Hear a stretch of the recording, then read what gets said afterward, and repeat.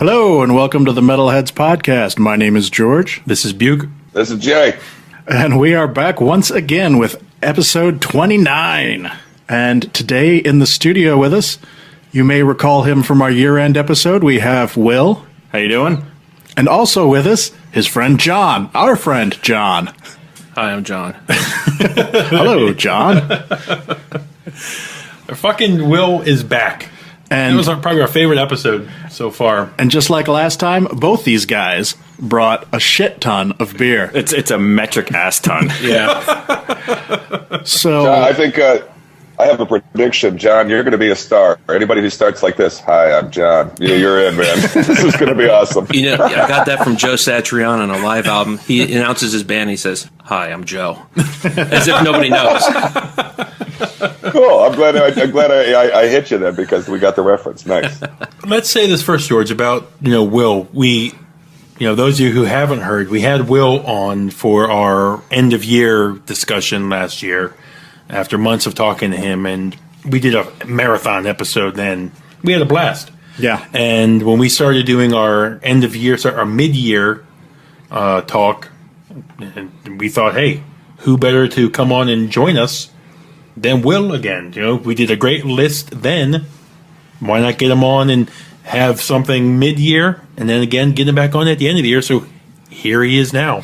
And I remember on the end of the year podcast, I said I need to get my friend John in here because we're gonna do two drinking games today. You guys don't know this yet. Oh, yes! Every time you guys say Opeth, we're gonna drink. Every time you say vinyl, we're gonna drink. Oh shit! You just said it there. Yeah, there you go. Damn it. Hey, I want to say too, we have been looking for an excuse for me to come out there, and so I think what I'll do is I'll come for the year-end show, and then also I am more excited to hear what these two guys have to say about their list than you two bozos, because I know what you listen to. So. And I was saying it when George picked me up today. After seeing Will's list last year, I should be doing a pod with him because him and I agree. Because you align more. Earlier this week, George told me that he goes, Buke, I just had an epiphany. Epiphany, yes. He goes, I'm a black metal guy and you're a death metal guy. Our love can never happen. Yeah. There's a couple times when, we come together. You can have interracial metal sex. It's okay. But Will's list last year was strong death metal on it. Well, yeah. I mean, that's the death metal is strong with this one. And you explain that's you. Yeah. So I think you and I you'll see it again. Yeah. Unfortunately, there's no candle. But also part of it is, and I see this happening with this podcast because both John and I are avid listeners. You guys are on the podcast together, and this goes with you too, Jay. And you're also friends. So not only are you talking on the podcast about a lot of the same bands, then you're texting each other, calling each other, meeting with each other, and seeing the same band. I text you too. You never get back to me. Yeah, that's because I'm in Anacostia all the time. That's right. Glory hole. Yeah. Where's the Steel Panther when you need it? But so what's going to happen is it seems like you're going to start doing this mind meld, this Vulcan mind meld, where you're going to start liking a lot of the same music or introducing each other to the same music. And I noticed that my year-end list, I almost started including a whole bunch of stuff you guys have been talking about in the last couple podcasts. And some of it's on there because, like, you guys, the three of you, Buke, George, and Jay, are introducing me to other music I never would have even heard of or known to look at. And then when I find it, I'm like, holy crap, this is really good. And next thing you know, it's on my year end. And what's going to start happening, and this is what I think what's happening with you guys, is that you're doing the Vulcan mind meld. If you're incestuous metal, right? Sort of exactly. Point, that is a new metal genre, incestuous metal. But the thing is, though, be honest, your list has only evolved that way because there's no Cannibal Corpse this year. Not yet. So exactly. So there's a slot already, gone. So guys, tell me a little bit about your guys' history with how you guys, became friends. Metal brothers. Well, get ready to drink. I showed up at. I used to go to Port City from the very beginning. Okay. Which is where I used to brew. Yep. Where he brews now, I just want to interject here. He's no longer with Port City. He is now with Fair Winds Brewery. And we are drinking our Howling Gale IPA. Cheers, everyone. Cheers. Get those glasses Get high. the audio on there. These glasses clinking. Clank. Today. These giant German Hefeweizen glasses we got. I want to get some And boots. for those here in the area, it's in Lorton. Lorton, Virginia, Yep. just south of Washington, D.C., Yep. just off the south of the Beltway, off 95. And traffic takes you 17 hours to get there. Yeah, traffic is horrible to get there. Anyway, For those of us who live there too. yeah. Exactly. So, John, go. Sorry to interrupt. Sitting at the bar, I don't know, some weekend crowded, and have an OPEP T-shirt on. Drink. Yes. Yes. And he says, "Dude, you like metal?" And yeah, and it just literally from there, he's like, "Oh fuck, we're gonna have this metal night. You gotta come Now, by." you could have been a dickhead there, been like, "Don't you see the fucking shirt?" You know? That may have been his response. I don't remember. I don't need to portray something that I'm not. Exactly. Okay. He's the nicest dude ever. Exactly. Okay. But yeah, we just and then I'm at the first metal night. We hung out a little bit. Yeah. Just you and I think one of your friends was there. I can't remember. I had Who like was? 100 friends there. No, but the first one, not as many people showed up. Oh, thanks for calling him out. Yeah. No, it it was just- still Remember the pretty first one, the failure? No, they the evolved. first one I think was the Thursday night or something, wasn't it? big. Yeah. It wasn't until you got to the weekend where a lot of people started showing up, which was the second one. Well, yeah, there was one that was a legendary like Saturday night. It was just completely out of control. Yeah. And then there wasn't one for a long time after that. Oh, really? And then we hooked up with the Brutal Truth Yes. quest. Yes. Yeah, to drink all the beers in the Brutal Truth Guide to Extreme Guys, Beers, which I brought if with us. you're on Untapped, if you're on Twitter, don't follow these guys because it's like that fucking mythical being in the distance you'll never catch.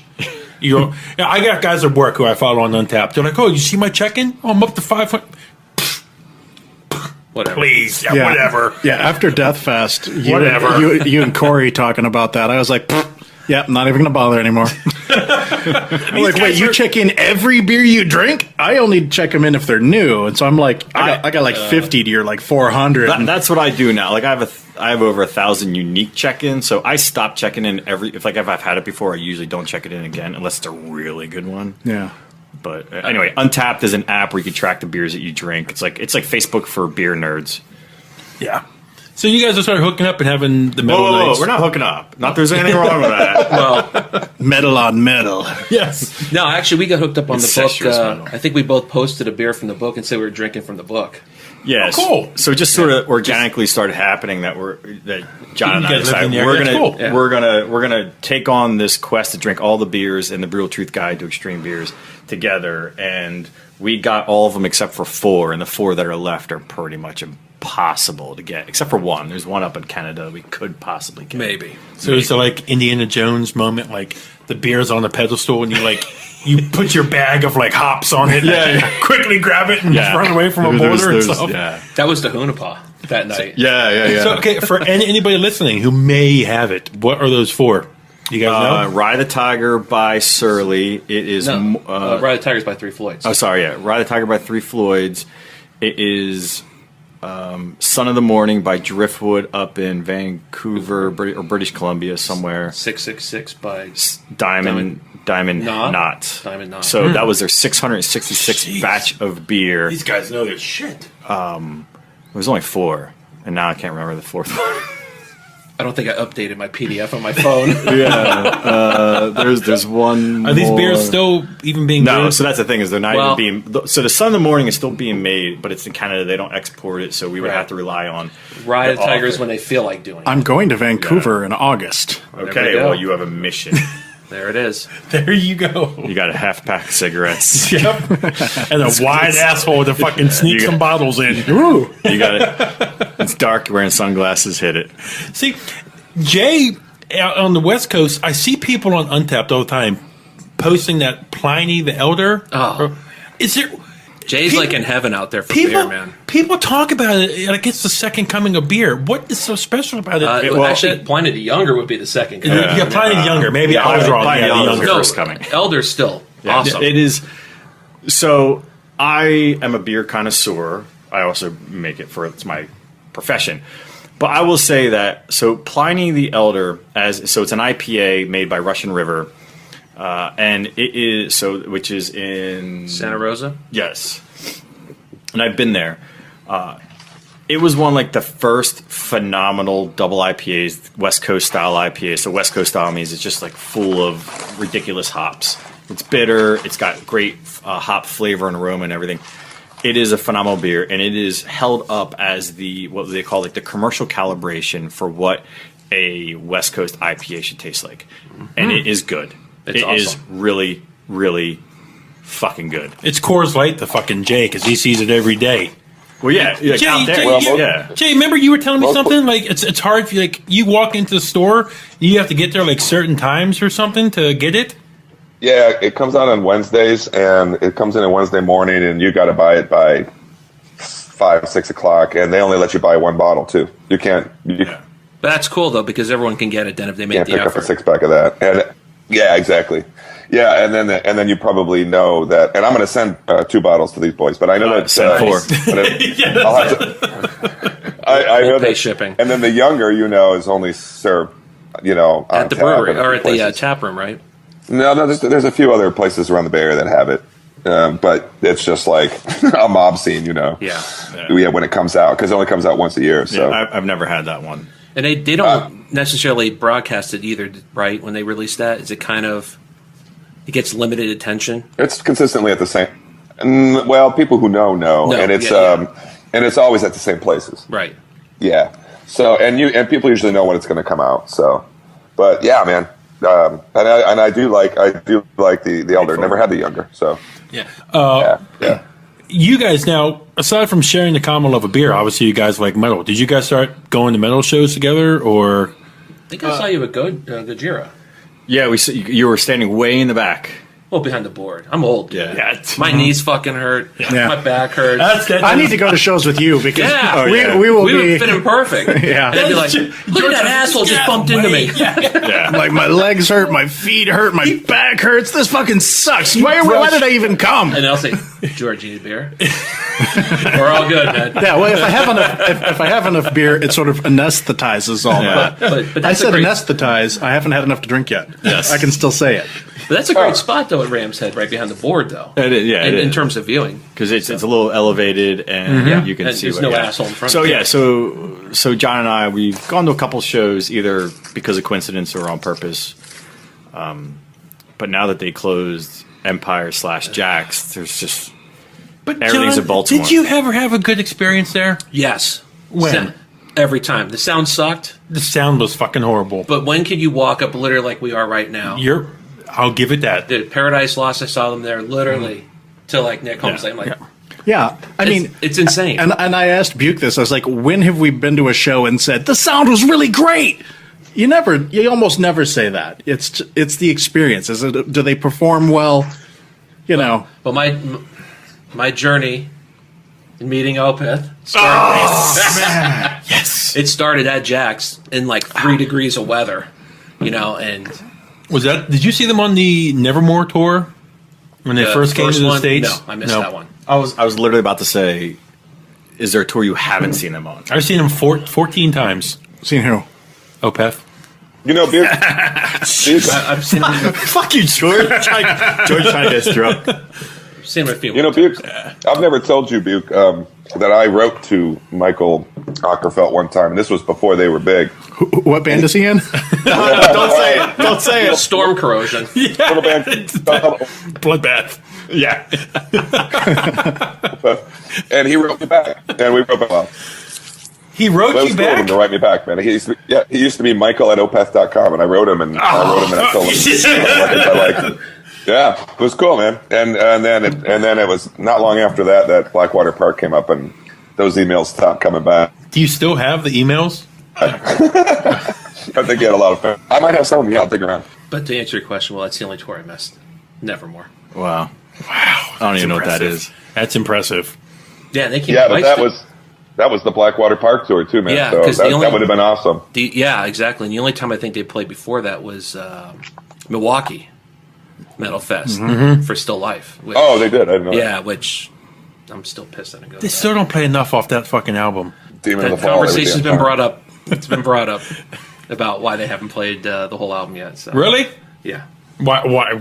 Reasons? They've played everything off it, just not like they're doing with Yeah. Ghost Reveries or Blackwater Park. Any reason why you think? It just hasn't happened. Yeah. Conic. Moon Maps, Vertigo, all those. That's That's Okay. terrible. Okay, so it just doesn't happen. so you guys hooked up at the brewery nights. We're not hooking up, okay? Okay. Stop using that term. You guys Don't ask, don't tell. You guys, you guys bonded. Yes. Over some metal nights. You guys seeing each other at shows and stuff like that. You guys. And occasionally, like I'll go to John's house, we'll go to my house, we'll drink some beers, we'll hang crack out, talk beer, yeah. talk metal. Yeah, it's beer and metal. Other than that, we'd hate each other. You guys are like another George and Buke. Yes. It's like Except we're Wayne not and nearly as Garth handsome. and Kevin and Smith and Jay, it's Kevin and Smith. Kevin. Dude, you've only had a beer and a half. I had 2 beers before you got here. Oh, okay. All right. By the way, I have a low beer warning light. Yep. So we can't play the game anymore unless We will. refill. We will. Well, stop saying. Okay. I'm going to stop. Okay. Let's take a quick break. Yeah. Hold on. Do you want to take a break? Keep going. No, keep Okay. going. Just don't say the We dirty won't. word. We won't. Okay. But I want to know what the second bullet on our script we is. will. What is that? Earlier this week, we got a text message from Jay because we have like a continuous 3-way conversation going on. 3-way. Yeah, we've got a never-ending 3-way. Never-ending fucking 3-way. It's fucking sucking tug all day long. It's hot. You guys are happy. Yeah. This is the most homoerotic And- podcast ever. It's only been on for It is metal. Jay sent me this message. He goes, something along the lines like, this guy hated us or something like that. So I pull up this review, and I'll let Jay speak on it more. But the first thing that hits me is how people sum up a review 1 out of 10, 2 out of 10, whatever. He quotes it, I think, 3 out of 10. No, 1 out of. Yeah. He gave it a 1 star. Yeah, 1 star, and he uses the word hopeless. To describe what? The podcast? Catatonic society. What? Jay, Yeah. go ahead. All right, Jay, on go. this. Mike Well, is that's here. actually their ongoing scale. So you can be hopeless up to, I think, perfect. Okay. Well, And the only thing I got to go ahead. Go ahead, George. Wait. So, no, I'll let you finish, and then I'll go into my rant. wait. So we need to back up because this happens sometimes in this podcast where we are reading the script and we know what we're talking about, but the audience does not. Yes. So This is. Go ahead, Jay. Well, Metal Temple, a website, reviewed my band's album, Catatonic Society Baptistina, album we're very proud of, and just eviscerated it. Now, and to sort of set it up, I sent it to them twice, and both times they said, we got it. And literally, I'd get these one-line emails that would say, we got it, we're going to review it, thanks. And then, not later, I was like, screw it, I'll send it again. We got it, we'll review it, thanks. And then, about 2 months later, up goes this review, and they put it on Twitter. They sort of tagged us in it. I was like, so first of all, they wanted us to read it, so I go read it. And the best thing I can say about it from this point is that, to me, the review is as if you gave your grandmother a metal album and said, Emma, what do you think about it? And it was just sort of like, and then it sort of ends with like, they're not terrible. I don't know. I don't even know what to say about it, George. I wanted to hear your take on it. They hated it. Yeah, I want to preface everything I'm about to say with the fact that none of this was requested or in any way condoned by Jay. Anything I'm about to say about Metal Temple is based purely on my reaction to reading their fucking horrible, busted ass English, don't know fucking metal from their ass review. is it not an American or British or an Australian? Is it It is a Greek metal site called Metal Temple. Okay. I hesitated a little at that because I have a lot of respect for the Greek metal scene. But Sure. that said, if you can't fucking speak the language, and I'm not one of those like you're American, English or die! Right, I'm not one of those types. But if you're gonna fucking review something in a language, fucking learn it first of all, because your fucking review is a pain in the ass to read because it doesn't make any fucking sense. Okay, like I said, this is not. Jay did not ask me to do this, but I feel compelled to defend my friend and his band here because this review, and as a reviewer, I don't tend to lash out at other reviewers or anything like that, but just, like professional courtesy. But this review was so fucking bad that I don't have any compulsion about saying, look, your busted ass English doesn't work for me. I don't know what the fuck you're talking about. Did Buke write this? Yeah, frankly, Buke could write better than this. And Whoa, is that bad? Huh? It's that bad.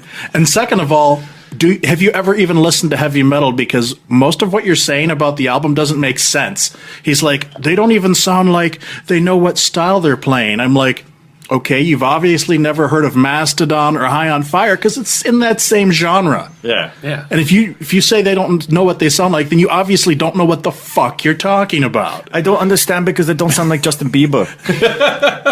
So, before you go and like trash somebody's album, and I hate people that trash albums online. Well, yeah, because if you review, you only review if you like it. Correct? Yes, I do not trash albums online Which I because think is good. why fucking waste your time talking shit about something when there's so much good metal out there? Well- which Catatonic Society is one of those. And don't you guys Okay, think wait. Let me step in real quick and just say, Buke, would you go ahead and reach over and give George a hand job for me? Thank you very It's the rules of the pod. I was going to say, don't you guys think negative review is not necessarily a horrible thing if it's done professionally, Right, Professional, right. yes. There's no such Or- thing or- as bad press. or putting in an effort to at least say, I didn't like it because of this. But And back it up. the shit all over something, you're wasting everyone's time. Yes, and if you come across as somebody that sounds like you know what you're talking about, but the stuff that he said, it's like he probably only listens to like one thing. He's like, I only listen to power metal, or I only listen to death metal, something, because he obviously does not listen to a wide range of music and understand all the different styles, and therefore you're not qualified to judge something. No matter what, it's every review, whether it's a movie review, music review, whatever, it's all subjective, and none of it is objective. You should actually go read this, though, Will, because it's almost not even subjective. It's rather random. It's what it is. And just to be fair about it, but I also want to point out that we posted it on our Facebook page. we put all our reviews up. Yeah, Because again, no press is bad press. Yeah, exactly. I have to give you credit, Jay. You could, because none of us here and anybody who likes you on Facebook probably would have found this on their own.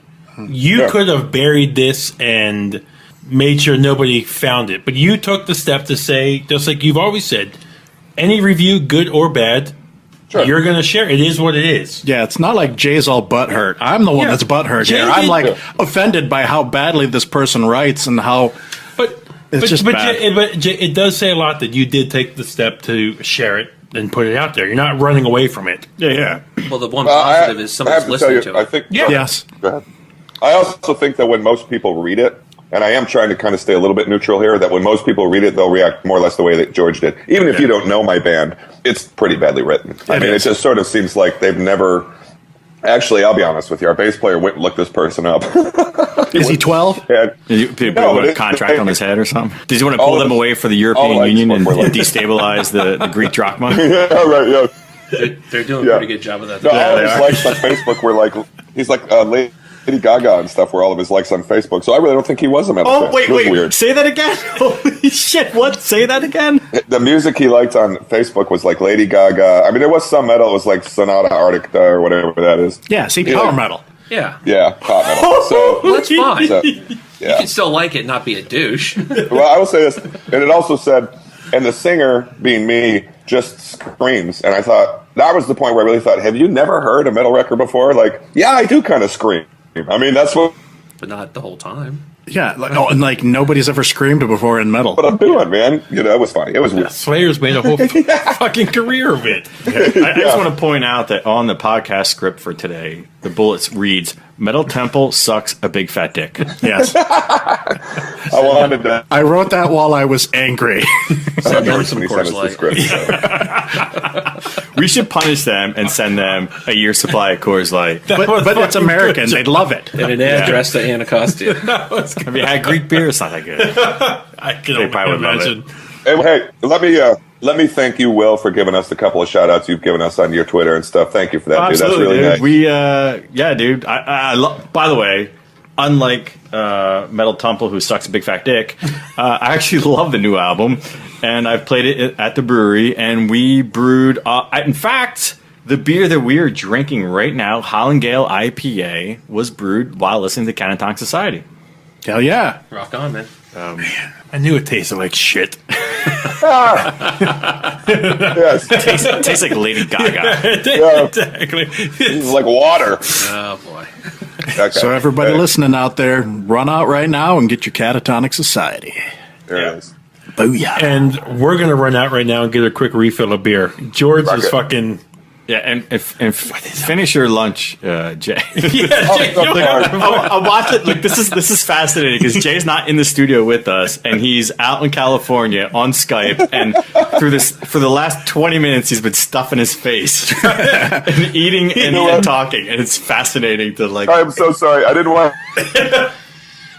It's leave, man. it's and like- my wife just came back and she brought me a burrito. I know, and I was just like, Burritos. you know, I'm about to eat my last chip. But you guys go get your beer. Yeah. And I tell you what, I'll use the John We're right trash back. away and then All we'll right. sit down. We'll be back at after 5. this station identification. God, I would kill for a California burrito right now. Fuck. So we're back, and Will, what are we drinking now? Right now, we are drinking Hell's Navigator, which we brew here at my brewery, Fairwinds Brewing Company. This is a Maibach, which is a German-style lager that is usually made in May. Therefore, the German word for May is Mai, and Bach means pretty much goat. And every Bach beer is supposed to end in Ader for some reason, some weird tradition that they started. So the original name for this beer was going to be Ghost of the Navigator. Nice. After the Iron Maiden song off Brave New World. And then the owner decided to change it to Hell's Navigator, which we were all very, very cool with as well. So Casey decided he wanted to call it Hell's Navigator. And we're like, you know what? That's a badass name too. So we are happy with it. So Hell's Navigator Maibach, and this is this is not my recipe. This is Charlie, the head brewer's recipe, and I love this beer. It's been a big hit, and It is quite tasty. Thank you. It is super delicious. I think we need to do another cheers. Cheers. We Make need it to do audible. another cheers. Yeah, don't spill it on the Jay laptop. is smashing his burrito against the fucking microphone now. And burrito. By the way- By burrito, he means cock. Like, yeah, that's everything basically. If it's as big as a burrito, I'd show up too. Just that when Butte got up to take the photo, you guys did the devil horns without even stopping talking. Dude, that was like pro. You were both like, "Oh, photo op." So another thing that's going to be seamless here is this past week I finally joined the world of high-end headphones, George. I've been telling Buke, well, did you listen to it on headphones? Because I'll go, you got to listen to something. And he'll be like, meh. And I'll be like, did you listen to it on headphones? If you listen to it in your car or on your computer. Because I have a Prius. Yeah. And my fucking sound in my... I drive 60 miles a fucking day, you two. Don't look at me like this. Sometimes when you listen to I'm not something, judging. you got to put the nice headphones on to truly experience all the nuances of a song. And so I've always been going, did you listen to it with headphones? And he's like, Yeah, because my home setup, I have Martin Logan electrostatic speakers in my house. My home setup is fucking amazing. Well, having a 12-month-old, apparently you can't play the volume loud. Yeah, she's gonna have Because your wife gets hearing mad problems. and she says you hurt her ears. well, yeah, I guess. common sense rears its ugly head. I guess. Wives, Yeah. Come on. Child Protective Services. voice of reason, whatever. Yeah. So apparently they threatened to take my kid away if I kept playing the music loud. So I went out and I got Grado headphones, Grado, however you say them. Greedo, whatever, yeah. He did. He shot first. He shot Yeah, first. yeah, exactly. So I got these nice headphones. They're my first introduction into the world, and pretty much everything George has said's been true. You know, Yes. it's like putting my $5,000 worth of home stereo equipment on my ears, and it sounds amazing. And you also got an amp. And I got a portable power amp that kind of adds it a little more kick to it. So they sound amazing. George was right. Imagine that. You know, it's nice now to be able to come home late from work, late at night. If I don't want to put on the big speakers in the house, I can just throw on my headphones and listen to stuff now. Yeah, I've since I got my amp, which I got it, I don't know, like a month or two ago, but I've only been listening with it like for the last week or two when I've been putting together the list for today, and I've been going to sleep every night with these headphones on and the amp playing the music from my phone, playing lossless audio. How do you like that Hell's Navigator? It's pretty good. And so that's how I end every day is with the. Is it a happy ending? Unfortunately, not. Hey, Buke. Can I Yes. I gotta ask you a question real quick. Did you get that new Opeth record?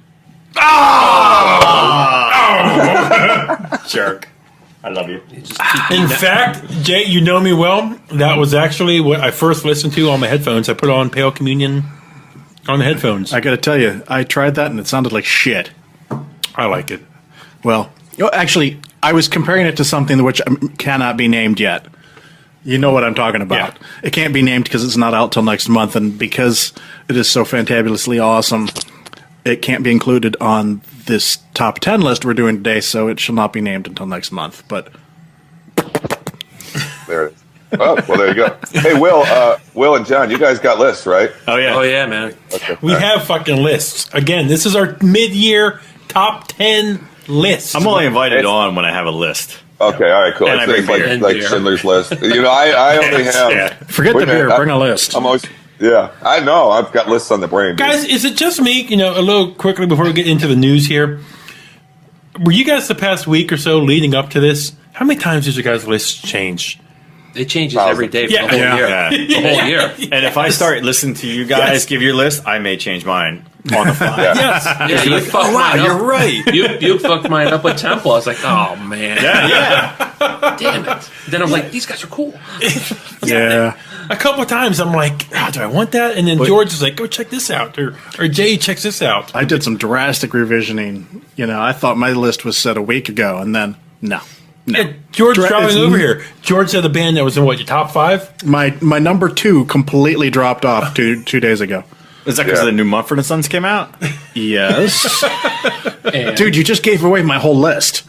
Mumford & Sons 1, Mumford & Sons 2. Okay. So right now you're going to hear an interview we just did with Temple. Yeah, the band Temple, they're an instrumental band. They're 2 guys, a drummer, and everything else. According to Jay, it's Rich and Rich. I mean, Rich and Ryan. Rich and Ryan, but Ryan and Ryan. Wait, literally, it's 2 dudes, and that's it. That's it. Yeah. A drummer and a The guy that does the guitars and everything else. That's it. They both do the vocals, just- which are, of course, none at all. Yeah. It's just 2 of them. My mind is more officially blown right now. Because you've That's listened to it and you're like, wow, that's 2 guys. I was listening to it before I picked up John, and then I've been listening to it a lot. I downloaded it, and I love it. May hear about it later. And, Hell's but no, Navigator. yeah, Hell's Navigator. Yeah. But Jay made a great point. Jay, what was the point again you said before going into this interview that really struck you, that these guys don't care about Anything. anything? They just... Well, I almost said it in They the were interview. like, when you hear the interview, you're going to laugh because we'll ask him questions and sort of be like, it sort of comes out that he's really kind of a movie buff. He's not really like, it's just something I do. I don't practice. Yeah, basically, the thing I was going to say in the interview and I didn't say was that it goes to show that it's more about the music than fame or money. Not that those things exist for metal anymore, but the fact that they will make this music on their own terms and they don't do the things that are expected of you, like touring or having a singer. It shows that it's about the music, which in general, that's metal, Yeah. Yeah. Totally about the music. And And also, we all agreed, this is as nice of a guy as you could ever talk. He was super cool, Extremely. dude. Yeah. And Okay. I just want to preface the interview by saying, unfortunately, the internet connection here is sucking balls. Fuck you, Comcast. So the first half of the interview is a little sketchy in terms of the connection. It drops out a lot. And in fact, you're probably going to hear that with Jay throughout this podcast as well. But the second half of the interview sounds a lot better. So just sit tight and it will get Maybe better. the burritos are having interference with the internet connection. Farting a No, lot, they're all Jay? gone now, man. so here we go. Here's our interview with Rich of Temple. Hello and welcome to the Metalheads podcast. My name is George. This is Buke. This is Jay. We are here with Rich from the band Temple. How you doing today, Rich? Doing pretty good. How's the weather out there? Are you in Arizona? Yeah, it's about 1:15 today. Phew. Jesus Christ. Hey, Yeah. Rich, first off, thanks for joining us. Early in the morning, your time. The guys here and I, we do a weekly metal podcast, and why we wanted to get you on. Last week, we did our top 3 instrumental songs in metal. And being a fan of you guys from your first album, I know you have a second album coming out, The Moon Lit Our Path. And we wanted to get you on and talk to you about that because it just happened to coincide with the talk from last week. All right, cool. Actually, you know what? It's not early for me because I work overnight and I'm already done with work and everything. So I basically came home and first thing I'm doing. So right on. Perfect. Well, thank you for spending the morning with us after work. Rich, we first have to ask, in a world of metal dominated by full bands, full piece singers, every 4 or 5 piece bands, how did you guys set your own path going to be an instrumental metal band in this world? Well, in high school, we were a full band, kind of a normal garage band kind of thing, and it was hard. Everybody motivated, and members were, and eventually it just got Dan Ryan, and he was in recording school at the time, so it was it just made sense to say, let's just do it by ourselves and make it a studio project and not have to worry about the other members so much. And so from that point on, it was just really easy. You guys have seen, I don't know how much you read online, but the fans seem to just eat your guys' stuff up. Have you guys gotten any feedback from the fans where people have asked you guys more and more, hey, are you going to fill out into that full band again, or do people really like what you guys are doing, and that's what you guys are going to be doing for the time being? I think both. I think people like what we're doing, but at the same time, they probably want to see us live. I don't see that happening anytime soon. We both got full-time jobs and families, and I don't know, touring just doesn't seem that appealing to me. Okay, playing the same songs over and over again is. I mean, I'm kind of. I know that the album is new to a lot of people, but I've heard the songs a million times already, and I'm kind of. My opinion is I'm ready to move on to the next one. I wouldn't want to go and play them, night in and night out. And on top of that, being away from home is, not that appealing to me either. So. I just wanted to point out that the record is actually out. It's been out 4 days, and it's nice. It's nice that it's featured as one of the new releases on iTunes. They got you guys right up front there. Some big names like High on Fire, and I think that speaks a lot to how your name is picking up for this team. Yeah, thanks. It's surprising. Like I said, in the early days, we basically made an album. We'd never played live. We'd never promoted ourselves, and we just uploaded it to Bandcamp, and we didn't really expect anything. We only expected our friends and family to hear it, to be honest with you. And then people started buying it, and then Prosthetic got a hold of it, and everything's basically happened from there. But it's everything that happens is really surprising. So, how did you guys get hooked up with Prosthetic? EJ, the owner of the label, basically sent us an email a couple of years ago, just asking if we were on a label. Said that he liked the first album and wanted to re-release it in a physical format, and then from there, and everything's been good ever since. So, I was reading online how the album artwork for the new album, it contains references to all of the song titles. Could you maybe expound upon that? Yeah, we the original second album was to essentially continue the journey that we kind of laid out with the song titles and the artwork for the first album. And so we came up with the song titles, and then we knew the artist that we wanted to work with. We basically sent him the titles, and then he came up with a scheme based on the titles that we sent him. And he came up with, what he came up with ended up blowing us away and really taking it a lot further than we had envisioned it. So everything turned out good on that front. Yeah, the thing I read said that since it's instrumental music, you wanted the image to sort of convey a message that obviously doesn't get, since there's no words, it doesn't literally say anything, but that the album artwork sort of conveys a theme or a message for each of the songs. I thought that was kind of neat. Yeah, when you come up with song titles, sometimes you come up with really bland ones, like certain bands have one-word songs like Control or whatever, and that doesn't really work. If you're interested to put anything in your head, it doesn't give you anything to go on while you're listening to it. So I wanted all the titles and put an image in someone's head right away. just something extra because we don't have vocals. Now, with your guys' songs, forgive me, track 2 on the new album has like a strong Opeth sound to it, kind of midway towards the end of it, the final third of it. Do you guys go into these songs just jamming out and the riffs you guys come up with? If it happens to sound like another band, great, but that's not what you guys go into it, going after? Yeah, we never really try to sound like we have our favorite bands and our influences and everything. And sometimes, in everything's pretty much been done for the most part. No matter what you do, it's going to sound like something, probably. But I think that we tried our best to do new things within instrumental. I mean, if you look at most instrumental bands, most of them are either like Animals as Leaders or Scale to the Summit or bands like that are extremely technical, or they're extremely sludgy, like Pelican, stuff like that. They're a variety. We wanted to kind of make an instrumental band that had more traditional heavy metal riffing and more speed, but wasn't entirely based around technicality. That was kind of our goal there. What sort of bands influenced you, not necessarily to do instrumental music, but just to make music in general? I'd say going back to like when I was 14, 15, I'd say the biggest influence was probably Tool at that time.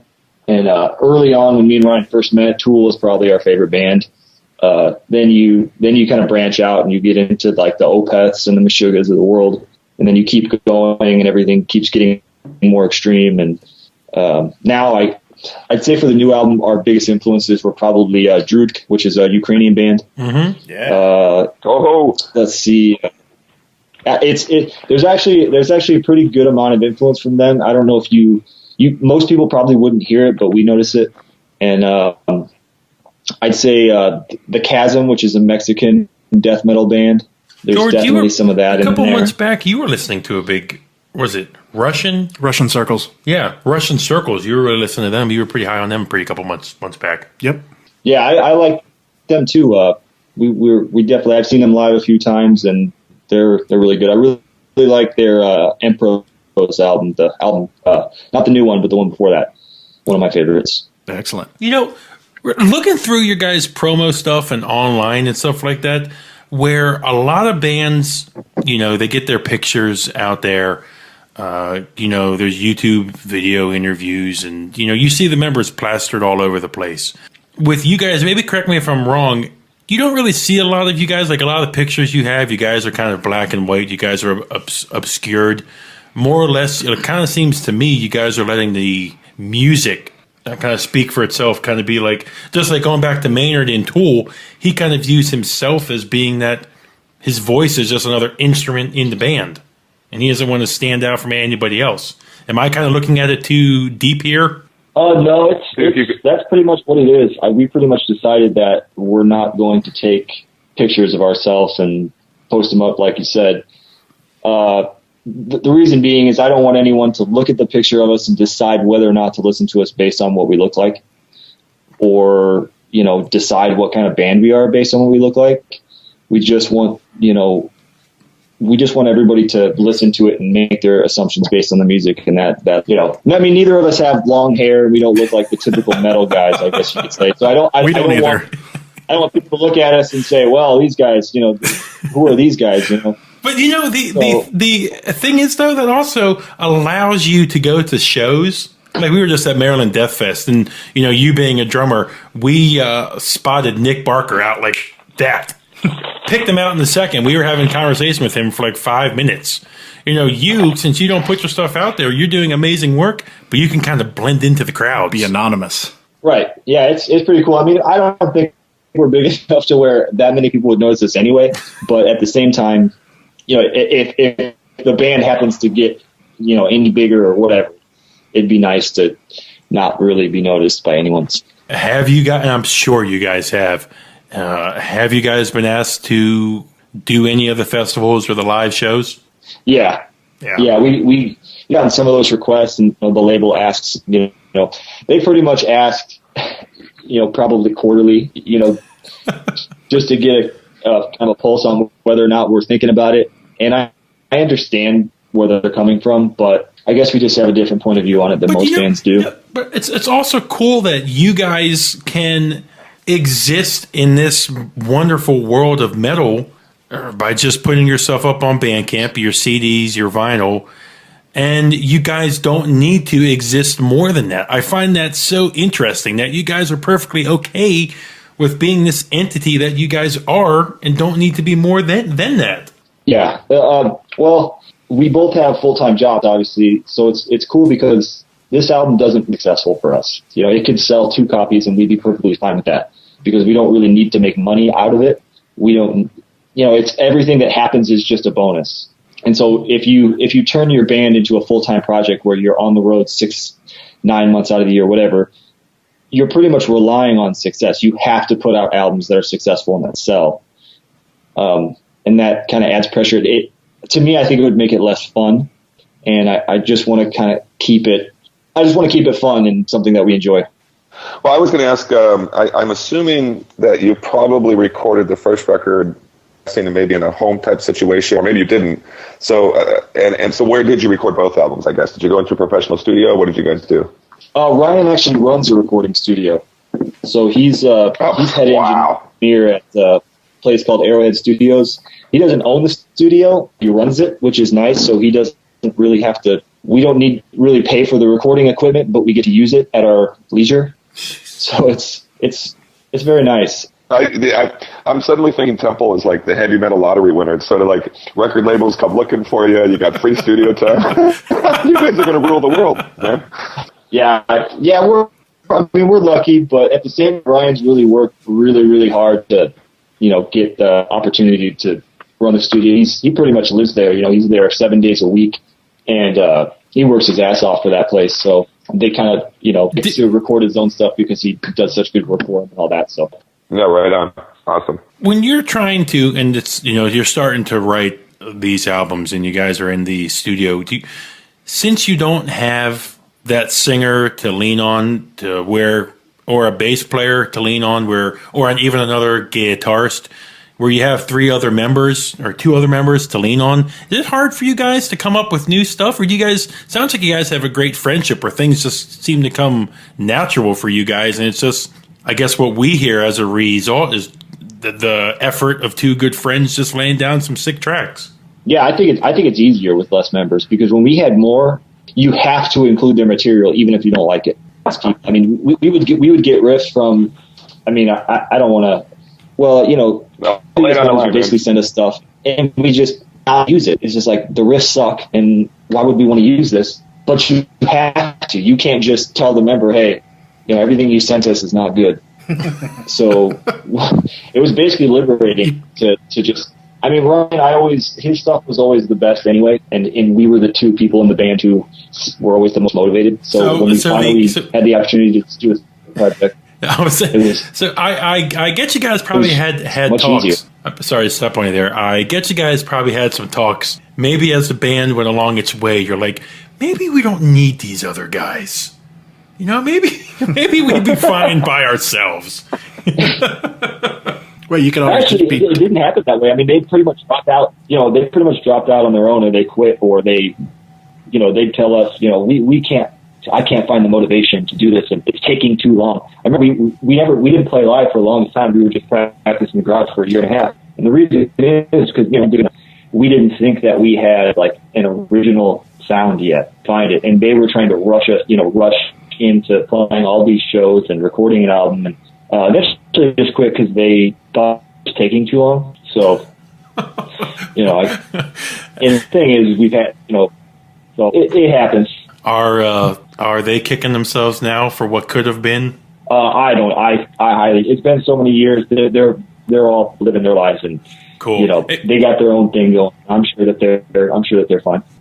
There's not a lot of metal bands that can make it, as a full-time job. And I know you just said, you guys both have families and full-time jobs, so doing this for a full-time job would never be something you'd think about. But being a skilled drummer, like to me and all of us here on the podcast, you are, we look at like Chris Adler just picked up that Megadeth gig, if Dave would have come to you and said, "Hey, I need a drummer. Yeah, I'm loving Temple. Come aboard." Honestly, if it was Megadeth, probably not. Okay. If it was Iron Maiden, maybe. Or, if it was, it depends. Like, if it was a band that I really like, Megadeth's not bad, not one of my favorites, but if it was one of my favorite bands, it would be something. What if the thing holding up Tool what if the thing holding up that Tool album from coming out is the drummer? What if Maynard needed you to take over drums for Tool? No way I would do that for fear of embarrassment. So, guys, the album probably makes it good, but I'm not really that good. Just trust me when I tell you. Yeah, I'm not a drummer, so you could. I was just gonna say you could think you're not good, but to me, you're awesome. I think most drummers who are Tool fans would never try to replace Danny Carey. I think he's pretty much seen as God around the world. So. Yeah, I would fail miserably. Believe me. Hey, even honest, and to be completely honest, but even when I'm recording full stuff, I don't need a take or anything. I'm doing multiple takes here. I'm here. I'm missing hits there. I basically do not practice. I probably shouldn't be saying, but that's awesome. I love the honesty. Only play with a play chord. That's it. So. But the thing is, though, this works perfect, though. You don't have to, because you don't have to get ready for that grueling tour. You don't have to get ready for that gig on Friday nights. Yeah. I mean, I still, just to make the recording process faster, I'm going to practice before the next album because I don't want to piss off Ryan anymore. But yeah. So, again, going back to why we first had you on, last week we did our top 3 instrumental metal songs. Do you have maybe one or two that come to mind as favorites of yours? Instrumental only? Yes. Sure, yeah. Let's see. Going back to Russian Circles, I really like the song 309. I'm writing it. I'll jot it down. Love that album. Let's see. Instrumental. God, you got me. I went with a... let's go. I guess let's say it again. I said, I personally... Revocation on their album, I keep drawing a blank on the track type. I think their second album, they did a fucking killer instrumental song. I look like an idiot now drawing a blank on the name of it. Jay and I both went with Orion for our number 1 by Metallica. Yeah. We just fell to the world of silent peer pressure out there. We couldn't go. Do you know that? Were you a Metallica fan? Am I a big Metallica fan? Yeah, well, you can say, let's say, were you a big fan? Not really, not ever, honestly. I love Ride the Lightning. I love that album start to finish. I think that's their best album. I don't get into anything else. Call of Cthulhu, which is okay. Like I said, I'm not the biggest fan of them. Like, if I was going to choose like Metallica or Merciful Fate, I'd rather listen to Merciful Fate. When we finish with you, we're going to roll into our podcast, and we're going to be talking about our top 10 metal albums of the year so far. Do you have a personal, maybe 2 or 3 albums for your list of metal albums for the year so far, or have you really not had a chance to listen to a lot? I haven't had a chance to listen to a lot. I see it's weird because I always have these answers in my head, but if you do an interview, it seems like it's a blank. But if we're talking about albums, I mean, this might not be a metal album, but I really like Steven Wilson's new solo, Hand Cannot Erase. Mm-hmm. Sure. Really big on that. I thought that was really good. I can't really think of too much. I mean, I'm always behind. Like, I always catch up on all previous years, maybe 5 years later. I might get into the 2015 albums in 2020 sometime. So, believe me, I'm still downloading, and buying 80s albums. I'm still way behind it. Right now I'm on a Fates Warning kick. I'm listening to a lot of Fates Warning, I'm just very behind. Any of the early albums, the John Arch ones? Yeah, I like those. I like it all, really. I'm not too big on the new one. Yeah, I mean, but other than that, I pretty much like it. Yeah. Ryan, I used to live in Tucson, And I had a friend I was last time. His cousin was the bass player for Fates Warning, Joe Tobias.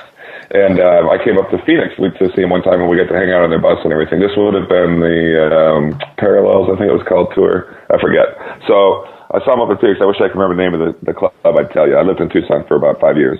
Oh yeah, yeah. I don't go to Tucson too much. I wouldn't be able to tell you. I think the only concert I think I've ever seen in Tucson was Tool, which was over 10 years ago. Sometime I was still in high school, but yeah, I don't go down there too much. Actually, the only reason I go to Tucson anymore is I'm a huge film nerd, and they have like a theater down there that plays old movies and foreign movies and all sorts of weird stuff. And pretty much the only reason I'd go down there is to check something out in that theater. Is that the Loft? Yeah. Yeah, sure. Hey, and I've been calling you Ryan. Sorry about that, Rich. Oh, it's no problem. Rich, I have to ask you this. Because also on the podcast, we're all hockey fans. I know your state's team's been in some financial problems. Are you a hockey fan?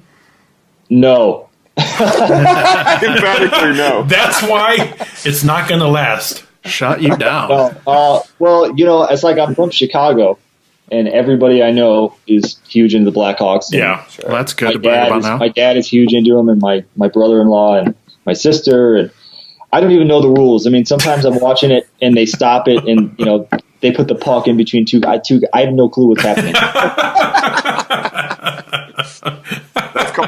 That's called a fight, by the way. Just to no. Oh, yeah, right. Well, I mean, the thing is I'm a big sports guy. I mean, I tend to follow everything. I mean, arts and sports and whatever, and it's just the one sport that I never figured out. Never got into. It's okay. Neither are people from your state now either. So right. No hockey team for you. Yeah, they're if the Coyotes are still in Arizona in 2 years, they'll be lucky. You say you're a big movie guy. Yeah. To kind of get off on that for a second, because George and I are big movie guys, and Jay is too. Anything you've seen this year you're excited about, or anything coming up? Myself, I'm a huge Star Wars nerd, and I've gone dark on everything Star Wars coming up. I want to be totally surprised. You can say I'm an idiot for this, but I saw Episode 1 12 times in the theaters. I put myself through Jar Jar Binks 12 times. That must have been a horrific experience. I can't even imagine watching that more than twice. Hey, why I did it? For that final Darth Maul fight scene. Yeah, that was pretty good. This year, what am I excited for this year? Nothing. I don't see it. I don't generally see new movies in theaters. Okay. I have like the world's biggest collection of Blu-rays in my house, and normally I watch them at home. And then if I really like a movie, I'll go see like a revival of an old movie in theaters. Like I'm going to go see Jaws on Sunday. Okay. Wow. Just because I love that movie, and I don't know, I'm taking my grandma to see it, and that'll be cool. I'd like to see that in the theater. That's a great story, man. You're taking your grandma to see Jaws. I don't see many movies now either, because I'm a new parent, and my watching habits have completely changed to the Mickey Mouse Club. Dora the Explorer. Yeah, that's what I'm watching all day long.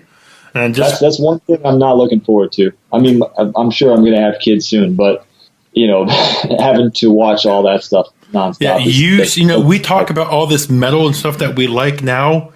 The only songs that get stuck in your head are Mickey Mouse clubs and girl toys songs and stuff like that. It totally infects your brain, and it sucks. No, it's great. It's great. I also wanted to go here with, you say that, you guys really didn't care. Not care, but you guys really didn't put a lot of thought into it. You didn't care if people bought it, what success you guys saw, because you guys didn't need that. What do you think about the world of vinyl taking off, and how you can even get your stuff on vinyl now? I'm sure you guys didn't see that coming.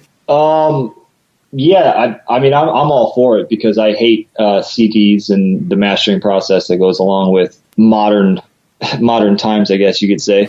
Vinyls always sound better.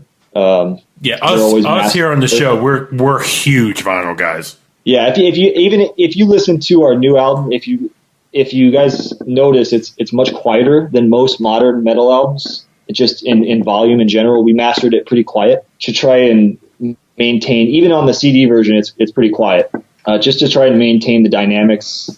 So many metal albums you hear these days, they just sound really crappy. I think it's just hard. It almost hurts your ears. It's so crushed and unpleasant. I don't know how to describe it, but if it to sure give you know what I'm talking about. No, to give you some props here, George and I are big, and Jay now. We all have real nice pairs of headphones. And when my new headphones showed up the other day, the first thing I listened to was your guys' FLAC version of your new album, The Moonlit Our Path. The FLAC lossless file sounds amazing. Oh, thanks. Yeah, truly sounds amazing. We were much pickier this time. The first album, like the production, we cared about it and everything, but we were mostly worried about making the songs decent. And we had to re-edit those songs and rewrite them so many times that the prime concern was getting the songs to a certain level, and then the production kind of took a backseat to that. This time, we demoed the songs more thoroughly, and we had the songs mostly good to go. And so we had time to focus on making it sound better. And so we're pretty happy with having that extra time.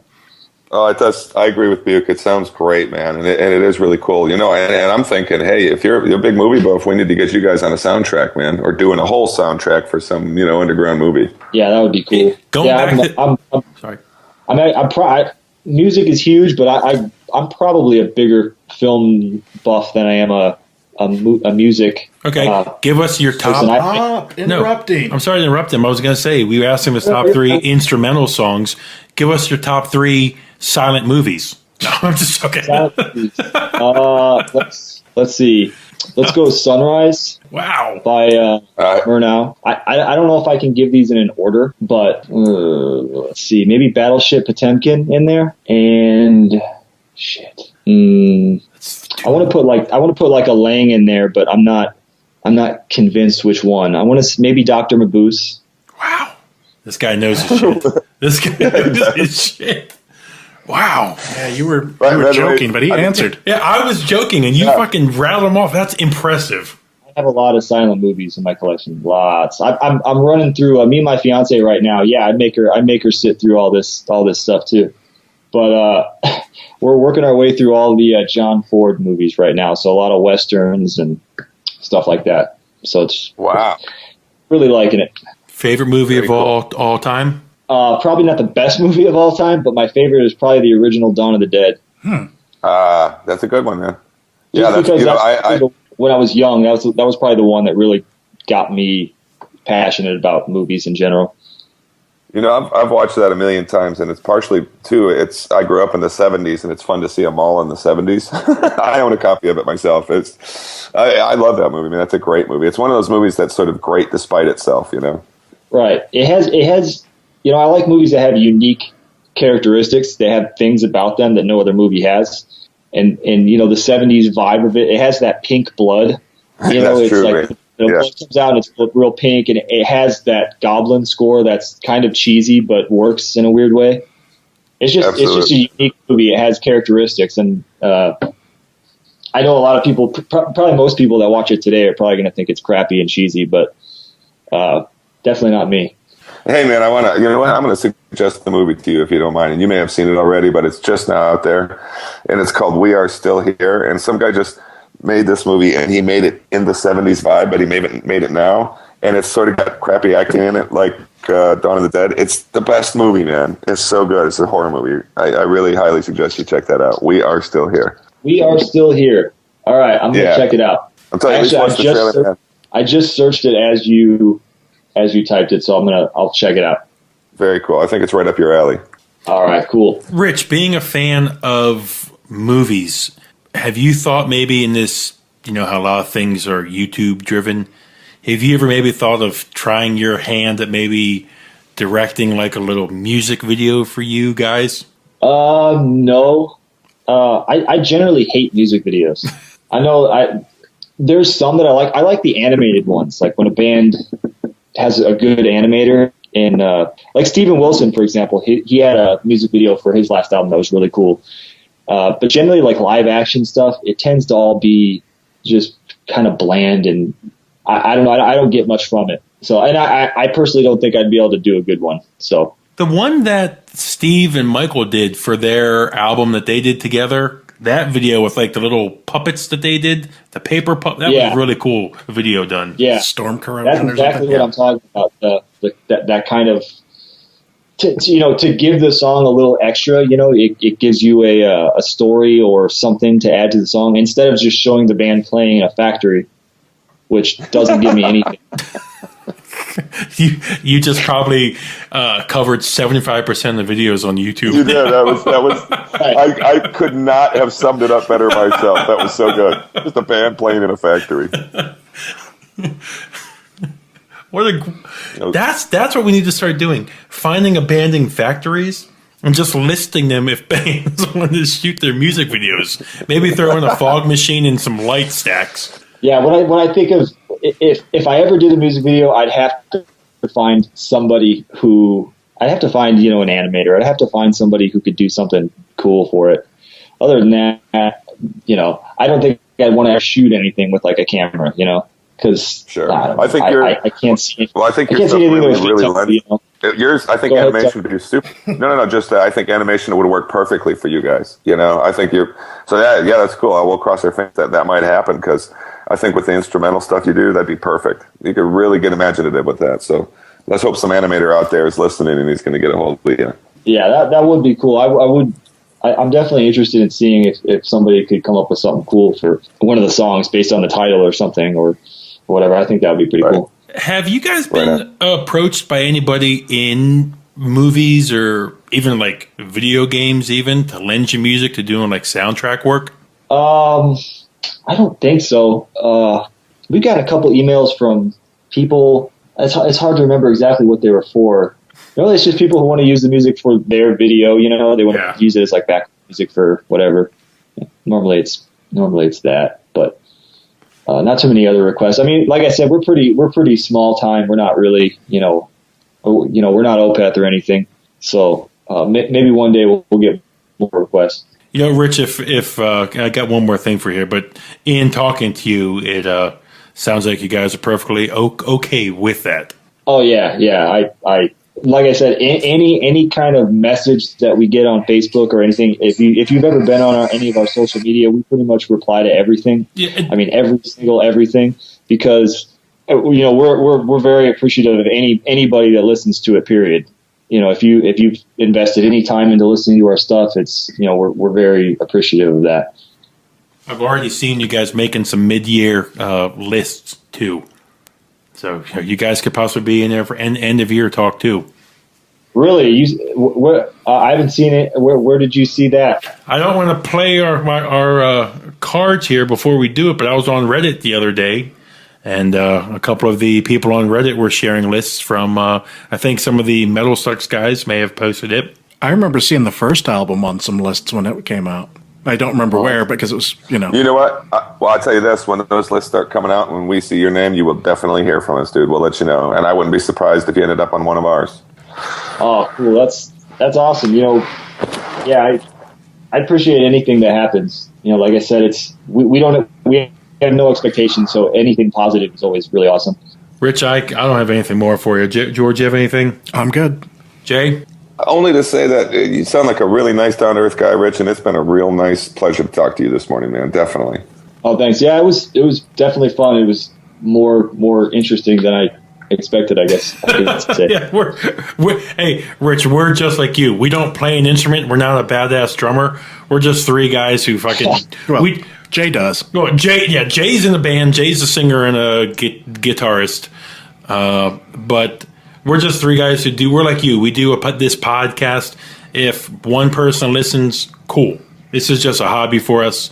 We do it for fun, and we just like putting something out there. And if one person likes it, then it makes our day, And it also makes us sad if only one person likes it. No, don't say that. But Rich, truly, your you were very kind to get back to us when we reached out to you, and you guys did it every single time. So again, the new album is The Moon Lit Our Path. It's on Bandcamp now. You can get the vinyl, you can get the CD. They got a sick logo shirt that you can get. So go out there and support them. Before we go, is there anything you want to pimp or plug? No. The only thing I have for sale is the album. All Go right. and buy it. Go buy it, people. Hey, Rich, I have a bad fucking habit of this. Was it, since we don't work on the band side of it, do you guys get a notification whenever somebody does get your stuff on Bandcamp? Or do you guys just get like a dump like once a month, like, hey, you guys had 5 sales? Because I just picture you guys just like, oh yeah, let me log on to Bandcamp today and check the sales report. Holy shit, 25, 30, 500 sales. Well, originally when we had the first album, we could check it because we were in control of the Bandcamp. Now the label controls all that, so we can't really log in and see the details. But you can still, if you go to Bandcamp and you can still see how it's selling. Like it'll tell you how many people or how many collections it's in. So you can kind of have a gauge on if it's doing okay or not, even if you're not able to log in. So it's kind of cool. Awesome. Can I just say my favorite fucking song by you guys, and I'll tell everybody to listen to this song 500 times over again. Off your guys' first album, Rising from the Abyss, is a fucking killer track. Oh, thanks. Yeah, that song was written in 2005. Believe it or not, that was one of our first 2 songs. That was like a project that Ryan had to do for his recording school, actually. So it was like, wow, it's a pretty old one. It didn't come out until 2012, but by that point it was 7 years old. And you were like, man, I'm bored with this song. Luckily, I'm not playing it live. Okay, Rich, it's a true honor to speak to you, brother. You have yourself a wonderful day, and we'll keep trying to talk you guys up. All right, thanks a lot, guys. Have a good one. Take care. See you. Bye-bye. All right, that was our interview with Tempel. Everybody's laughing because that was pretty instantaneous for us. Yeah, we haven't even got to the news yet. I'm editing all of this out. Hell's Navigator. Maybe I won't. Maybe I'll leave it in. It was like the visual and like. Anyway, so He's been crying.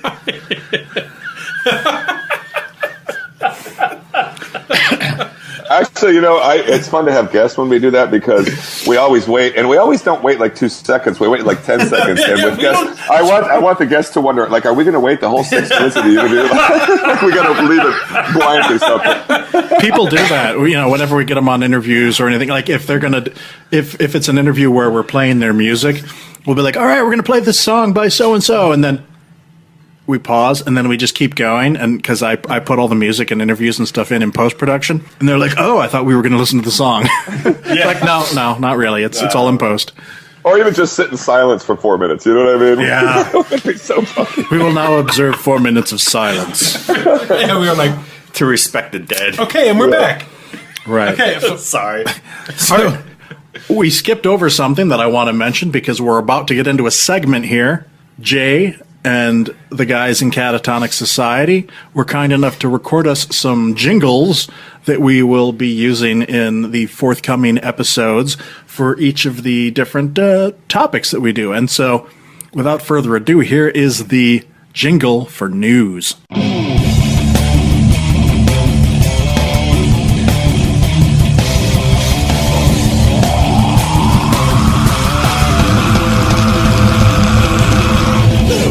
The first news item today, I'm sorry to say, is about the passing of Sir Christopher Lee.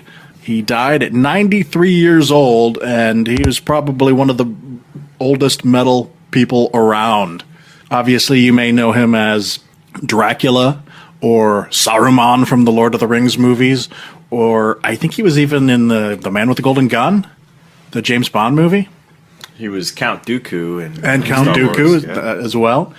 And, of course, he did some recordings with Rhapsody and some recordings of his own, in fact, that were metal. I'm like, the dude was 93 years old, got into metal at like what, probably late 80s. You know, that's fucking cool. I mean, And by the way, that's not the 1980s. That's his late 80s. yeah, exactly, exactly. Yeah. I mean, I loved him just from Dracula alone.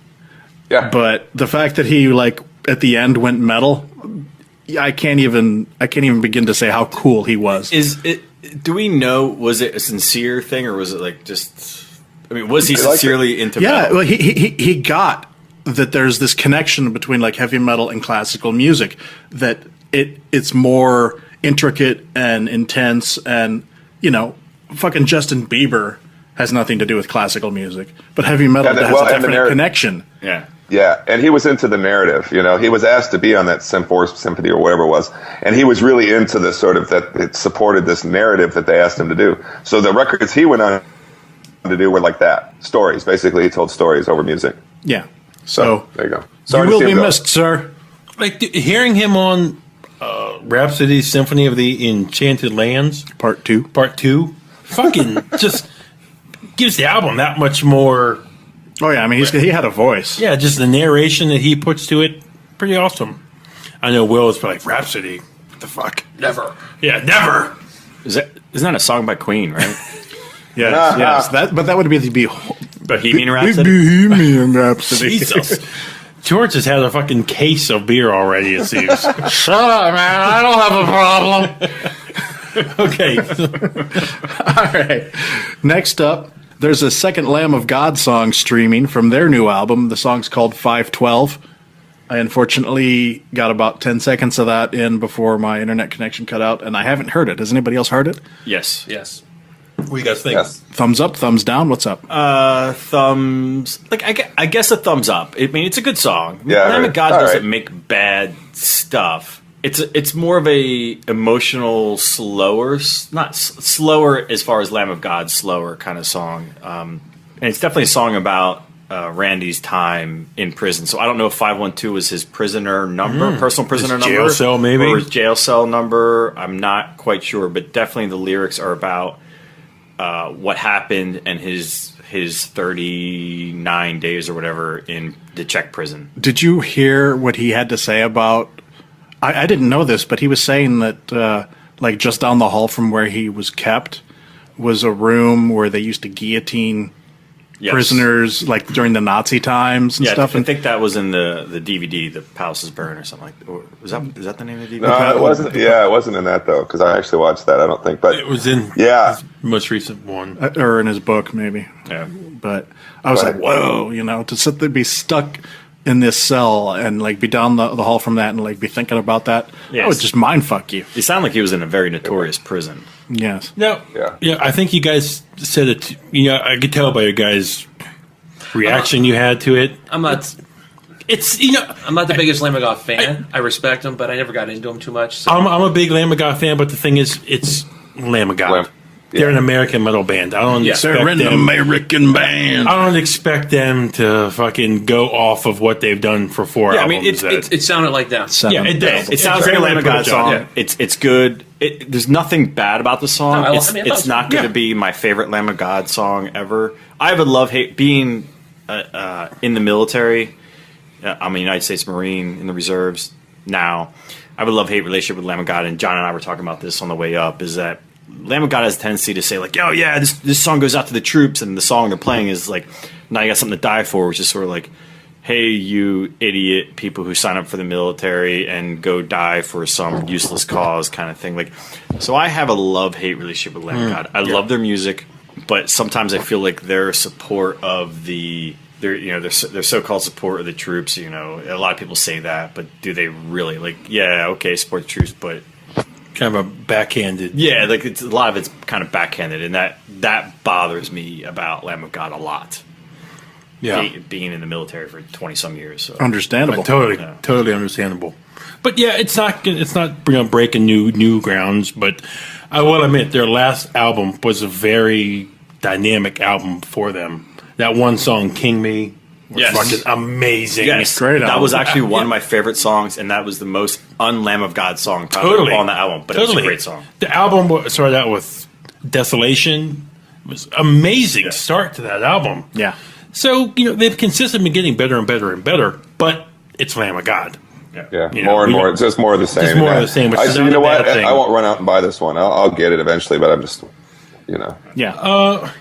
You guys maybe can add a little more on this next one than I can. like you said, it's good. It's okay. It's fine. I saw this week that Tony Iommi wants to remix the 1995 Black Sabbath Forbidden album. John, what's your thoughts on this? Yeah. Who gives a fuck, right? Yeah, there was a period of Sabbath where I kind of just checked out. The Tony Martin Yeah. years. And it's nothing against Tony Martin. Yeah. He's a good singer. Yeah, and actually the band, there's a lot of good musicians in the band. I think is Cozy Powell still with him at that point? I couldn't remember. By that album, I don't know. Just that period of revolving. I don't remember when he musicians. died. So It's probably later than that, though. So. Wait, so there's a Black Sabbath after Dio? Was it- Well, yeah, actually, between- after between Dio, there was Ian Gillan. Yeah, maybe. and then after okay, mess with me. Well, it, Fucking open! All right, but yeah, I that's actually the one. Jay, where's your I'm sorry. Chardonnay? I didn't see it. Forbidden Yeah, it's in the was stems at the California. Neil Murray and Cozy Powell. Okay, Cozy. And Tony Martin. Here's the last album. caught me surprised that's the one he wanted to do. Yeah, well, I mean, that's actually the one Tony they've Martin almost- album that I don't know I don't really know it at all. I mean, Eternal Idol I know kind of, and Headless Cross I know kind of. Headless Cross isn't a bad song. Yeah, same here. But again, if I'm going for Black Sabbath, I want me some Ozzy or some Dio or even some Ian Gillan. But Yeah. it's just he has the bad luck of not being the famous singer that sung with Black Sabbath. But at that point, after Dio left, and I'm going to show my ignorance here because I'm a huge Black Sabbath fan from Dio on back. But Tony was at that point the leader of the band? Like it revolved around Tony Iommi. Sure. Actually, Was he Geezer or Bill Ward even in the band at that point? Geezer stayed the longest. Bill Ward was gone by Born Again. But I'll say this: Tony Iommi wanted to make the records after Ian Gillan, Tony Iommi solo records. It was the record label that insisted it be Black Sabbath. That's right. I remember that with like Seventh Star. Still in it. But I found Seven Star on vinyl the other day. Yeah. I got it cheap. It's not a bad album. It's not. It's not the albums prior to it. Who sings on that one? Is that I pulled it up right here to talk about it right here. You almost think that if they were his solo albums, you'd like them more because they were solo albums, Right. Yeah, and they weren't under the moniker of Black Sabbath. Glenn Hughes. Glenn Hughes? So when did you guys, John, when did you tap out of Sabbath? Probably right around Born Again. Yeah.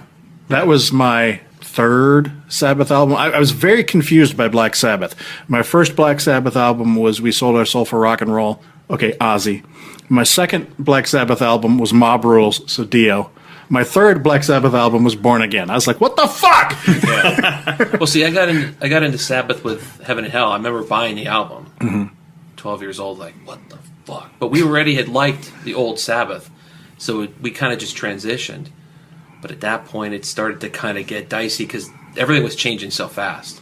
And I actually did not know that Black Sabbath was Ozzy, so I actually got into Black Sabbath before Ozzy, even though it was like early 80s by this point. So Ozzy was solo by now, and But you weren't into Ozzy as a solo artist. Right. I did not know Ozzy as a solo artist until after I knew Black Sabbath, which I didn't know was Ozzy. So I was the opposite. I got into Ozzy as a solo artist, and then realized, oh, this is the guy that was in Black Sabbath. And I didn't really get into Black Sabbath. I'll never forget. I was out on Lake Nakamixon up in Pennsylvania, north of Philadelphia, and it literally was like this weird day that I'm out on this boat with my cousin Jason Sturgis, and he had this little boom. Like, this is in the 80s. We're 15 years old or something. Yes, it's on his shoulder. Yeah, we're on this boat. Yeah. Like it was almost romantic, except it was two dudes. No ladies, no topless chicks. No, nothing. It was a small little. It was a rowboat. small dinghy. And he's playing this on a Playboy boombox, magazine. and he was playing Black Sabbath, and I was like, and I almost think I may be making this up, but I almost think it actually started to drizzle. You know how like you got that rain drizzle. And I was like, this is fucking amazing. And my cousin turned me on to Black Sabbath because I was more into like thrash and harder stuff. And I was like, whoa. And then his fucking cousin was like, dude, what are you doing? Put on the Flock of Seagulls. Well, my first Ozzy album was Bark at the Moon, which was like 83. 83. And so I had gotten into Sabbath like a year or two before. It was the fucking Columbia Record and Tape fucking club. And I was like, give me some, we sold our soul for rock and roll. Give me some Mob Rules. And I'm sorry to go off here for a second. We got Will's background when he joined us, last time. John, can you give us a quick back? When was your first introduction to metal? John, he's talking to John right now, by the way. Yeah. Hi, I'm John. John. No, actually, my first introduction to music when I was 7 years old, my aunt gave me a Rolling Stones album, Got Live If You Want It. Absolutely shitty recording, but it's an awesome recording. And it just snowballed. Kiss. And then somewhere in grade school, somebody played AC/DC, which is a gateway for people yeah, that totally. are Tell us what years this were. little. Old man. I'll tell you. 47, so I was probably 1947. Oh my God, you're like 68 years old right now. I look badass, don't I? You do. Yes, I hope I look that good. Yeah, so late 70s. You want to look like him, really? Yeah.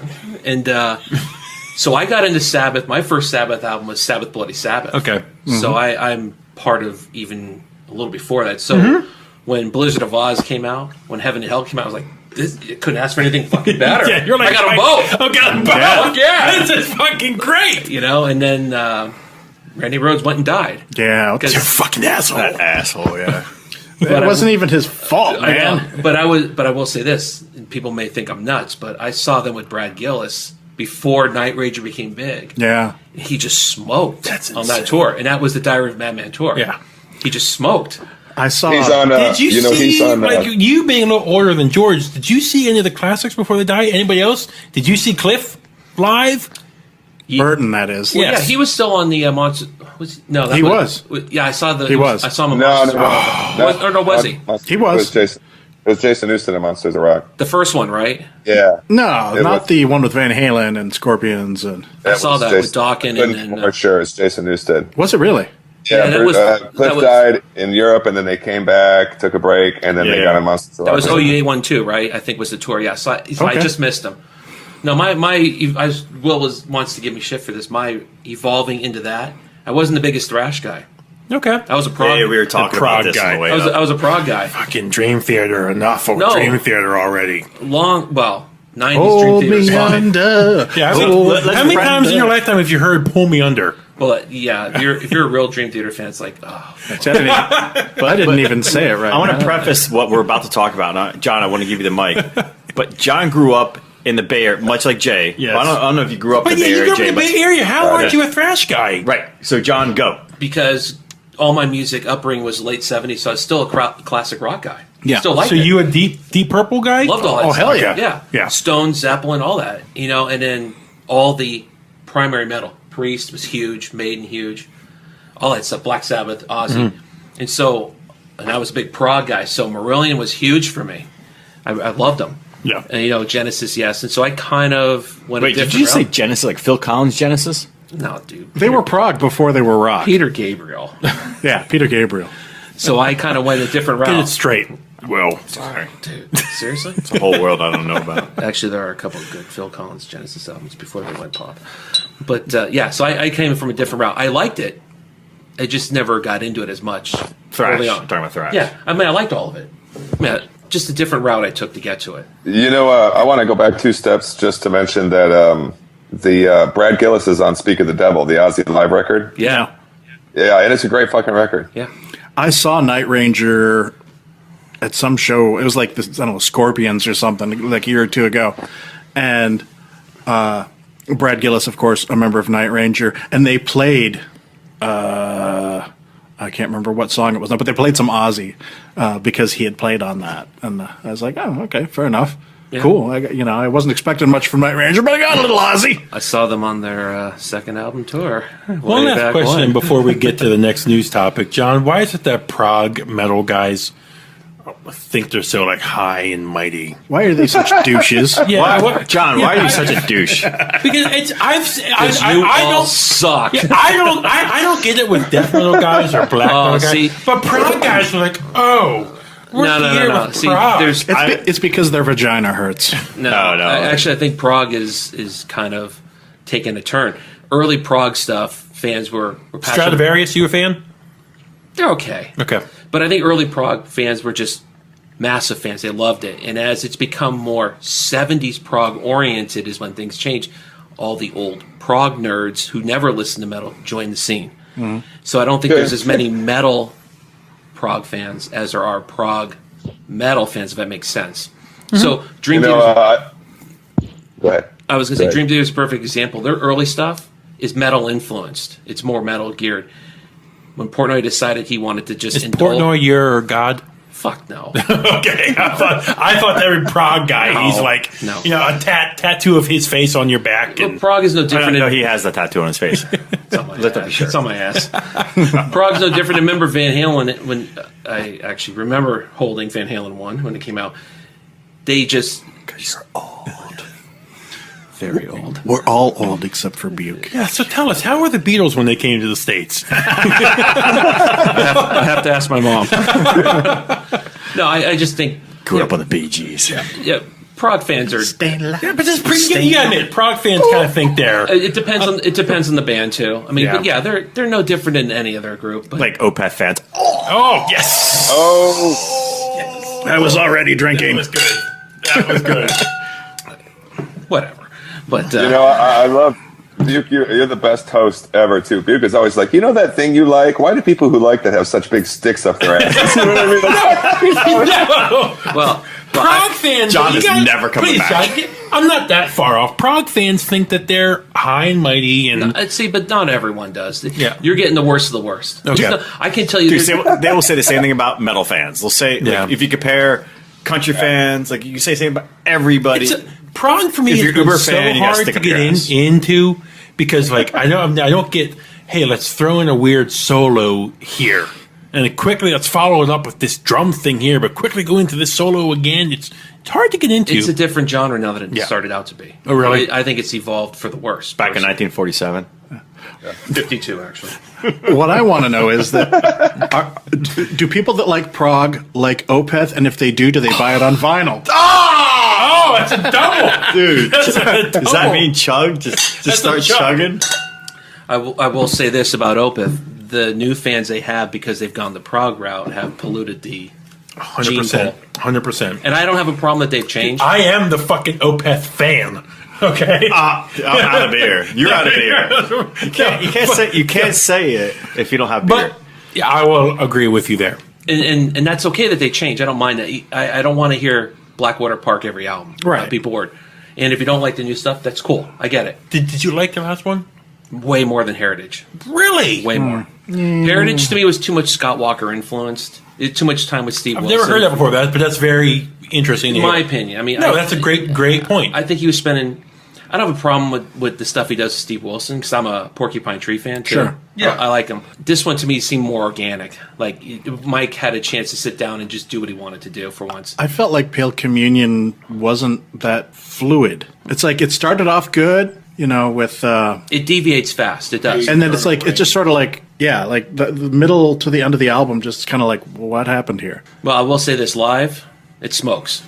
Amazing. Infinitely better live. I don't doubt that. I think that's one of those albums you listen to and you're like, I don't know if I'm going to dig this. Then you go see it and you're like, all right, I guess I'm going to like this album. This is kind of cool. So I remember when we saw them acoustically, and everybody was like, "Play something heavy," and they're like, "We're playing acoustic," and it was a fucking great set. well, it's Amazing. It's not like they didn't announce that. Yeah. I saw them on the joint tour, which the one Porcupine Tree, We were there a night with Opeth. and I think I did most of that tour. Like, You two guys need a drink. We're out of beer. I did most of that tour, and I couldn't tell you how many people were whining and crying. Yeah, they're not playing heavy stuff. Black Yep. Rose Immortal.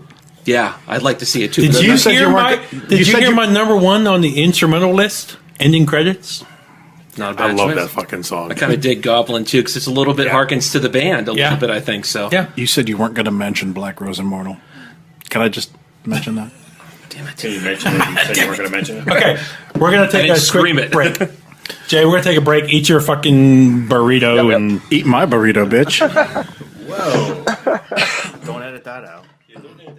Will, what are we drinking now? We are drinking Fairwind's Sessions in the Abyss. And so if you're listening to this podcast, hopefully you are a metalhead and you can get the reference that this is a tribute to Slayer, Seasons in the Abyss. So myself being a huge Slayer fan and a huge fan of the Seasons in the Abyss album, came out in 1990, I believe, and then the other brewer, the head brewer Charlie, is also a Slayer fan. So we decided that we were going to name this beer Sessions in the Abyss because it's a session IPA. So it's an IPA that's a little lower alcohol, has still pretty much the same amount of hops, flavor, and aroma to it. So we are drinking Sessions in the Abyss. So this is a hashtag metal beer. Cheers. And Cheers, it is good. my friends. It is really good. I had this at the King Giant listening party that you guys hosted at Fairwinds a little while ago, too. And it was good then as well. I think that's what I had majority of the time. Yeah. Well, it's quickly become the go-to beer at the brewery because it is full flavored but 4.5% alcohol. It's not a bad thing. So session beer means you can drink several of them in a session. It's a British invention. Wow, that's only 4.5%? That's pretty good. Yeah, 4.5%. What's the cutoff? 5, I think. Yeah, pretty much 5. Yeah. Continuing with the news that we have barely broken the seal on here, I read something the other day about Ginger Baker, who, of course, was the drummer for Cream. Apparently, he's not a big fan of heavy metal. He was quoted as saying, in terms of heavy metal, he said, "Well, I would definitely go for aborting. I loathe and detest heavy metal. I think it is an abortion." But yet takes credit for it. Yes, because Cream was like a proto-metal band. Mm-hmm. And, Ginger Baker has a reputation as being a bit of a crotchety old douche. So, you take it with a grain of salt. And, the knee-jerk reaction is, fuck you, Ginger Baker, heavy metal's awesome. But at the same time, Ginger Baker was the drummer in Cream, and Cream was fucking badass. So I think it's just an old guy venting. I mean, I think he might have been a little tongue-in-cheek, too, because he was kind of like laughing when he said this, apparently. He's been on a roll lately. Yeah. He really has. He's been trashing everybody. Yeah. So, yeah. He's older than dirt. I mean, we are young sprigs compared to Ginger Baker, so. We're grandchildren. Yes. Keep talking about metal. Yep. Keep it up. Yeah. All right, next up, we're going to roll through a bunch of pending new releases here. Pentagram is going to be releasing a new album called Curious Volume on August 28th on Peaceville Records. It's amazing he's still alive. Yeah. I mean, I don't know if you've seen the documentary Last Days Here. Wow. Loved it, though. How does he get that fucking girl? Well, they're not together I anymore. know, but how? Yeah. It's the same thing like with chicks and inmates in prisons, and it's just fucked up. Look at all of our wives, and how do we get True. there? True. Yeah. Look at the 5 of us. Jesus. To hot women and ugly dudes. I love it. This is the best news probably in weeks I've heard, especially after the fucking cancer. Yeah, this is probably the biggest news, but I put it sort of chronologically based on the other releases. If you haven't heard yet, it's time to rejoice. Iron Maiden is going to release a new album. Wait, not a new album, a new double fucking album. You didn't even know this, Will? No, I knew it. I'm like, sorry. I know we got the news. Oh. Yeah. Can you believe, I saw Will fucking reacting. Can you believe a double Iron Maiden album called The Book of Souls, which will be released on September 4th, and I, for one, will fucking be there. Yes. Because the last couple Maiden albums from Brave New World, The Final Frontier, The Dance of Death. Dance of Death, whatever it is. Benjamin They've Bratt. been fucking or no. they've been really good albums. Wait, hold on. Reincarnation. Yeah, No. Matter of Life and Death. Matter of Life and Death, yeah. No. Good pull. No. That I hated that album. No, I agree. The last couple have not been as good as they could be. No, Brave I New liked- World? Brave New World's phenomenal. Frontier? Final Frontier, I like. Matter of Life and Death. Matter of Life and Death. Yeah. Was Matter not- of Life and Death that's the one. was not that good. Wasn't terrible. good. There's Oh, really? I fucking love that record. Do you? What? There's a couple Yeah, I songs thought that it was I the think are best awesome. since Brave New Yeah, World. I it's hated right. That it. burrito's got into your brain, Jay. What's going on? Reincarnations on that album. Reincarnation. I didn't Rider like of the that song. Thousand Suns I actually liked. That song I like. And Legacy. There's a song in there called Legacy that's badass. But guys, a double yeah. Maiden Oh album. no, There's going to be an 18-minute song penned by Bruce Dickinson. Please Yeah, go. proceed to masturbate now. Yeah. Up the fucking So, irons, How man. fucking amazing Oh, is that? the fucking irons. the fucking Especially irons. after Bruce's cancer scare. How fucking awesome is this, guys? So what's great? So I read a little bit about the new album coming out, and what's great about it is that it seems like it's not just all Steve Harris, Right. Ooh. So everyone is throwing in some songwriting credits and contributing to this one. That's cool because I'm a big Adrian Smith fan, so I'm So kind of am I. digging Yeah. that. I have a good feeling. I do. Right.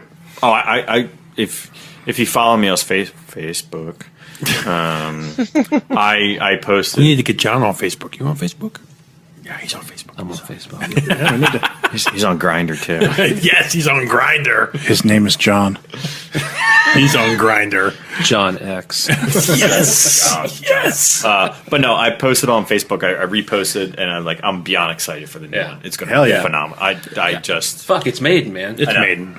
It's Maiden. I think it's one of the bands that probably all five of us can just completely 100%. forget about. 100%. 100%. I sort of feel the same way with Priest with Halford back. Not Yeah. that I hated Ripper. I don't mind No, him. And I Ripper actually- was good. I actually liked a few songs when he was there. The last Priest album made your top 10 list Yeah, last I liked year. it. Yeah, it was great. It was a great show. It's those guys, if they're going to do it one more time, I'm in. Yeah. Yeah, Good but or bad, I'm in.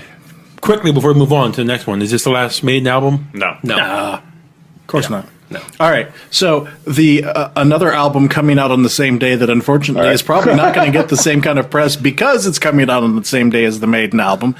Amorphous is Yes. going to release a new album called Under the Red Cloud. I'm in. Yeah, me too. Same. Yeah. They've done the same album, 5 in a row now? And they're all good. Good. Yeah. They're all good. You know, I got into them like Elegy, Yeah. like late 90s, album. and I love that album. And then they started the next couple albums after that. It was like all clean vocals, and it was kind of proggy, and A little psychedelic. I I'm wasn't- by myself here, but those Skyforger is my favorite album. I wasn't into them for a long time because of the direction they were going. And then it was actually probably Buke that reined me back in because they had this new singer, and he was like, "I sing, I do harsh vocals." I'm like, "Oh." and he's a good singer, too. Yeah, and I didn't know that. And so there were a couple albums that came out where I was just like, Amorphous, whatever. And I was like, oh, I got to go back and get these because this is fucking badass. Dude, Eclipse just kicked my ass. They when were it came amazing out. I was live like, this at is- Death oh, Fest. They're fucking great. Yeah, they were awesome. Yeah. Yep. Eclipse just kicked my ass. Yeah. So Great stuff. We'll definitely be getting that. All right, I know this next one nobody's going to care, but Huntress is releasing a new album, their third album called Static on September 25th. I was really into the first Huntress album.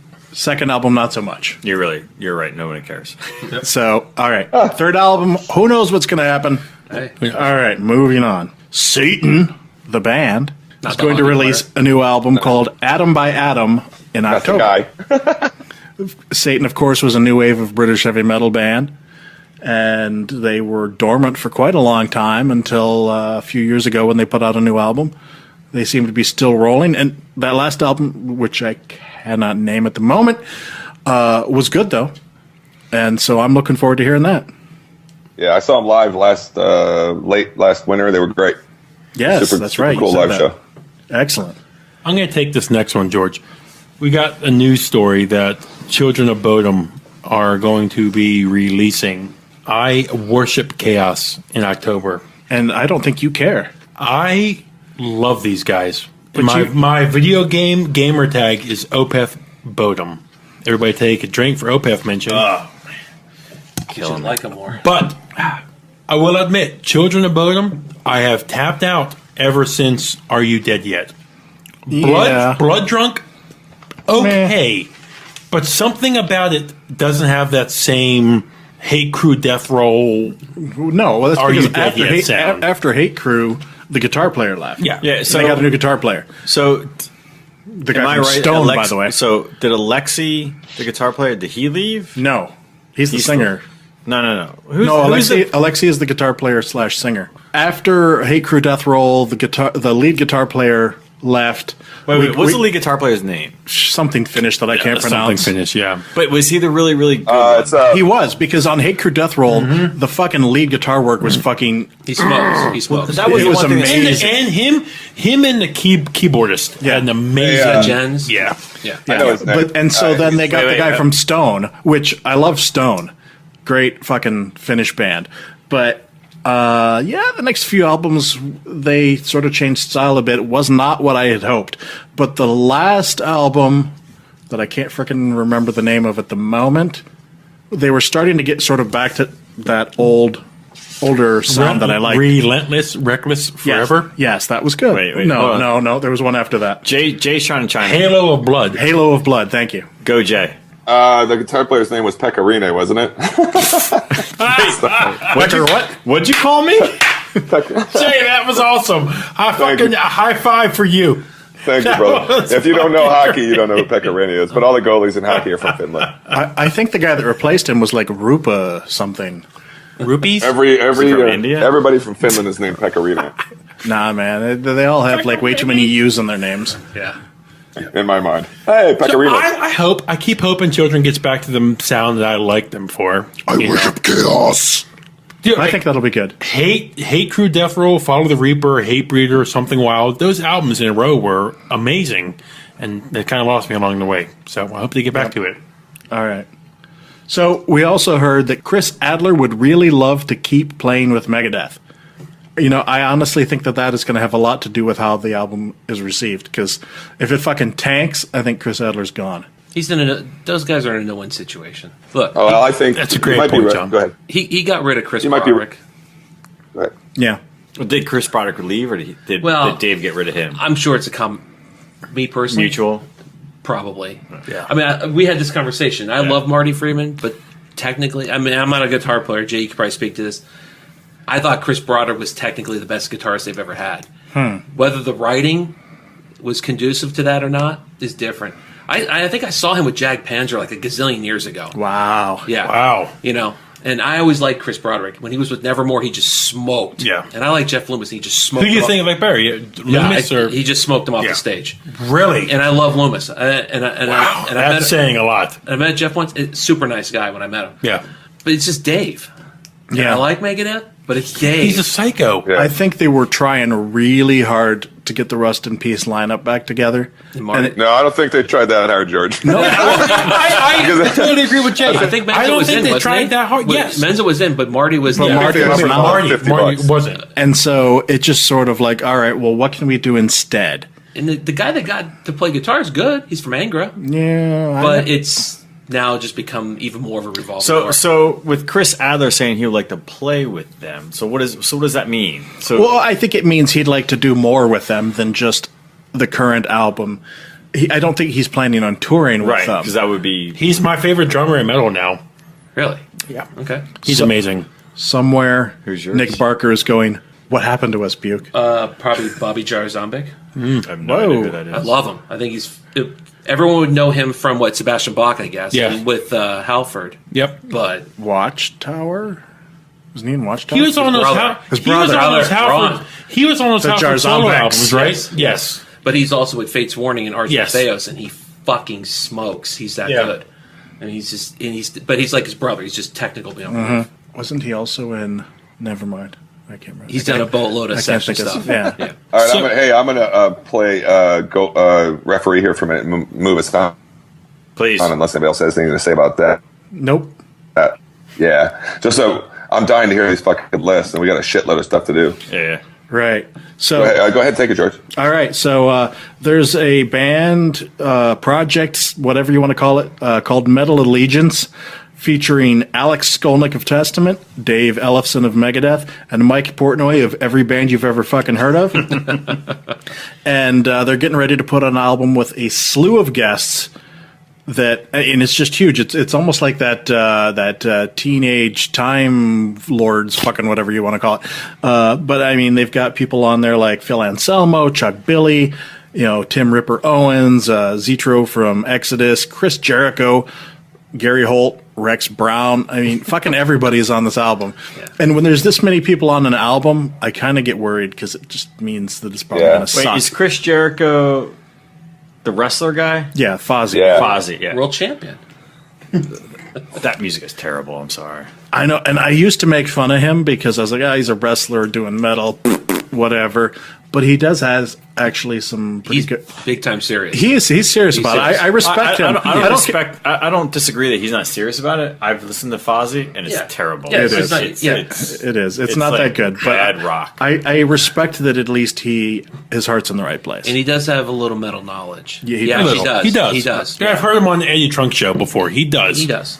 So one of my favorite bands, actually, their album a couple years ago, I can't put my finger on it, but Swallow the Sun has signed with Century Media. Fucking New love 'em. album. And they have an album coming out later this Love year. 'em. I fucking love that finish. That song, No Light, No Hope. Yeah, those Was it guys are awesome. The EP Plague of Butterflies? Yes. Fucking smokes for 30 minutes. Yes. Love them. Yes. So if they're signed with Century, probably better recording quality. It's going to come out on vinyl. More frequency. More free, yes. Yes. Just better all I saw their around. first U.S. show ever at Jack's. Ooh. And they were awesome. I'd like to see them. Yeah. That's awesome. Yeah, I've been wondering about what's up with them, so now we know. Okay, so, and also, this was the big internet meme of the week. Slayer released the cover art for Repentless.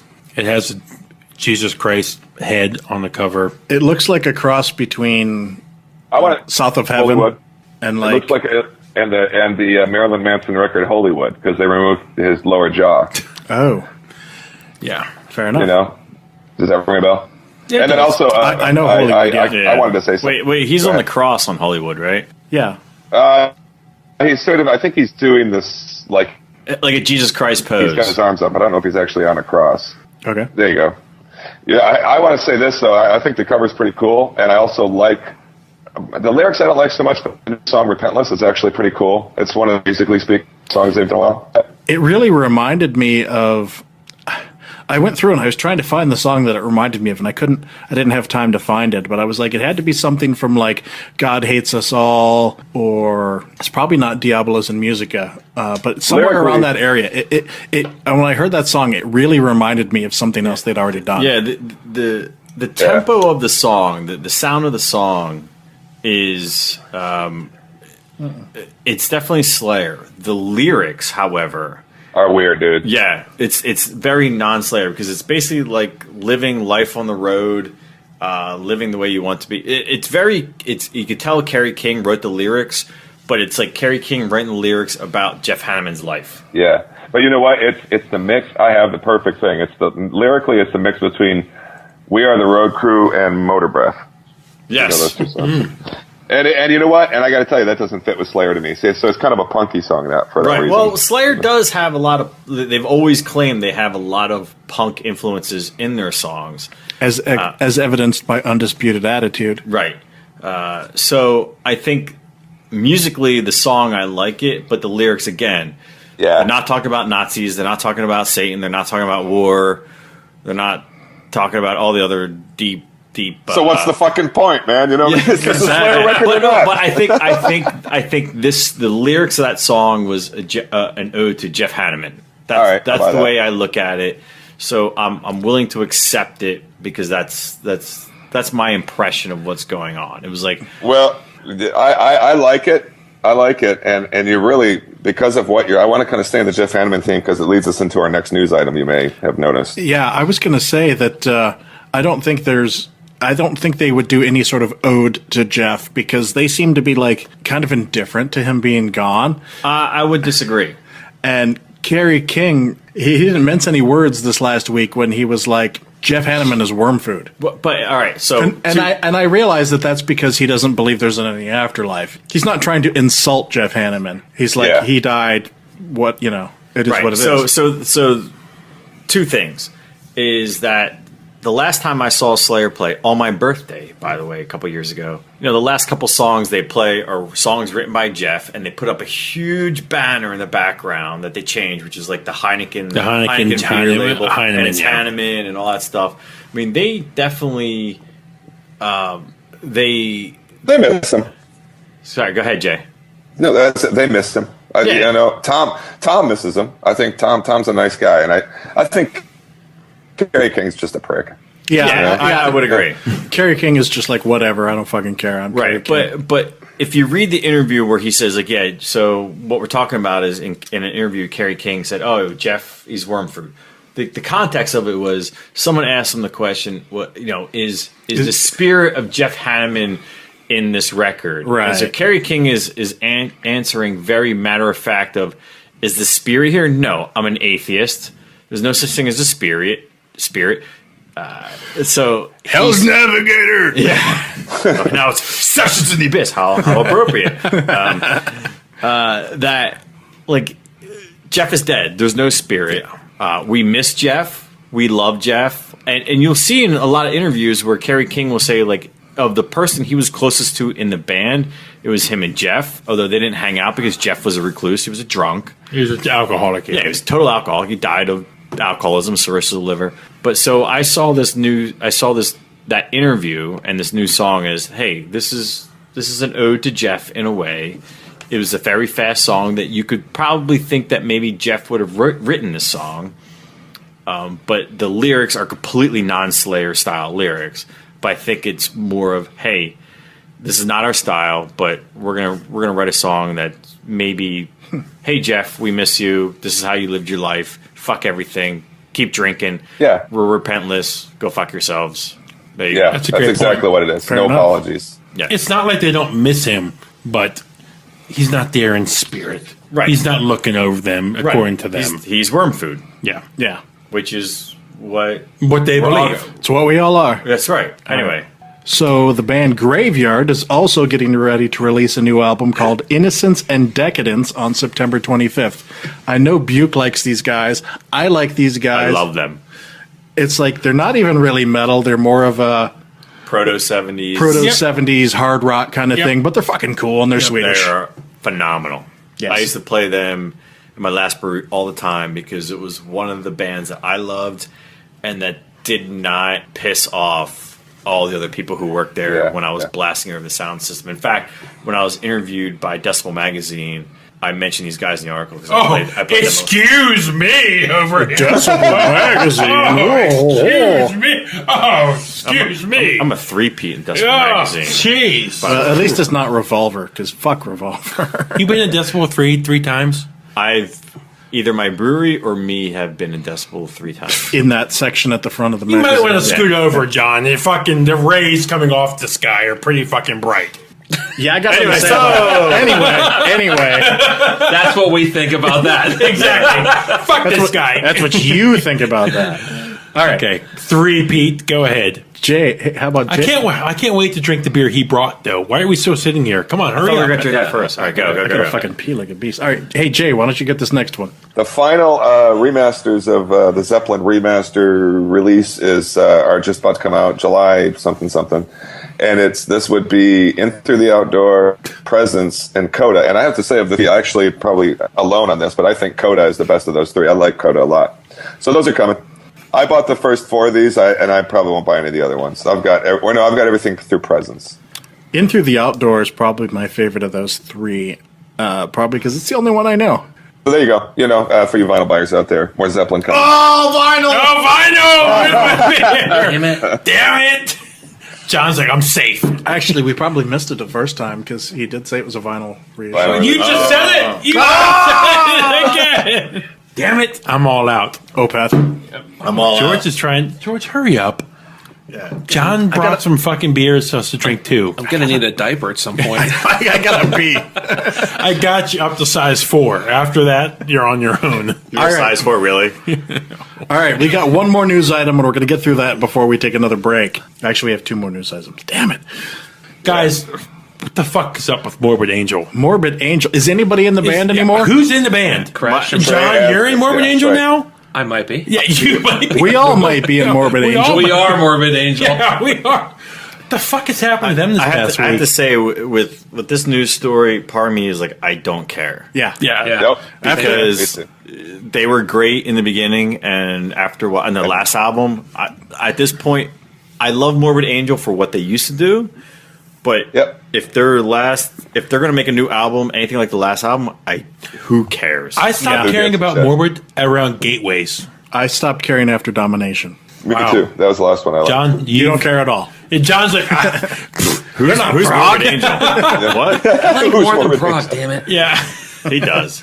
likes I just dudes, haven't cared too. for a Yeah. long time. Yeah, It's been a yeah. long time. It's apparently, Vincent said he was in the band all week long, And then he was out. yesterday. He's like, I'm out. To his surprise. Yeah, And the guitar player, fucking whatever the hell his Yeah, name yeah, was, right.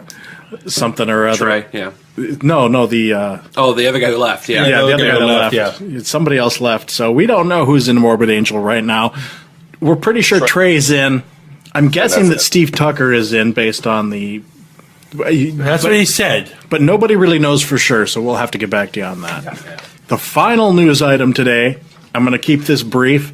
Baltimore band Aries has started a Kickstarter to fund their third album.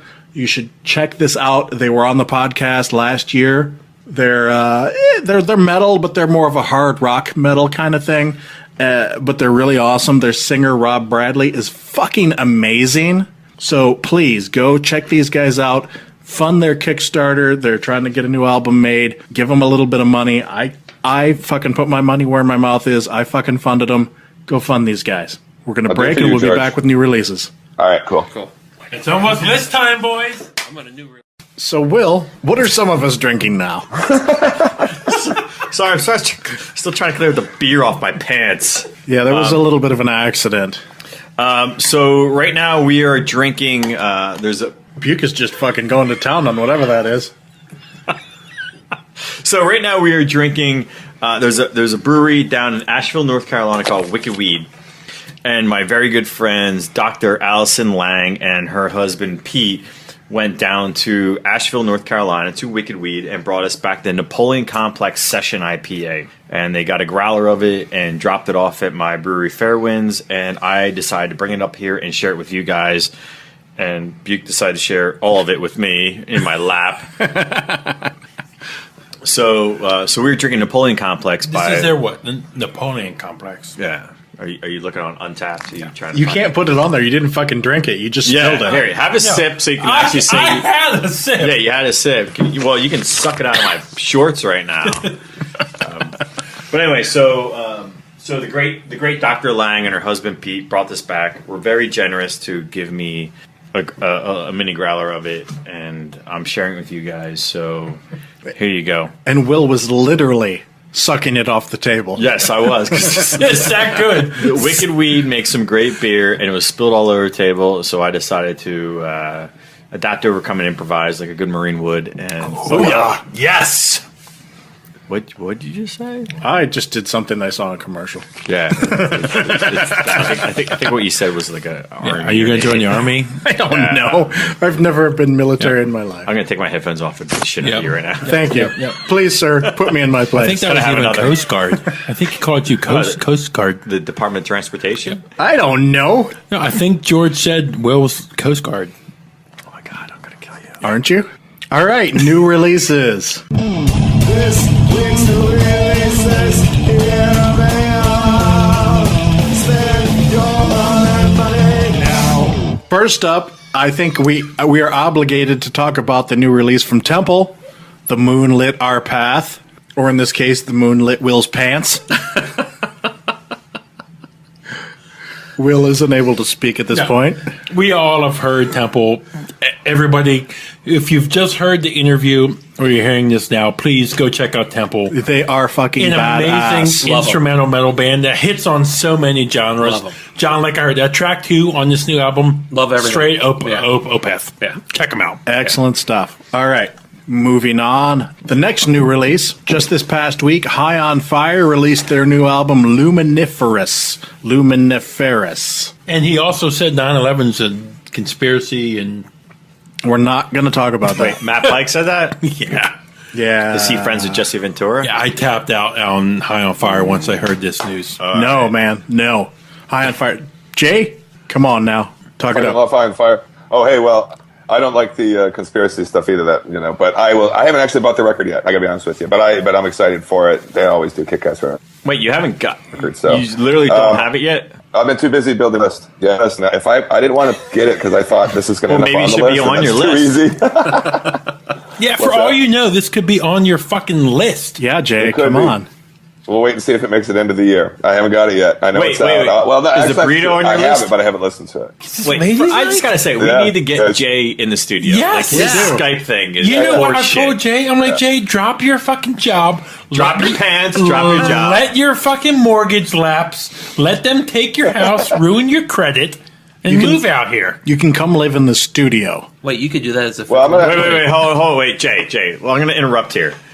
You have no idea we're in the bumfuck middle of nowhere we are right now outside of Frederick, Maryland. We are in the middle of nowhere. It is literally middle of nowhere. So But you can I'm come gonna make you a live. You can come live where John and I Go ahead. live, which is like the actual city part, Washington D.C. Virginia. Virginia, yeah. But I would say don't do that. You're in a better place, but you need to come out here. Dude, you ever? You know, I'm making you a promise though. If you two will come back for end of the year so we can compare our lists, I'll be there. Oh, All right, no, we'll be here. I'm in. You mean I got to buy another fucking microphone? We'll do it in person. Right, you got to buy You gotta you buy spend another money, fucking buddies. microphone. 2 turntables and a mic. Yep. It's happening. But look, But I will 1, 2, 3, 4. No more. No room for another microphone. Don't play into his Right. pity party. John and I will I share could- one. We'll share mine. I'll double up with Duke. Yes, that's my dream, Jay. Okay, come on. We got to get to the fucking list. All right. Yeah, yeah. That's what we're all waiting for. All right. So, All right, So next- anyway, so wait, we didn't talk about High on Fire, Luminiferous. I have it, but I haven't listened to it. Okay. to be personal. I like but it it's a gonna be lot. awesome. I like it It'll a be lot awesome. too. Anything else? All right, nope. Moving on. All right, Next good. new release, Vatnet Viskar, and their second album, I believe, called Settler. It's a drop off from there first. The Nine Circles guys were just like Really high on it. They were really high on it. They were high on fire on it, and Yeah, it's okay. I like the music. The vocals are a little rough on it. The vocals kind of suck.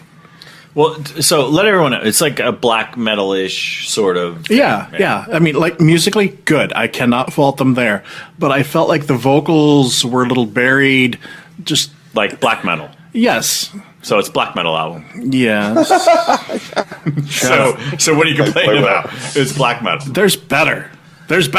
So it sounded a little tinny. The No. production sucked. and No, the vocals were just kinda harsh The vocals and, sucked like, or whatever. Nah. The vocals were buried, and that didn't do it for me. So, Yeah. But All right. the album art cover is cool because it's like Yeah. a female Super cool. astronaut floating in space. I was like, ooh, female And you know what the astronaut. thing is? They Hubba, got hubba. a bunch of shit online for that. Why? That's a killer. People cover. were like, "What the fuck's up with that album cover?" Yeah, Are they misogynist? I'm not sure. They love got it. a I bunch think of it's a shit great cover. because Wait, why did George and John just get? yeah, really what was that with that? uncomfortable? He said he had to pee. He was like, cut. Oh, okay. We will after this. Yeah. No, but they got a bunch of shit online for that album cover. Maybe because it's not death metal enough. You know, who knows? I get that, but yeah, the album cover was Yeah, I actually get- kind of yeah, cool. No, You they do get had- that. Like, you are not death metal enough. You do get that. a lot. They I'm not actually- a more black metal. It's a black actually- metal album. They had to take to Twitter to defend their album cover. Well, at what point do you get tired of the same shit over and over Yeah. again? Yeah. Yeah, I may not some like it, but incomprehensible, Yeah. scribble that says, Yeah. Yeah. It's a fucking black and white image of I what's love that? it. Maybe a tombstone. not sure if bunch of trees or black metal logos. Yeah. Oh, look, fog in a mountain. Yeah, Yeah. exactly. Yes, it's some hill. A fucking band on my top 10 list today has a fucking green hill Oh, dude, that's with my- a fucking logo. That's my number one album is a Green Hill and Fog. I think we're on the same fucking page, John. Okay, we're gonna take a break so George can go to the Wait, bathroom. do you really have to pee that bad? I can wait until we're done. Yeah, with wait the- till we're done with the fucking releases. releases. Can you hold on for a second, Jake? Can I tell how fucking excited I am? Because I think fucking John and I are on the same page. I tried to find Yeah. this. I couldn't find this anywhere. It's going to be such a downer for not. I know. Next up, we have a band that I am particularly fond of right now. In fact, I feel they should have made my list. Unfortunately, they didn't. But this is I Am the Trireme and their album Gnosis, Never Follow the Light. These guys, I don't know if anybody else here has listened to them at all. I did. I liked it. I put it on my iTunes. I clicked the wish list to go back and listen to it again. So it was enough for me to say I'm gonna listen to it again, reconsider it, because I only had a very short time to listen to it, but it was good. It's like Black Yeah, I like Death. It's like good. it's very black metalish, but it's kind of death metalish in a little way. And the production is really good, and I'm fucking loving it. I like it, George. I think it's good. Yeah. It's a good record, yeah. It's one of the ones that I put on more than the other ones that came in the box. Next up is one that I know Buke is a fan of. This is the band Jungle Rot. Yes. Their new album, Order Shall Prevail. Just pure American death metal, and I like these guys a lot. They've had a couple exclusive record store days, special vinyls. Jay finally found one for me and sent one to me. I'm happy for it to come. But these guys are not doing anything fucking groundbreaking at all. It's just fucking American death metal bolt thrower style type of stuff. Yeah, what I like about them is whenever I like Jungle Rot a lot, and it's very has an 80s 90s thrash death feel to it, and that's what it is. Yeah, they're not trying to be anything they're not. Like that's what it is. You could you look at the riffs, the chorus, the bridge, everything. It's like it's almost formulaic, but it's good formulaic. Yes, they're like Municipal Waste is to the early '80s thrash, and I kind of like Municipal Waste because they do it so well. And I like that. I agree with you towards death. They're just kind of do this perfect rehash of the past, and there's nothing wrong with it. Right. Mm-hmm. But they've been around forever, so it's almost not like they're not rehashing the past. They're just continuing. Enough, They're continuing doing what they've always done. Yep.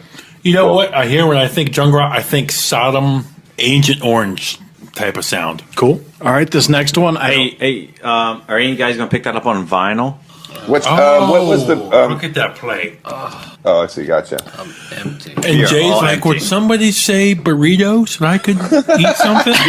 In Jay's defense, I would kill for burrito from California right now. I would kill for a bathroom right now. Jay, where is the best Mission burrito in San Francisco? The name of the place, but I know where it is. And it's consistently on the top of this newspaper list, and it really... Hold on, I want to hear this from Jay, because when I go home, I want to go there. I'll have to get back to you. I think it's called La Familia, but I don't remember if that's the one or not. I know right where it is. I go there a lot. I miss it so much, man. Okay, so we just got a fill-up, us here at the table.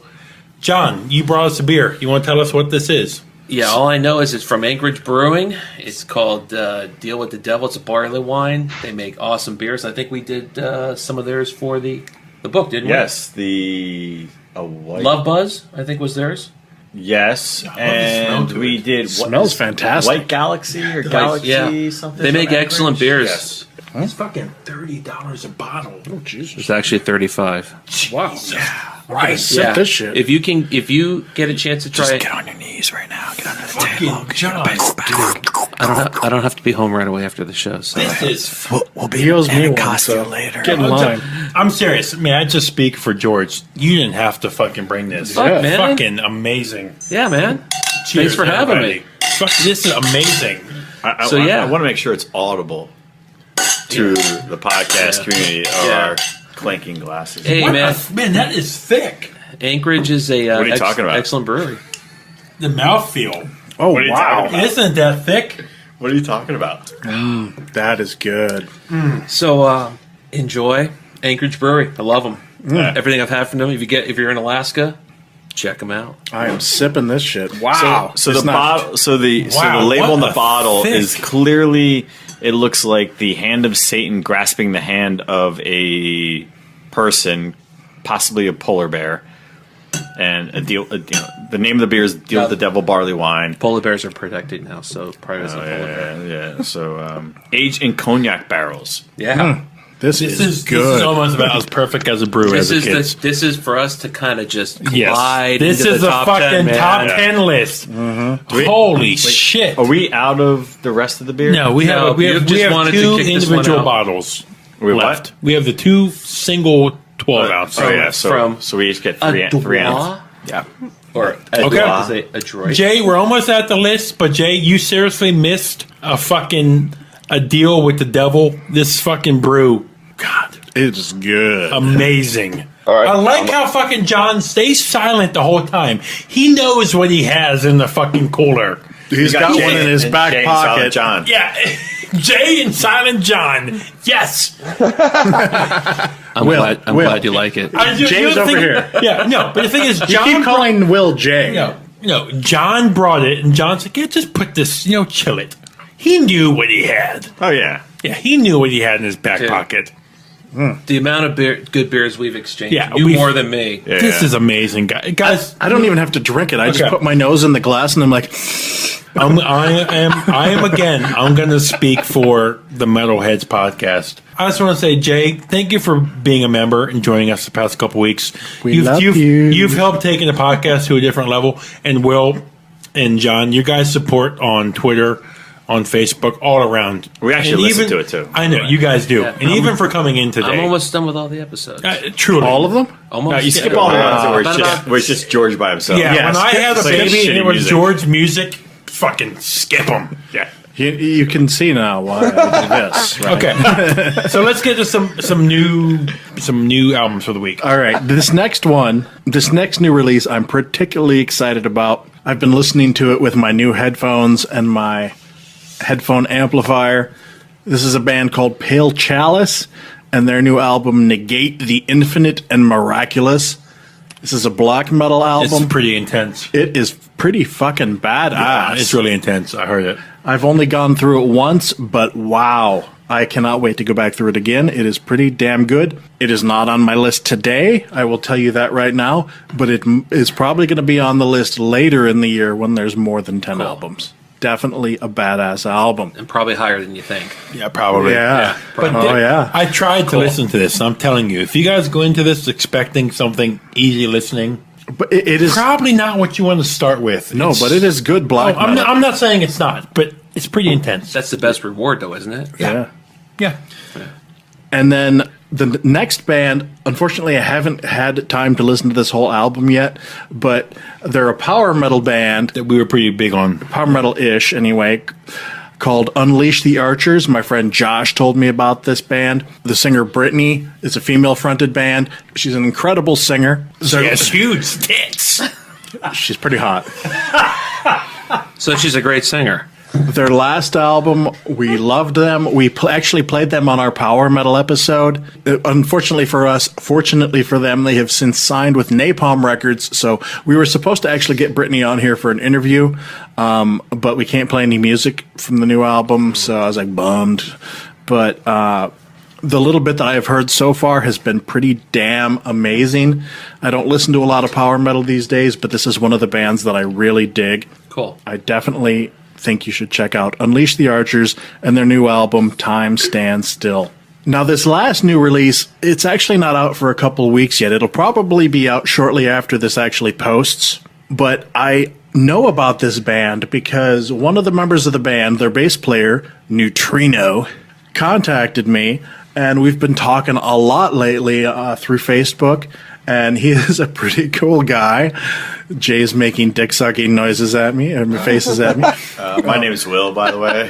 I did it. I buked you. I fucking buked you.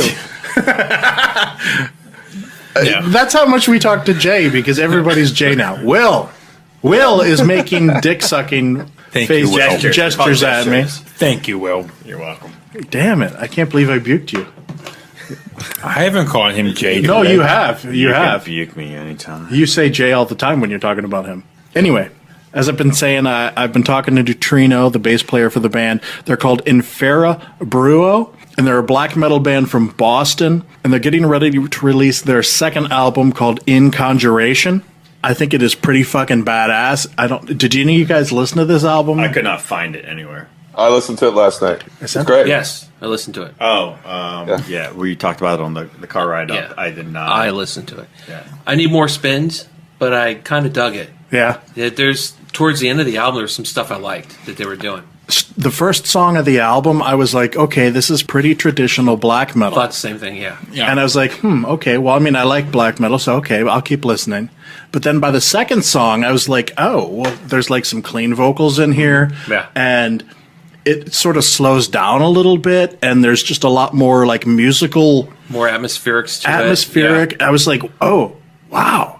And so, like, by my second spin through the album, I was like, holy shit, this is actually really good. I want to give it another spin, yeah, definitely. And I gotta say, I fucking love this album. So Neutrino, dude, I know I'm not gonna give away his real name, but he goes by the name Neutrino. And dude, this album is fucking awesome. Thought the production was good. Yeah, Liked the it, production yeah. was quite Clean. good. Yeah. And in fact, Neutrino and the singer / guitar player Galen are actually going to be on our next episode as an interview, and we're going to play some songs from their first album. Their second album, they're on Bind Rune Records. In Conjuration is coming out on Bind Rune Records, so we can't play anything from that because it's a label. But their first album was self-released called Desolate Unknown, which I just picked up on Bandcamp, and you can too. Is fucking awesome as well. So pick up Desolate Unknown, the first album, or the second album coming out shortly called In Conjuration, Infera Bruo, and look for them on our next episode. Okay, so what I want to do here, so this is Will speaking. What I want to do here is I want to read to you guys, the listeners. Passage from. This is a passage from the Holy Bible. This is literally a text message stream that is interesting to say the least. That happened yesterday going into last night. Late night. And George, This is rated R. Do not dare cut this out. And it starts off very logistical and ends up pretty interesting. So I will say who's texting and what they're testing, and then the response. So Yeah, Jay, get ready. This is theatrical. Okay, so just close your eyes and just listen. And this explains Coors Light. yes, and so there's a lot of references that we've been tossing around the podcast today that are referencing here.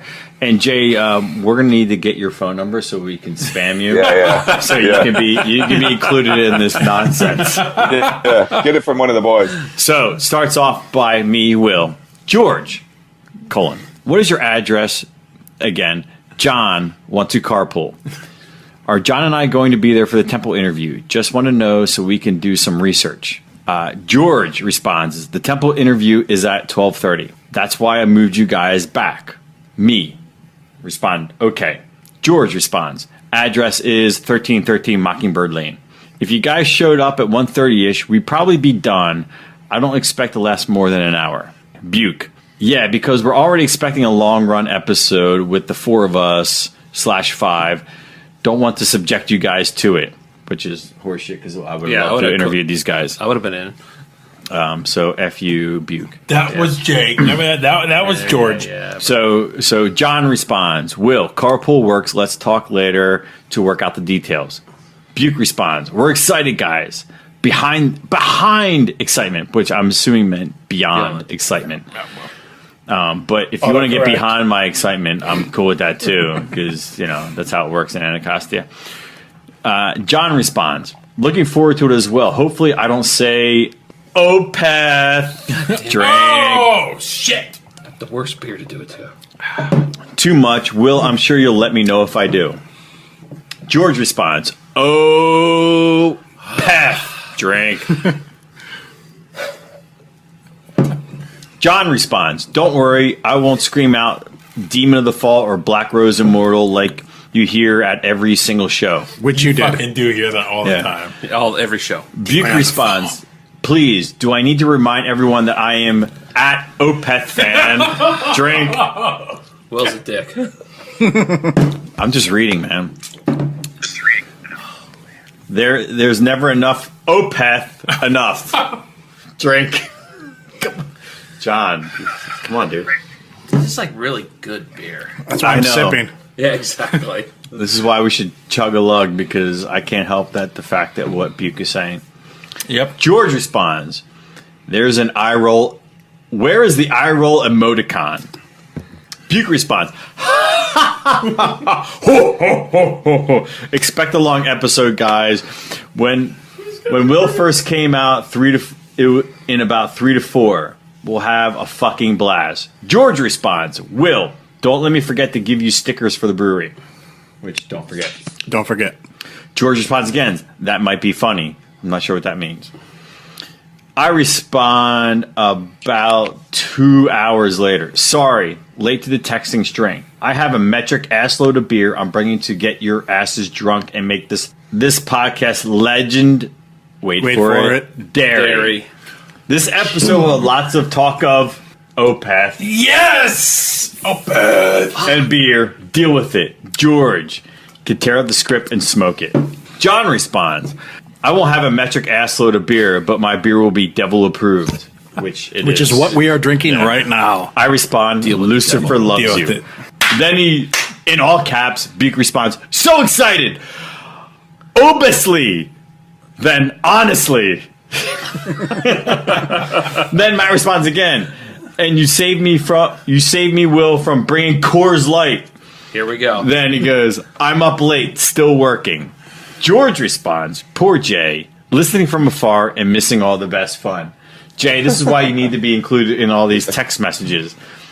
Buke responds, please, he's in San Fran.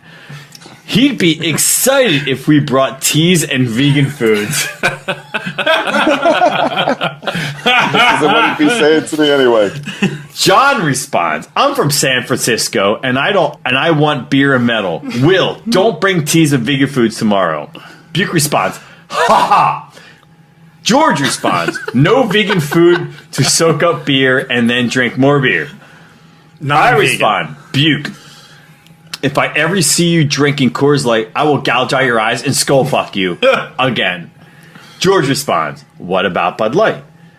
Buke responds, George told me he's hitting his keg hard and doesn't know how much he'll have left. Tomorrow, I want to drink a lot, and I want to be an hour of drinking before you guys get here. You don't see any beer. I don't know what that means. John responds, wouldn't drinking Coors Light be punishment enough? Buke responds, again, Coors Light and Bud Light are said all day long drinking beers. Yes. All right. Your English is terrible. George responds, sort of like why have one nice steak dinner when you could just snack on potted meat products all day. Here we go. Buke responds, and yes, after a couple, I'll have drank a full meal's worth of calories. I didn't understand what that meant. Yeah, because he's clearly not counting calories.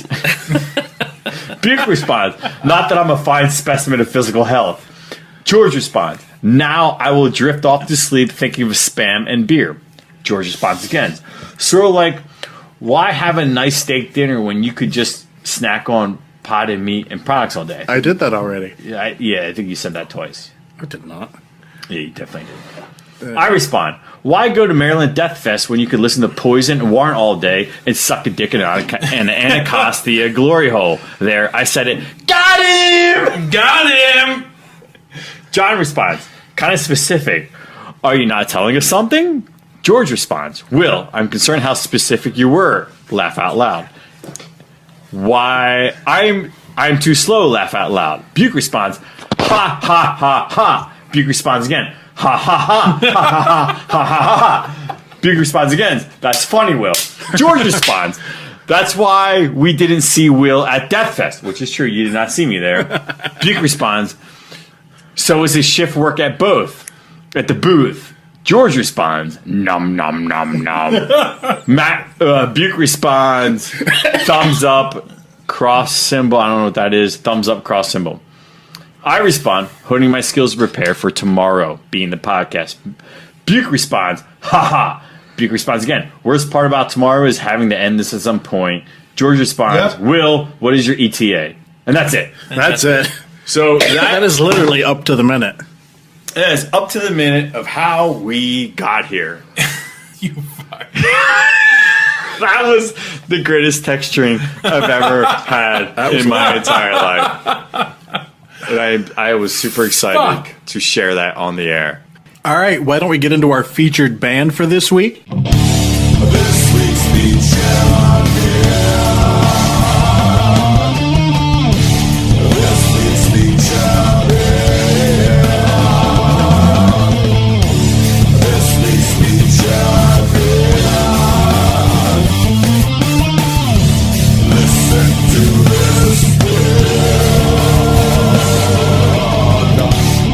This is a band that one of the guys from the band actually contacted me and said, hey, why don't you play us on the podcast? I gave it a listen and I said, hell yeah, I'll play you on the podcast. This is a band called Duel. They're from Austin, Texas. They are a psychedelic stoner doom band with some serious blues riffing. They say they're influenced by the darker sounds of early 70s proto-metal. They feature 2 ex-members of Scorpion Child, which you may have heard of them. They're on Nuclear Blast. And we're going to play you a song from them. This is the song called Fell to the Earth. Check it out.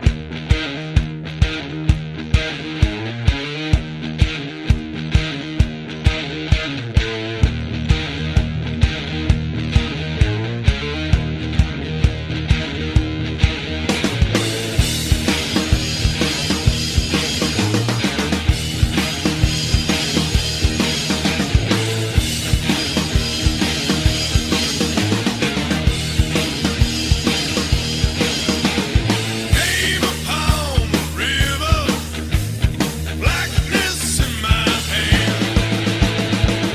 Was so clean right away. I looked out across the land. This is my beginning. This not the end. Then a bolt of lightning hit me, shot to the earth. Then a hand came through darkness, dragged me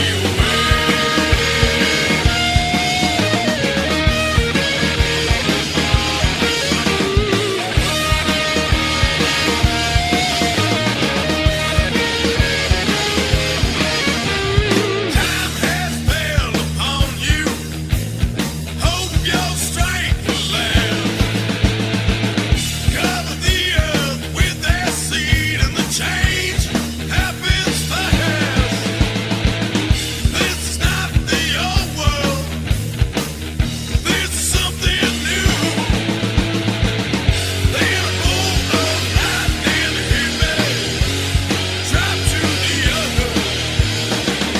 Then a hand came through darkness, dragged me away.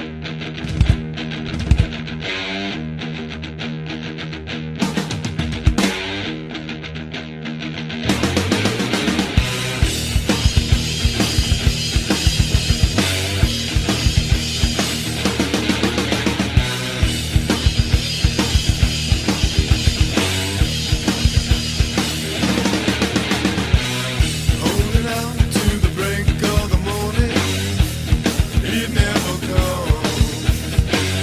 Till we go our separate ways in the battle alone. Did you think you would be here beside me with that look on your face? Turn around, standing in the doorway. Give me a shot, yeah.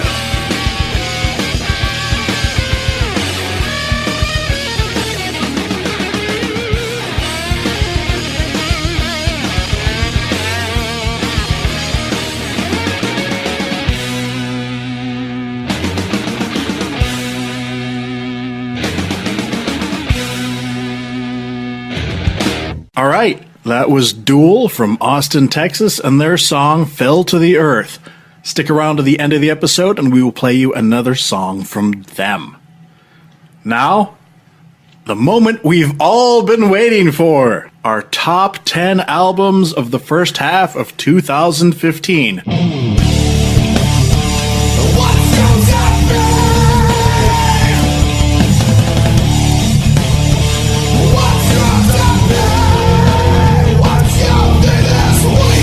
don't even know who to start with here. I guess we should probably. Let's I would start like with it to Jay. be Will or John. No, Yeah, I let's was start thinking with Jay. I was thinking we should start with our guests. I'll go first. I'm the new Yeah, guy. I think we should start with our guests. I'll go Yeah. first. I'm the new guy. Go for it. This is going to be the order: John, Will, Jay, Buke, George. Yep. Got it. Okay. All right. Let's get into this top 10 here. John, what do you got? All right. Thanks to Buke, going on and on about these guys. My number 11, Temple, the latest release. Gotta get my glasses on here so I can see this. Old fucker. The Moon Lit Our Path. Hell yeah! Bad fucking ass, man. I love it. That is a great They album. got a lot going on. It's nothing more to say. It's just badass. I love it. It's yeah. And my guess is it'll probably be higher at the end of the year. It's just Probably. I threw them in because I just got them yesterday. So, but I loved it that much. Excellent. All right, Will, what do you got for us? So because all our amplifiers go to 11. Nice. My number 11 is Lord Dying Poison Altars. Nice. Oh. I'll be seeing them next week or the week after. June 30th, I will be seeing them here in Frederick. Excellent. In Frederick at the Doom. No, actually, it's at the Crowbar show at Cafe 611. I have not been to Cafe 611. Come out here on June 30th with me because he's not going to be here, Mr. Buke. But Okay, no. it's going to be Crowbar, Battlecross, Lord Dying, and Yesterday's Yes. Saints. I may try and make that because I have my ticket. I will be there. all right. My number 11 is something George and I both agree is almost great, but to me it's good enough to be on my list, and it's A Forest of Stars, Beware the Sword You Cannot See. Hell yeah. Good stuff. I won't say too much about it, just big epic stuff, a lot of spoken word on it, but some cool singing and stuff too. Not going to over-describe it. Big, epic, sweeping metal. Good stuff. Good stuff. All right, Buke. This is probably the album I've spun the most this year, and it's probably the least metal. And But it's it your number has- 11? Yeah. But it has some metal elements to it at times. Justin Bieber. It's an amazing, I'm telling you, it's an amazing album. Vinyl people, lossless fans, you need to get this. Royal Thunder, Crooked Doors. It's an amazing album. Hell yeah. It's truly one amazing album. Female fronted band, a strong 70s classic rock vibe to it, but almost perfection. Yeah. Almost perfection when it comes to what an album can put out. So, All right. Royal Thunder. Excellent. All right, my number 11 is a band called Bellwitch, and their second album called Four Phantoms. This was number 11 for you. This is number 11. Okay, I'm scared for your top 10 list then. I thought this would be top 5 for you, George. This is like it's like funeral. I don't know if this is technically funeral doom, but it is like funeral doom in that it is fucking slow. I mean, like at least 2 of the songs are over 20 minutes long. Yep. It is fucking. It is pretty badass. Is it Vakken or Fakken? What? Is it Vakken or Fakken? I think it's a V. George is so confused right now. I'm so confused. What's that got to do with Bellwitch? Oh, you should say what beer we're drinking right now. Yeah, go ahead, Jay. What are we I mean, drinking? No, go John. ahead, Will. No, Oh, John. John. Yeah, John brought this. So Jay's not drinking this beer. He's in California. Yep. We would share if we could. It's from Adroit Theory or Adroit. Yeah. It's a droid. Don't worry, it's Yeah, a I know. droid. Droid, Yeah. yep. I'm just having fun. Black Celebration Imperial Porter. 666 It's really fucking good. degrees. This smells good too, or It's maybe I'm smelling 9.9. wrong. Give me some of 9%. yours fucking brew. Look at mine. Look how little mine is. Yeah, exactly. It's Give me always some been of that yours. case. I think he drank all of yours. No, So, I did. I had one sip. Local Give me beer. some of yours. So Droid Theory is That's smoky. Local kind of nano. yeah. So they're a smaller brewery in not actually far from where we're at in bumfuck nowhere on the border of Virginia, Maryland, and Purcellville? West Virginia. Yeah, they're in Purcellville, Virginia, and super phenomenal human being dudes who brew and run the brewery, and they are very much a music influenced brewery and have a lot of Great space. yeah. Awesome. I've not actually been there. I know Oh, love the dudes. place. Great place. Yeah, I know the dudes. Have not actually physically been there, Jay. Oh, that's right. You're not drinking the beer because you're not here. So, Jay, get your effing butt this is here the best one to we've had so BF far. nowhere, Maryland, Virginia, West Virginia border, and come out and drink some beer. Yeah, man. I got a kick-ass beer store near me. I'll look for it. I've been writing them down. No, they're not. You're gonna be not anywhere. gonna find it. They won't be. Yeah. No, Hey, no, It's not going to happen. No. Put down your fair vegan enough. burrito and get your butt out here. As Jay drinks another Okay. Russian River and says like, "Fuck you guys." Yeah, exactly. I'm drinking Russian Rivers. Yeah. I'm sorry. Let me have a Pliny the Elder and go fuck yourself. Yeah, sorry, yeah. I have a Don't new- worry about us. We're fine. I have a new beer called Parabola from Yeah. Firestone Walker. Okay, John, number 10. Number 10. 10. Now the real list starts, boys. Irish band, doom metal band, kind of stoner psychedelic band called Venus Sleeps. Oh, I That's, know them. Yes. That's a strong pick. I don't know if they're breaking any new ground, but it's cool stuff. Yeah, I like that. They cover Sid Barrett, which is kind of nice. Pink just- Floyd, in case you don't know. Yeah, thank you. And his solo stuff, I think, though, actually. Yeah, Gold, yeah. I think it's Golden Hair or Gold Hair, whatever it's called. But nice kind of psychedelic stoner stuff. Excellent. That's a great pick. Yeah, I like them. Well, My number 10 is Ingested, the Architect of Extinction. Ingested is a technical death metal band, and they just bring it. All their albums pretty much sound the same. They're all good. It's all technical death metal. It's what you see is what you get, and it's good. that's very true. Nothing wrong with that. Yep. All Jay? right. Jay, number 10. Probably the less I say about this one, the better, because I'm positive I'm stealing some thunder here, but it's a self-titled album by Neck of the Woods. Oh, really? I'm not going to say anything else about it. Let's just leave it at that. It's a super kick-ass record. I've That's been an listening to it. awesome record. Last That's- 4 or 5 days, it's going out a lot. I keep waiting for my vinyl to show up. That's a great fucking pick. I didn't know we were going to do any metalcore today, but okay. Don't start with it. I'm just fucking with it. Wait, do you guys actually know that album, or are you just like, No, yeah, we do. we know it. Yeah. okay, Okay, my number 10. cricket A- trip? after going to Maryland Death Fest, I left Maryland Death Fest on a fucking Funeral Doom kick. Ooh. I did. George, I'm telling you, this fucking album is amazing. And if it made your top 10, it would give me a fucking hard on. Shape of Despair. Wow. Monotony Fields. I didn't know you heard that Number- this just came out. Number 10. What did I say earlier? Wow. I said my number 10 is going to show you how much I've evolved. I got to tell you, it's not on my list, but I am very proud of you for Is it liking it. evolve or devolve? Because Evolve. you evolve. Evolve. Evolve is like you go into progressive. Shape of Devolve, Despair. that's when you go into. Monotony Fields, and I Funeral evolved Doom. into this. Wow. I would tell you, years back, I would not have liked this. By the way, Buke, devolve in metal is good. Kind of like us Okay, drinking beers. I will tell you guys this. George knows this more than anybody. A year or two Glory ago, holes in Anacostia. this album would have not been on my fucking list. Yeah, no, I'm But impressed. George, You're progressing. While George, devolving. this is after seeing Skepticism. Fucking Skepticism Yeah. was amazing, Amazing. at Death Fest. George, you've heard this album, right? I have, yes. It's pure Funeral Doom. Oh, it is. It's fucking slow. It's fucking trudgy. They're classic. I was surprised. classic. I haven't listened to it enough to judge it for my list, so I'm impressed. Yeah, they have taken a couple years off from their last stuff, but that's my number 10. You got, All right. I mean, you guys know me, and I love good funeral doom. And so when I went after listening to your podcast and went and checked out Skepticism, after listening to the podcast, I'm convinced that there's something visual about their performance. It is. It really is. That makes them better than what they sound like. I if would you're say just this: listening. To when I it. listen to them, it's more of a sitting back, closed eyes, full Headphones. Full frontal headphones. It's a full surrounding experience. environment. Yeah. Yes, now I get what Jay's. I get God, what Will what? is.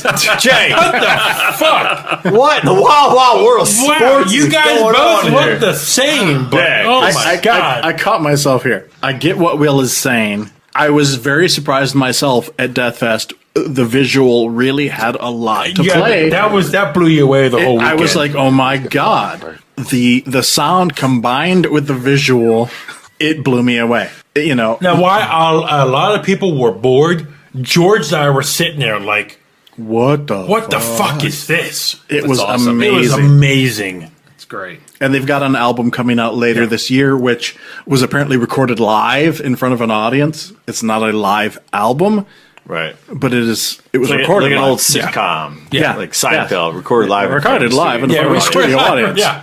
Yeah. So I am very excited to hear that. All right. I'm going to do So, my number 10. What do you think? I think that's amazing. I think that's awesome. That's all I wanted to hear. My number 10. I don't know if anybody knows these guys. I don't know if anybody's going to be surprised. Number 10, from Baltimore, Maryland, Noisem, Blossoming Decay. I've heard them. Yeah. Wait, hold on. Has that officially been released yet? Yeah, because I bought it on Bandcamp. There you go. Okay. Done. It is fucking badass. Make the machine gun sounds like you're shooting me down.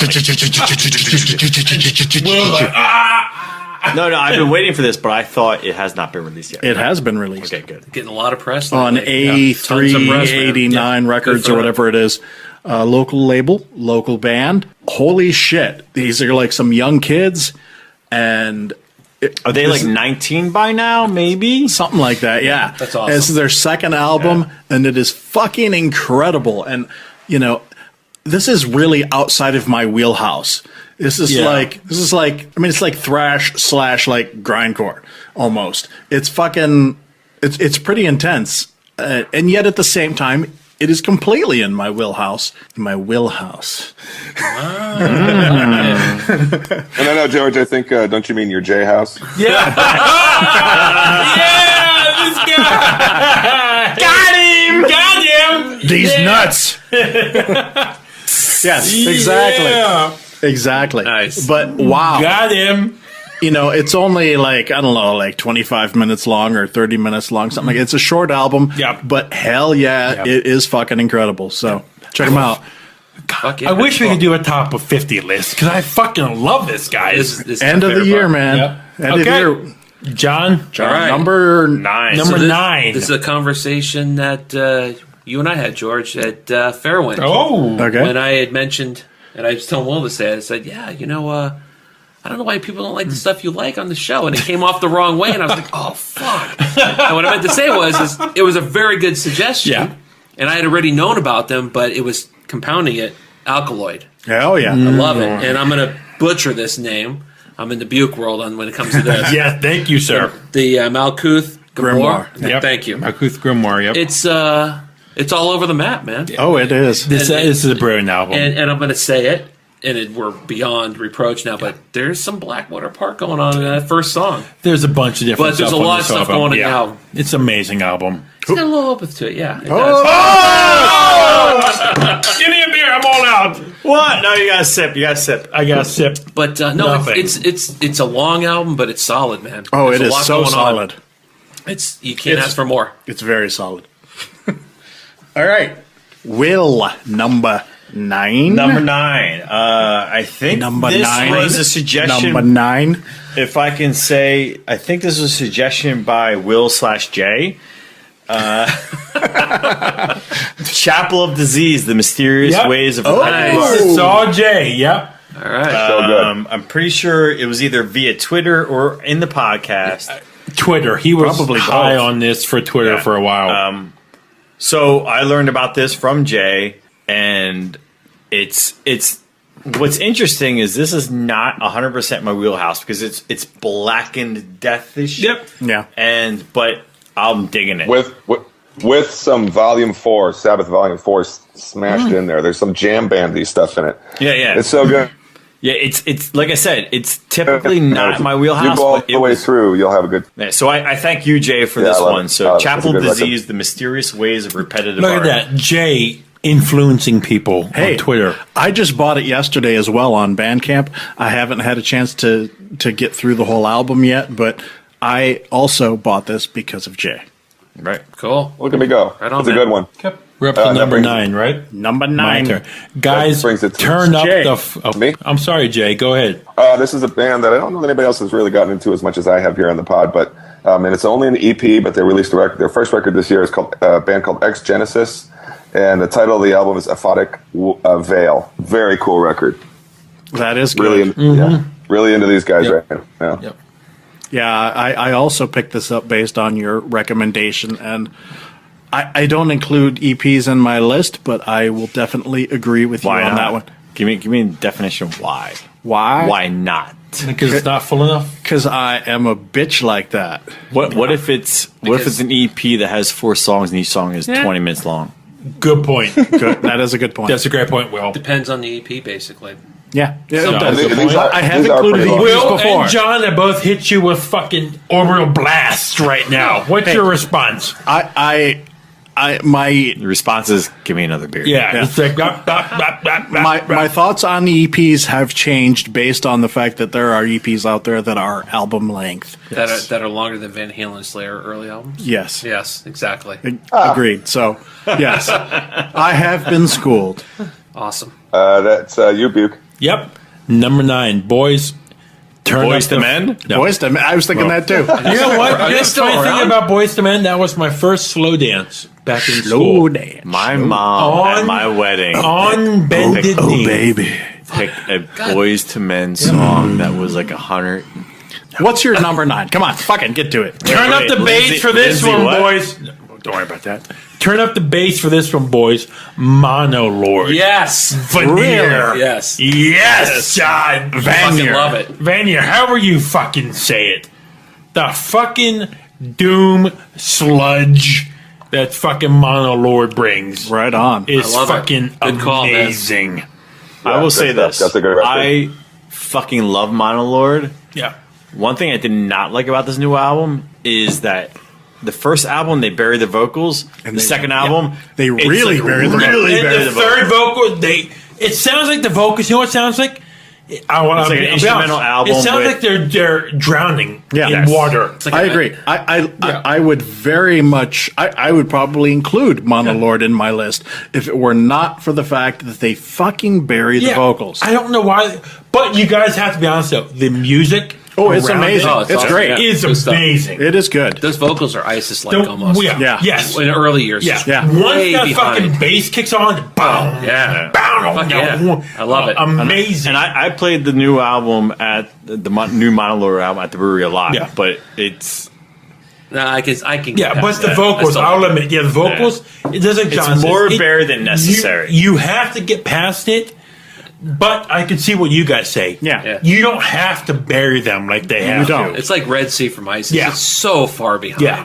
Yeah, it's a and great part point. part of it may be that if this was their first album, I would love it, but But this is their third or fourth, right? Well, I yeah. think the second. Two. Is this their second? Yeah, two. And the first one, the first one to me was amazing. The first album good. to me was way better than the second album, and maybe just the production of it. So it's All just, right. yeah, Cool. Anyway, Rock on, man. Number 9, Arcturus Arcturian.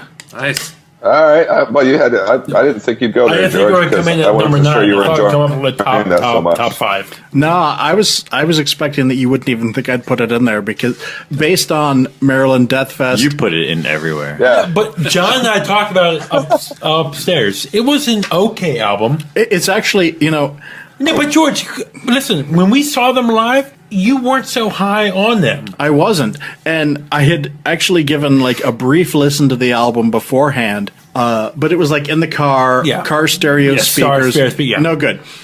I gave it a listen with headphones, Yeah. headphone amplifier, and I was like, okay, I get it. Kevin that we met at the Death Yeah, we met at Fest, the Death Fest, along yeah. with the Nine Circles guys. Hello, definitely on point with this. The new Arcturus album is pretty badass. I'll have to check it out. I was complaining that there was ICS Vortex was singing out of key.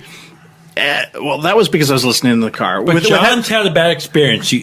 It's going to take a lot for him to be turned around. on that. Well, but like listening to it with headphones on, I get what they were doing. It wasn't technically out of key. I will admit, seeing them live, John, it was really weird. That's But that's you cool. you even liked it. But I will admit, they were cool. Cool. The first couple songs, Yeah, you were like, they whoa. they were really cool. And so, yeah. Because when it was a whole day of brutal death in your face. in the your whole fucking face, Day, yeah. they get on stage and it's like, You need that, though. You got to break up the show. Yeah. Cool. And so no, Cool. they were I'll check them out. Yeah. they I'll check are 'em out. definitely my number 9. Yeah. But my bad experience ended up being an awesome fucking experience. Yeah, so. exactly. Yeah. So, John, you're number 8. My number 8. This is so much fun. Going to Sweden with the Doom band that took like 1,000 fucking years to release some albums. I'm gonna go Sorcerer. Ooh, The Shadow of the Inverted Cross. Buke is happy. We're not Buke breaking me likey. we're not breaking any new ground, but Clapping like it up. bring the fucking Candlemass back. Yeah, it is Let me good. wipe away the tears. But I dig it, man. Opening track just kicks my ass The right from singer start. sounds like fucking Dio. But Yeah, well, yeah, like a Candlemass deal Yeah. almost. Yep. Yeah, I got it right there, bro. I wrote them all down. I took notes. That's awesome. You may see that later.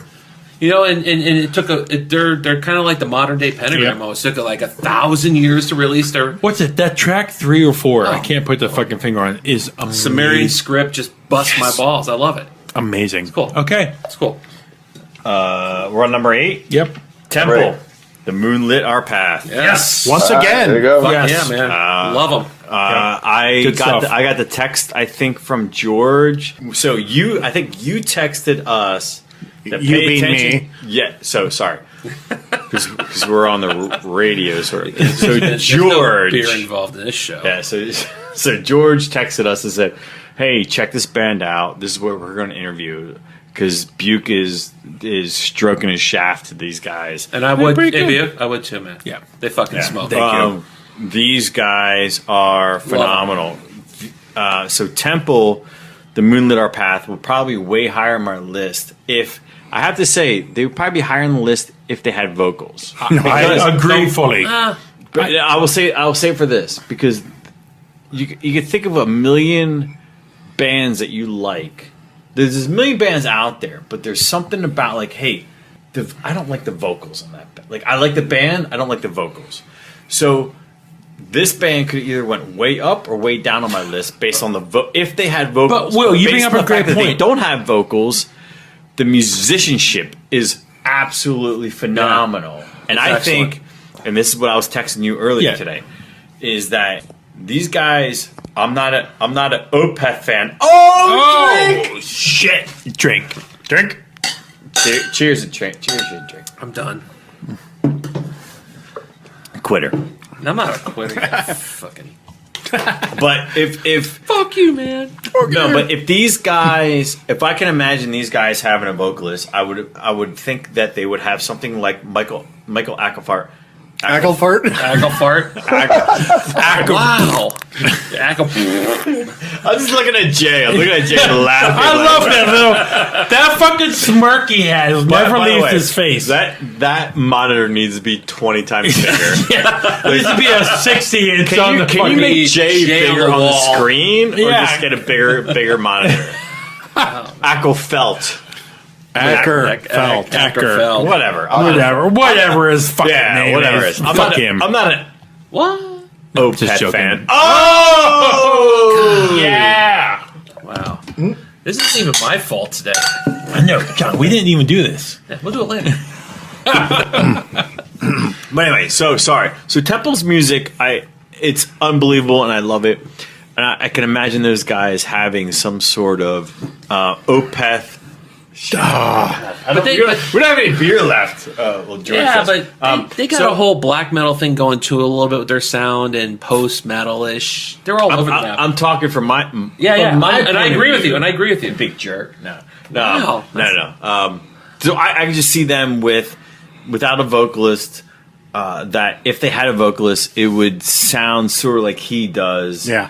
With this a growling, but not a growling that's aggressive. It's like this a melodic growling, if that makes any sense whatsoever. That's all I got. It does if you're an. That's all I fan. got to say about that. All right. All right. Jay, can you do your number 8 now? Didn't learn about these guys till this year. They got a few records out. I'll keep it brief since we're kind of breaking up a little bit. Melakesh Enki. Oh, nice call, man. Enkai. It's been on a bunch of lists. Thank Yep, God. that's a strong one. Yeah, I love it. Super killer riffs on there. they are to, like, I don't know, old Mesopotamia as Nile is to Egypt. You know, they seem to always be in the same kind of realm. But it's cool. I love this record, man. It's super killer riff. It is great. It's a great album. George has been high on the album since it came out. Yep. Yep. Puke, number 8. Number 8. I'm surprised it fell so far on the top 10. Visigoth, the Revenant King. Nice. The Revenant King. Amazing. Pure, I won't say doom, but The token power metal. the token doom kind of Candlemass type of sound. Amazing. Yep. I'm not going to talk much about them, but yeah, All right. pretty amazing. My number 8, Napalm Death Apex Predator. I was wondering where that Easy was from. Meat. Because remember when we saw them, you weren't, the last couple albums, you weren't pretty high on them. Actually, Utilitarian I liked. Yeah, but did it make your top 10? No. Okay. I didn't have a top 10 that year. And we saw them and they blew us away. That was pretty damn good. That was amazing. No, the thing is, when George and I saw them live, you would think with how hardcore they are, it's going to be a lot of noise, but it was a pretty dynamic sound. Yeah, it was good. Yeah. Cool. Okay, John. Good choice. Number what? 7. Number 7, John. This was tough because I had a band in here originally and I pulled them back because they were not metal enough. Yeah. So I went with Barren Earth on Lonely Towers. I love this album. I actually am a fan of the new singer. Yeah, so I'm am not. I. So I am. I'll tell you why. George is. I am. Because I can actually understand him more than the guy from Swallow the Sun. That's the only reason why. The music is still cool. Yeah. So, right. the amorphous kind of folk metal going. So I kind of dig it. Yeah. Hey, let me just pause here just to say that everything that's not on my list, and especially the stuff I don't know, I'm going to get every one of these as to honor you guys. So I don't know that, and I'll get it. My Will. number 7, Ex Genesis. Really? All right, now right, my boy Will. Yeah. Wait. Why really? Like, We did this. No, already. I was like, damn. he did it, and then now I'm doing it. Yeah, that's Like, we're cool. agreeing. That's right? cool. Jay, virtual high five. There you go. See, Ex Genesis. Good call. A Phoctic Veil. A Phoctic, which I had to actually look up what the fuck does a Phoctic mean. Aphotic. Hey, that was a November's Doom album, too. It means Nice the call. slowly dimming of light. Yeah. Ooh, nice. All right. So it is a doom metal album. It is very, very good. I'm a big fan. All right. And you know Next. what? I think this is one of those two-man bands. Well, one of the guys is like in Australia, and the other guy is like in Colombia. Oh man. Wait, Yeah, and they record this long Colombia, Latin, like South America. Yeah, I like them even more now. I've spent yeah. Or In my- Columbia, Georgia, or something like that. Columbia, Maryland. Yeah. COLLO. No, I spent a ridiculous amount of time in Colombia, the country in South America, for my previous job, and they have some good metal there. I saw Sick of It All in Bogota, Wow. Colombia. Nice. That's pretty nice. Fucking cool. One of the most unbelievable shows I ever saw. And he was hopped up on empanadas the whole time. All right. I love it when George tries to like maintain calm, take control, and he's like, it's like a swish of his arm is like, okay, we're done. Hey, we're moving on. Zeke, Kyle. Hey, Zeke, we're moving on. Buke, you're next. No, you're not. Jay's next. Yeah, I know. Jay, I'm number going 7. to correct myself. One of them is in Medellin, Colombia, and one of them's in Switzerland. Jay, number 7. Starting over. Yep, number 7. We're starting to repeat bands now. That mine is number 7, Alkaloid, the Malkuth Grimoire. Nice. Yes. Good call, man. Yep. Strong album. Super great record. It could almost gets to the point where it could be a little too widdly, but it never quite goes there. It's a good record all the way through. Hell yeah. Okay, me. Puke. Number 7. Pure fucking Swedish death metal. Feral, Where Dead Dreams Dwell. I'm by myself here with this one. There's a lot of crickets All right. chirping, but I'm running it down. Just pure Swedish death metal. Who was It's it? an amazing album. I didn't even. Feral. Feral? Feral. Where Dead Dreams Dwell. I have no idea what you're talking about. Don't know. Cool. They're out there. All All right. right, cool. Cool. That was like the worst. Yeah. No, Way trust to me. fucking shoot me down, George. I got some No, coming, I have trust no me. idea what you're talking about. Trust me. All right, well, All I want is acceptance from this fucking guy. And he was like, who? what? Dude, I can't help it if I don't know it. All right, That makes it even better. number 7, another repeat here. Melakesh Enkai. I got to get Strong. on that. Yeah, Wait, you have to. who mentioned Melakash earlier? Jay. Good one. Okay. Okay. Yeah, I got to Jay, I'm surprised this album that is a was top my- 3. It's a strong album. I just haven't had a chance to listen Yeah, to it it's yet. a strong album. From what I've heard, I love. That's the kind of year it is. It's like, wow, this is number 7? Yeah, it's number 7. I've Yeah. heard the name of this band a million times. Yeah. I haven't delved into it yet. Yeah, it's Yeah. a strong album. Listen It to is it a little good. bit, and it's good. I like it. All right, John, number All right. 6. Rehash, Monolord, number Yay. 6. So we'll just move on. Will, Yeah, go ahead. we would move on. We Yep. already heard No, it. but can I get your thoughts on it quickly? Yeah, I get the buried vocals, but it's still cool. It's, Yeah. it It's is so cool. cool. It's Yeah. fucking heavy as And- fuck. and I get It's- it. I'm used to it Yeah. from other bands I like, so it's cool. Yeah. Yeah. All right. Okay. Will, number 6. Will? Torch Restarter. Really? I didn't expect that to make a list here. Wow. Wait, first I have to say, I saw Torch. The few concerts I'm actually allowed to go to, I get a hall pass to go to. I saw Torch at not the Velvet Lounge, the DC9 club in DC. Oh, it's small. Oh, it was. Yeah, That's it's what small. was the beauty of it. So the beauty of it is that I saw these guys, such a small venue, It's and I had no idea what the bomb string was. And I'm doing air quotes, the bomb string. If you have not witnessed this, all I say is that I saw these guys detuning the D string on their guitar to the point that it was slapping like nothing in the wind. Anyway, so Torch, Number what? 6, 7? Six. that's number 6. All right, go ahead, go. Jay. That's, Okay, that's mine. me. Yeah, No, Jay's. Jay. No, Jay's. Number 6, I don't think you're going to hear a heavier record than this year. Cult of End Time in Charnel Lights. Oh, yeah. Cool. No, got nothing. That's it. It's just super kind of like slightly slowed down death in places, but just brutal. Absolutely brutal. I don't know if that really album was good. when I first heard it. Yeah, it's been brutal. All I right. keep chopping my fucking phone. Buke, number 6. Swedish death metal all the fucking way. Entrails. Nice. Obliteration. Really? I Yeah. expected that to be higher for you. It's my favorite song of the year. Okay. Epitome of death. Remember, you corrected me. Epitome. You corrected me last episode. But yes, entrails obliteration. All right. My number 6, I'm surprised nobody's said it yet. Tribulation, the Children of the Night. A fucking amazing Haven't got album. around to it yet. Yep. Cool. It's on my list. It's to an check amazing out. album. Yeah. Yeah, it's amazing. All right. Yeah. You I watched love their fucking YouTube video for that first single. It fucking hooks you. I honestly can't believe it's at number 6, but there's just Yeah. some good shit this year. Literally any other year, one or two maybe. Yep, strong album.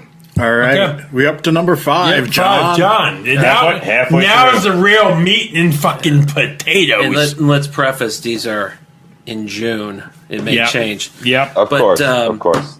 I'm a homer for this band. I've loved everything by them. I'm You're gonna a go what? a homer, Yep. fanboy, Yeah, he's a fanboy. fanboy. I love Enslaved. Yep.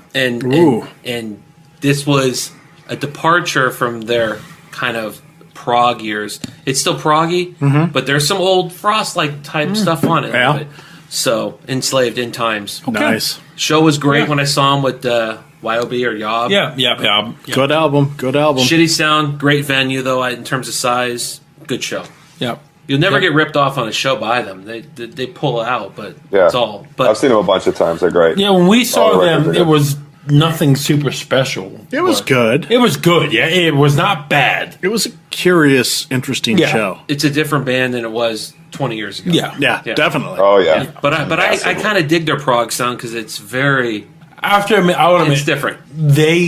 I think with the newer bands coming out, they're going to have to do something extremely different to try and stay. Well, and that's relevant. and I think this album they've changed a little bit. They're yeah. more of the Frost, more of the Eld A little bit, Yeah. not much, but a little bit. But you know what? I always keep hearing from them. People have a problem with his vocals. Yeah. I love Yeah. him. Yeah, I see. I'm with you, Jay. I love them. I love Yeah. the clean with the just screech for them. So Perfect. The scratching. I love it. Yeah. All right. They're perfect. anyway, Yeah. Will, number 6. Number 6. Number 5. Number 5, sorry. Morgoth Ungod. wow. Nice. Nice. I've been a Morgoth fan for a gazillion years, and we're on number 5. Okay. Top 5. Are you okay? Okay. These are the big ones. I thought we skipped number 6, but No, we did. I did 6. I did I 6. didn't do 6. Yeah, you did 6 too, B. your 6? Yeah, you did. It was entrails. Oh, we somehow skipped you. Yeah, we skipped you. Okay, go ahead. It's fine. You could do 2 in a row. No. Go ahead. You could do number 6 and number I would do a and B. Yeah, Okay. we'll do that. Go ahead. Okay. Yeah, fine. All right. Can I keep going? Go ahead. I love you, man. I love you too. So my number 5 is Morgoth Ungod. I Strong think album. they're from Germany, maybe. Yep. I've been a fan of these guys for a gazillion years. They've only put out maybe 4 or 5 albums, but this last one just harkens back to exactly what they did Yeah. 20 years ago. It is awesome. I love it. Odium. And Cool. Yep. Odium was not as strong as this one. No. Not even remotely close. Ooh. Because that was like the intermediate album. They had, and I'll be the first one to admit that I'm not exactly sure of all the name of it, but there was an album that had female infanticide on it. And it's embarrassing. I don't know it because that was like my first Morgoth album that I just loved. But anyway, this album is great. It is pure European old school death metal, and even though it's been released in 2015, they haven't changed. Right on. Cool. All right. We're going to do. I'm going to do 5 and 6. No, we got to do Jay first. Sorry, Jay. Go ahead. Jay, number 5. I'm just wait till everything's okay. I'm pretty sure I'm the only one that's going to have this kind of a Viking type band, but I think not so much. Maybe a little more black metal, death metal, with some clean singing in it. A band called Ereb Altor. They got a record called Matramna, and I love this record. Yeah, man. It's so good. There's no bad songs on it. A bunch of parts that make the hair on my arms go up. Killer record. Hell yeah. Cool. Great album. Right on. Now, we're thinking that we skipped Buke, so if you're Yeah. keeping score, we think Buke skipped his number 6, so he's gonna do number 6 and number 5. I'm going to right do number now. 6 and 5. Number 6, it was mentioned earlier. I quote my best friend here the other day. He says on headphones, it sounds amazing, and it does. Bellwitch for Phantoms. Hell yeah. On fucking headphones, it is an assault of all fucking sounds of metal. It is. What kind of metal is it? It's like Funeral Doom. Funeral Doom, but I love me some You're Funeral Doom. assaulted by every fucking sound of it. It's, Yeah, I mean, like Is it like Fortress Serpentine Path kind of Funeral Doom? it's like 2 of the songs are over 20 minutes long. yeah, the whole album. Each song is like 25 minutes long. Yeah, there's only like 4 or 5 songs on the album, and it's a long album. So it's like a long EP. What we were discussing Yeah. earlier. Yes, it is. Number 5, if he was still alive today, I think he'd be singing on this album. Sorcerer, In the Shadow of the Inverted Fuck yeah, Cross. man. Fucking yeah. All This the way, is- brother. I'm with you. Yep. Who? Yo, you're talking about Dio? Track 1, yep, Dio. Yeah, track one just 1, 2, 3, 4, right in the 5. balls. Yep. Amazing. Yeah, I love it. Absolutely amazing. When I heard Sorcerer the first time, I tweeted out to everybody, it's like it's as if Dio has not left us. Yes. Praise the Amazing. Dio. It's amazing. It's amazing work. Yeah, love it. All right. Okay. Number 5. Yeah. Now is when the real meat and potatoes. All right, number 5. Cult of End Time, Infernal Lights. Nice. Yes, this is a Buke, right? This was a George that gave to me. Oh, yes, but I was pretty high on it, right? Yeah, but I was Yes. high on it when I gave to you. I know. All right, I guess we're moving on then. Number 4. Number 4, John? I'm about 150% sure none of you guys have this. Not even close. This is a French jazz fusion metal instrumental band. I like John's list. And you mentioned Joe Satriani in the last show, George. You I mentioned did. Satriani, or somebody did. Surfing with Alien, yeah. Yes. He's technically that gifted. It's a band called Morgable. Do you want Morgul to give you head? What is that? Did you fart? Are you trying to push it? Oh, here we go. Am I the Evander Holyfield of podcast partners? We got a depth charge. Yeah, exactly. Thank you. All right, my number 4 band called Morgable. Tea Time for Punks. Yeah. I do not know that. If you are into fusion and jazz, but with metal, instrumental band, badass guitarist. So Cool. My number 4 Will is High on Fire, Luminiferous. All right. Right on. It's I'm digging it. Represent. There's a few songs on there that are sort of like, you could have left that one off. It probably would have been better if you went from a 10 song to an 8 song, but overall, High on Fire, you get what you get. You know what you're going to get. Deliver. You love it. It's not going to be anything different than anything they put out for the last Yeah, true. 10 years or whatever. Yeah. But And you yet love it it. is. Yeah, we all love And it. it's Yeah. and yet it's great. Yeah, they're great. Dude, that's awesome. Cool. Yeah. You're giving me high hopes for that record. Then you know right. I love them. Jay, have you not heard it yet? That's what I've you listened already to mentioned. the two songs that we're streaming, but it'll be something I listen to before the weekend closes. cool. All right, Jay, Yeah. number 4. Duke, if this isn't on your list, I don't know what I'm going to do with myself. Talcross self-titled debut album. Yes, This is a killer sir. record, man. You guys know Talcross? Yes. Oh, yeah. I am so into this record. I think it's probably got the best lyrics of the year, I'll tell you that. And it's just also a great kind of sometimes sludgy, riffy, mid-speed record.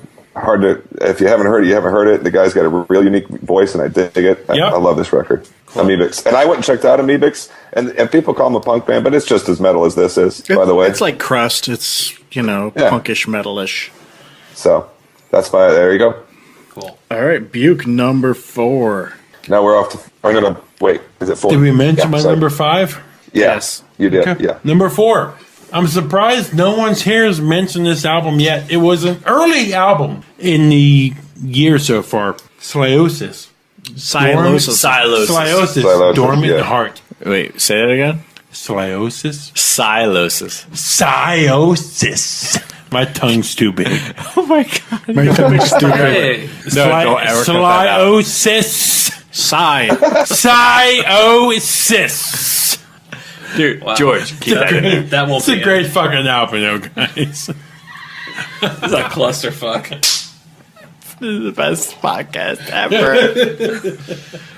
the look on George's face right now. He's Until like, we oh my This is why god. I've been trying to keep this together. Until you find out you're not on the year-end show. All right, my number 4 this year. I can't believe this hasn't come up yet, but Yesterday's Saints, Generation of Vipers. Hello. Just haven't given enough time yet. Oh, I haven't. I just haven't. this started off like further down on my list. And Further down, like further up, like closer to number 1 or And that was like number 7 to begin with, but over the last couple days, I've been given it a listen. Look, on- can I No. speak? How much did this motherfucker add to us Oh, it's all listening Will. to them? That would be it's Will. all It's all Will. Will. So you're pointing to me and Because calling me a you remember motherfucker. when we It's all Jay George, that did remember, this. Yo, Jay listen, did this. You remember when once we met Will?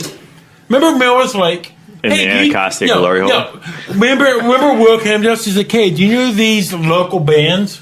Remember, we're like, Honestly, that didn't play anything into it. no, but give Will credit. No, we did not know any of them. No, I will give credit, but the placement on my list is entirely on the band. No, yeah. Generation of Viper is an incredible fucking album. It is. These guys fucking kill it. Yep. Like I said, they started off at number 7 on the list. Over the last couple days, I was like, okay, well, how do they compare to bands further up on the list? And I was like, no, this needs to move up. And it moved from 7 to 6 to 5 to number fucking 4.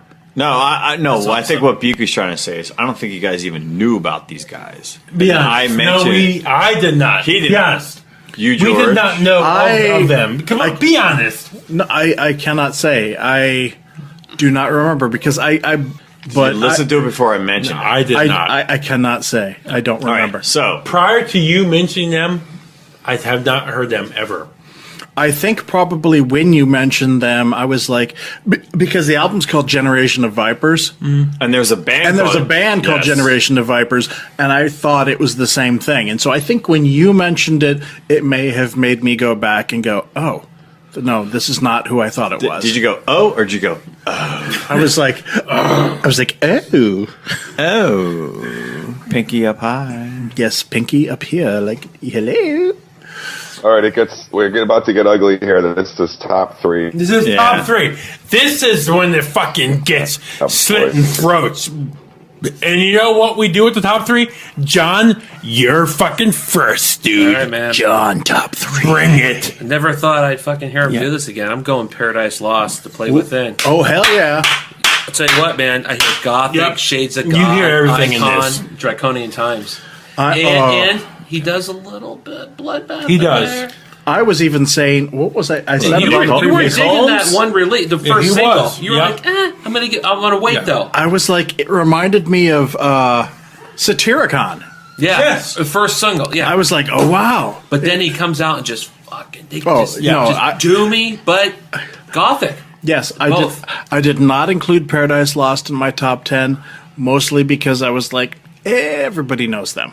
Yeah, You know, yeah. it's not because I don't like it. I think it's a great album. Since in Requiem, I've Mm-hmm. thought they have each album progressed to this point, which is Gothic, Yeah. Icon, Yes. Shades of God. Yeah. But you have to admit, for a band, the past couple years, you've been wondering what's Yeah. their status, and they put out this album.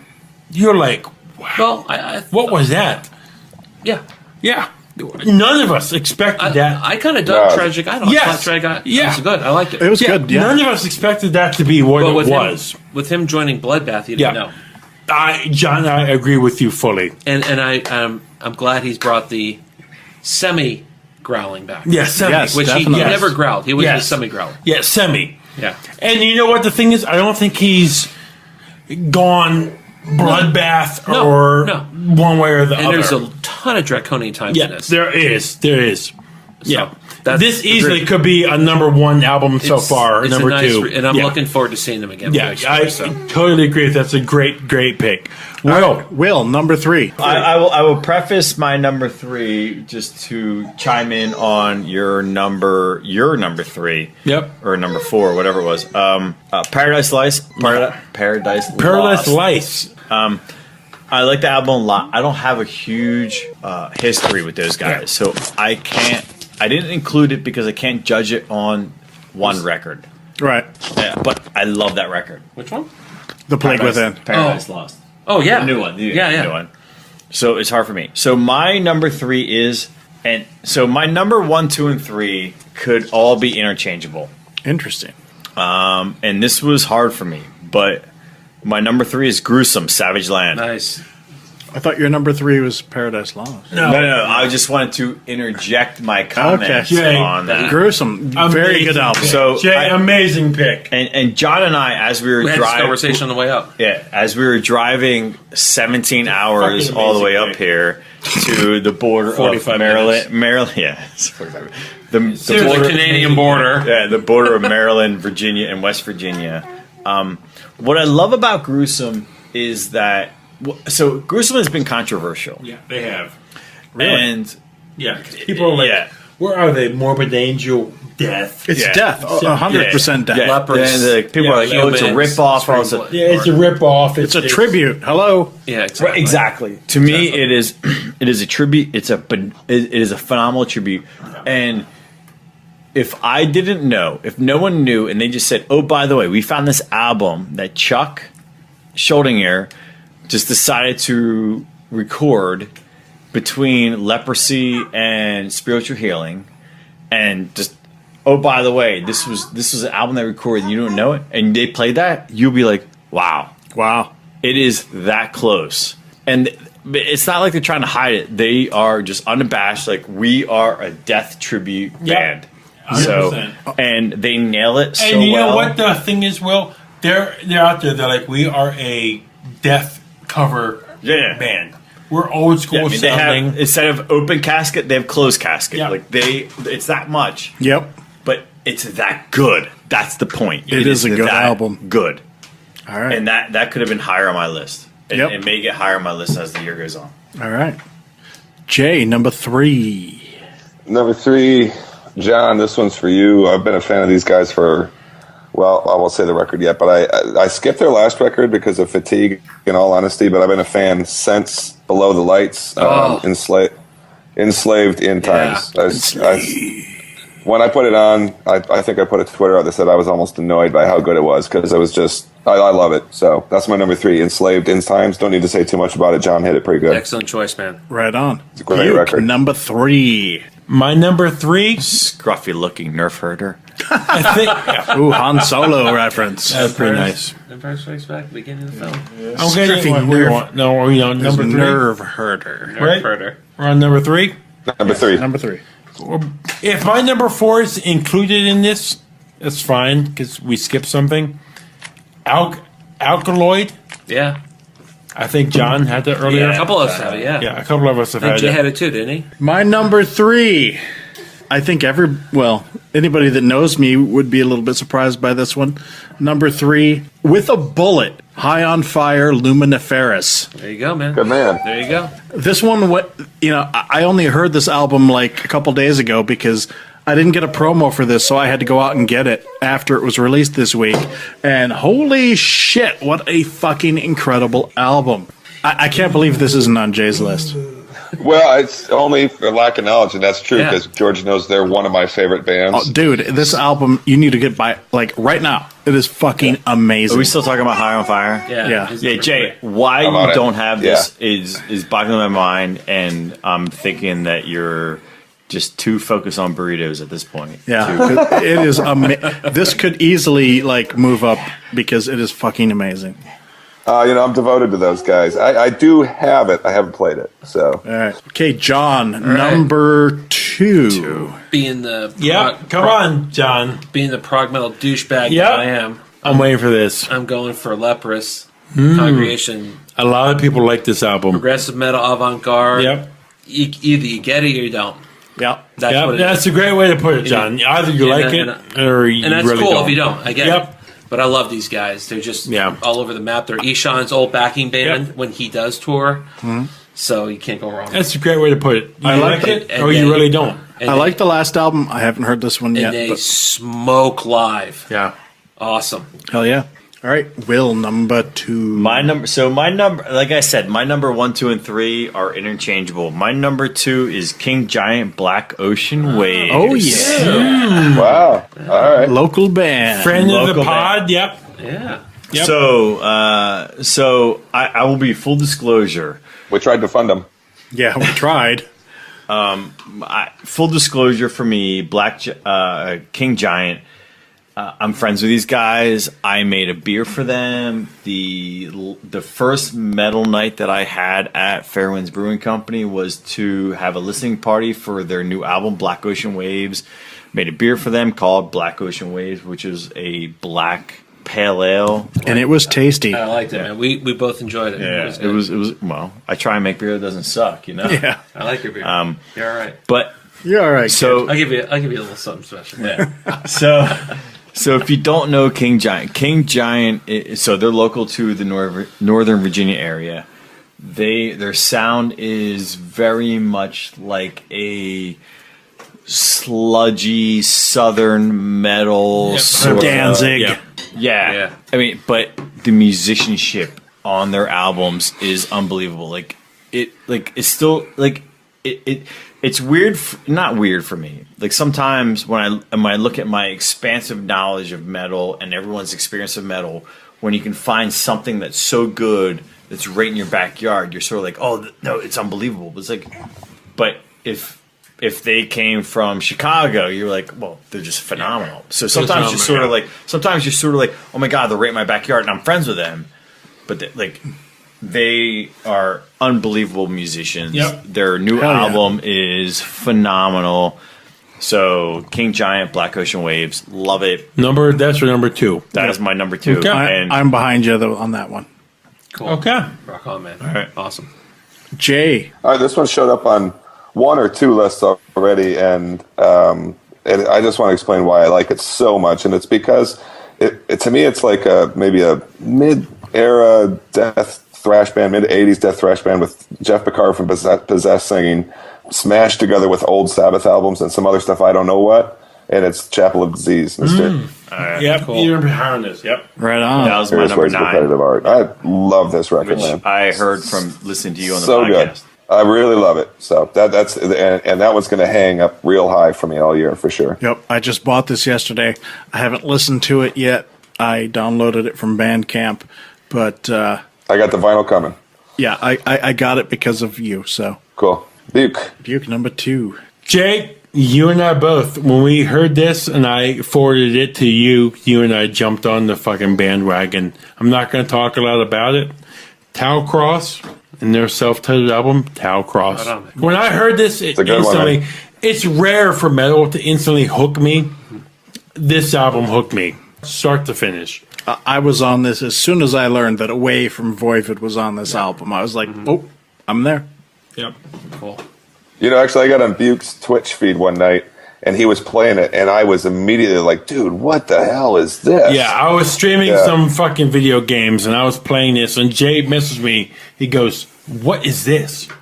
Yeah, Hell yeah. it was amazing. All right. My number 2. It's nothing new. We've talked about it already. Alkaloid, the Malkuth Yeah, man. Grimoire. Amazing Fuck album. yeah. Yep. Cool. Fucking amazing. Wait. The most technical. I thought that may have been your Yeah. number 1. It was an amazing album. Nah, man. This is like what, the third person who's We've all said mentioned that? it. I think 4. I think Jay mentioned it, too. Yeah, I think Yeah. I think we all All right, so mentioned 4. it. Yeah. So It's- everyone yeah. except for me. And, Yeah. I expect it's going to be higher for Yeah. you at the end of the year. So I think we all mentioned it. Yeah. So what kind of music is it? It's technical death metal. No. The singer Yeah. is from a band called Dark Fortress, which is sort of like more black Technical metal. black. Yeah, black. And you know what? You know who they actually remind me of musically a little bit is this Godless Endeavor era Nevermore with a little more Little- technical. Yeah, I can hear that And it's, a and little. it's produced like that too. It's got this really bright, crisp production. It's probably one of the best produced albums of the year. and they for sure. venture a little bit too with their sound. Yeah. Yeah. So Oh, big time! Yeah, no. A couple of the guys are from the band Obscura, and I've heard Obscura of them, combined yeah. with Dark Fortress is just amazing. So you definitely got to Yeah, check you this can out. hear the whole album online. It's It's good. amazing. All right, here we are. Ready? Number 1. We are at number 1. Number 1. Here we go. I don't know if it's going to be what you Yo, said. Buke. come on, John. I Fucking don't bring know it what's for in me. it. I don't know. Mumford and Sons. I'm Let's waiting hear for it. it. So Bring it. it's a folk / progressive metal / Yep. all over the place. I'm ready. They're from Boston. Wild Run. Ooh, Yes. wow. Yes. My God, Sleep at the edge of Earth. Ah, there's so much homoerotic. Dude, this is a fucking great album, man. amazing. They're all over the I'm map. not saying anything yet, but It's amazing. And when I heard folk, I was like, I don't know. I'm thinking Bard's song. I'm like, here we go. I think everything Not is even folk. close. to Yep. that. Not even Yep. close. Just Yep. all the way. Yep. I love it. Yep. And it's Okay, probably I'm not going to saying anything yet. And it's Yep. probably going to stay there for me. Yep. Will, Number 1. My number 1. Go. It's been mentioned before. really? I love it, man. South Cross. Love it. No. Keep going, Jay. Keep Come going, on. Jay. Gruesome? No, you No, haven't seen I it. already said gruesome. That was my Alkaloid. number 3. No. Yep. Well, No. Yesterday Saints. Generation go. of Light. Oh, Hell yeah. Go with that. Yep. Nice. I'm So far, absolutely. And I will say this. It's full disclosure. Absolute full disclosure. I'm friends with every single one of these You dudes are. in this band. I'm friends with these guys. I love these guys. But I have to say, this album that they came out with is fucking amazing. It is amazing. It is It's an pretty amazing It's good stuff. technical musician album.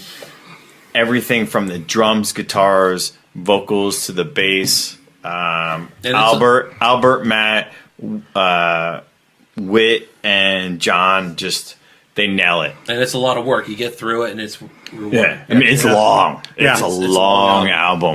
What an incredible album. Yeah. Well, I had the same thing because I purposely did not include Catatonic Society. Me too. Me too. Because Jay's a part of it. But Fuck these Catatonic Society. No, I mean, what? No, but seriously, Yeah, that no. is a great album.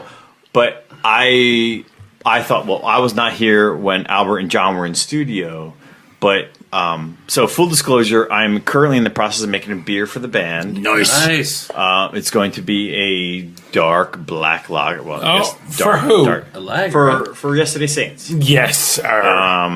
I've been friends with these guys for a while. I'm in the process of making a beer for these guys for a while. I've already made a beer. It's in the process. So this is all full disclosure. So if anyone wants to call me out and say, well, you're just friends with the band, but this is an absolutely amazing album. It certainly is. Jay hasn't given his number one Yeah, yet. go ahead, Jay. Oh, right on. Sorry. I Yeah, don't- Jay, sorry. No. I think I'm the only one that's obviously going to have this. One of the best death metal records, honestly, I've ever heard. Definitely the best one this year. It's Sulfur Eon, Gateway to the Antisphere. Right on. Cool. So good. I am just addicted to this record, man. It's good from start to finish. Excellent. And I should also mention all of their records are based on Lovecraft stories. Lovecraft, So, yeah. Cool. if you're a H.P. Lovecraft. Yeah. Oh, man. Cthulhu Mythos. Lovecraft fan, yeah. Nice. Yeah. All right. Yeah, and I've read all his stuff. I've read all of his things multiple times. Love this record. Cool. Hell yeah. Duke. Awesome. All right. Number one, Buke. Do it, man. This made my whole fucking day. You have no fucking clue. I thought I was going to come in here today by myself on the outside. My number one, Wild Run. Fuck yeah, man. Wow. Sleep at the Edge of the Earth. Really? Awesome album. Yep, that's my number one album of the year so far. I've heard a little bit of this. I think Love I it. need to check it out more based on the. It's death metal. It's black metal. It's Opeth. It's everything. Folky. It's folk metal. Nice yeah. acoustic passages. There's a It's all metal over the place, band man. from Boston. He's a fabulous singer, Yeah, too. amazing. All right. But John, be honest, it's Yeah. a pretty amazing It's album. probably going to still be my number one. Yeah. It's the only one I feel confident with going Wow. through. I'm surprised and I am intrigued. yeah. Give it a spin, man. Yeah, See what give you it a think. I Give it a will. spin. I heard a little bit and I was like, but I need to hear more. Obviously, It's more Track than, it's, 1 into 2 hooked me. Oh, yeah. The whole album. It's about a 3 or 4 listen, though. Yeah. Give All it some right. time. All right. Well, my number one. That's what I wanted to hear. I know what it is. Buke knows what it is. Jay probably I want knows to what hear it is. you explain it. Nobody has said it thus far. I'm a little not too surprised, but number one, it's a black metal album. Dodheim's Guard, Yeah. a Umbra Omega. Nice. Yeah. Anybody? Any love? I've heard this before. You Yeah, and I, that's we surprising. were in Baltimore. Remember we were smoking? How Yeah. do you do cricket chirping? It's I thought Buke was going to do this at number 10. I really thought he was. it was there, but the thing is, George, it's a little over my head. It's weird, yeah. Yeah, But I was it's- surprised that you liked it at all. I've liked it a ton. But so yeah, this is my number one. Cool. It's only in place until next month. There is something that I know that has not come out yet Same for me. that has already usurped it. But no, for you the can't. moment, You can't say that. Just tell us what it Just is. tell- I can't because it hasn't come out yet. It's not out yet. It's not out yet. Fair enough. I have a promo, but it's not out yet. So next month, No. No? You could say, hey, this is your number one. I will tell you This- off mic. I get it. I get the promo thing. I get it. But it's a promo. It's not out yet. I can't tell you. Yep. George, It'll can't change. say it. It'll change next month. He'll tell you in episode 31. Exactly. Episode 30. But Episode, John, can I say from me? what about episode? It says a lot about you and I. Episode when the most D's nuts. obscure album. That was our number one. Love it. And we didn't Fucking even love it. have a fucking conversation about it. Haven't talked about it. Amazing. Love it.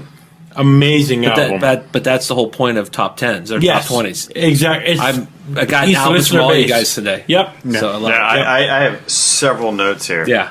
And I expect to get your list later on so I can go back and No, listen. you guys yeah. are joining us for the end of year podcast. Yeah, we too. are. Yeah. Yeah. Well, I could tell you what my number one is probably going to be. Is it Wild Run?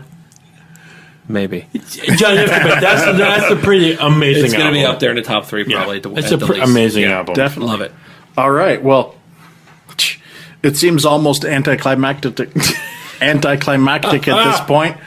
But we have a few more things, but we're going to take a quick break, and we'll be right back. Yep. All right, that was our top 10 albums so far this year.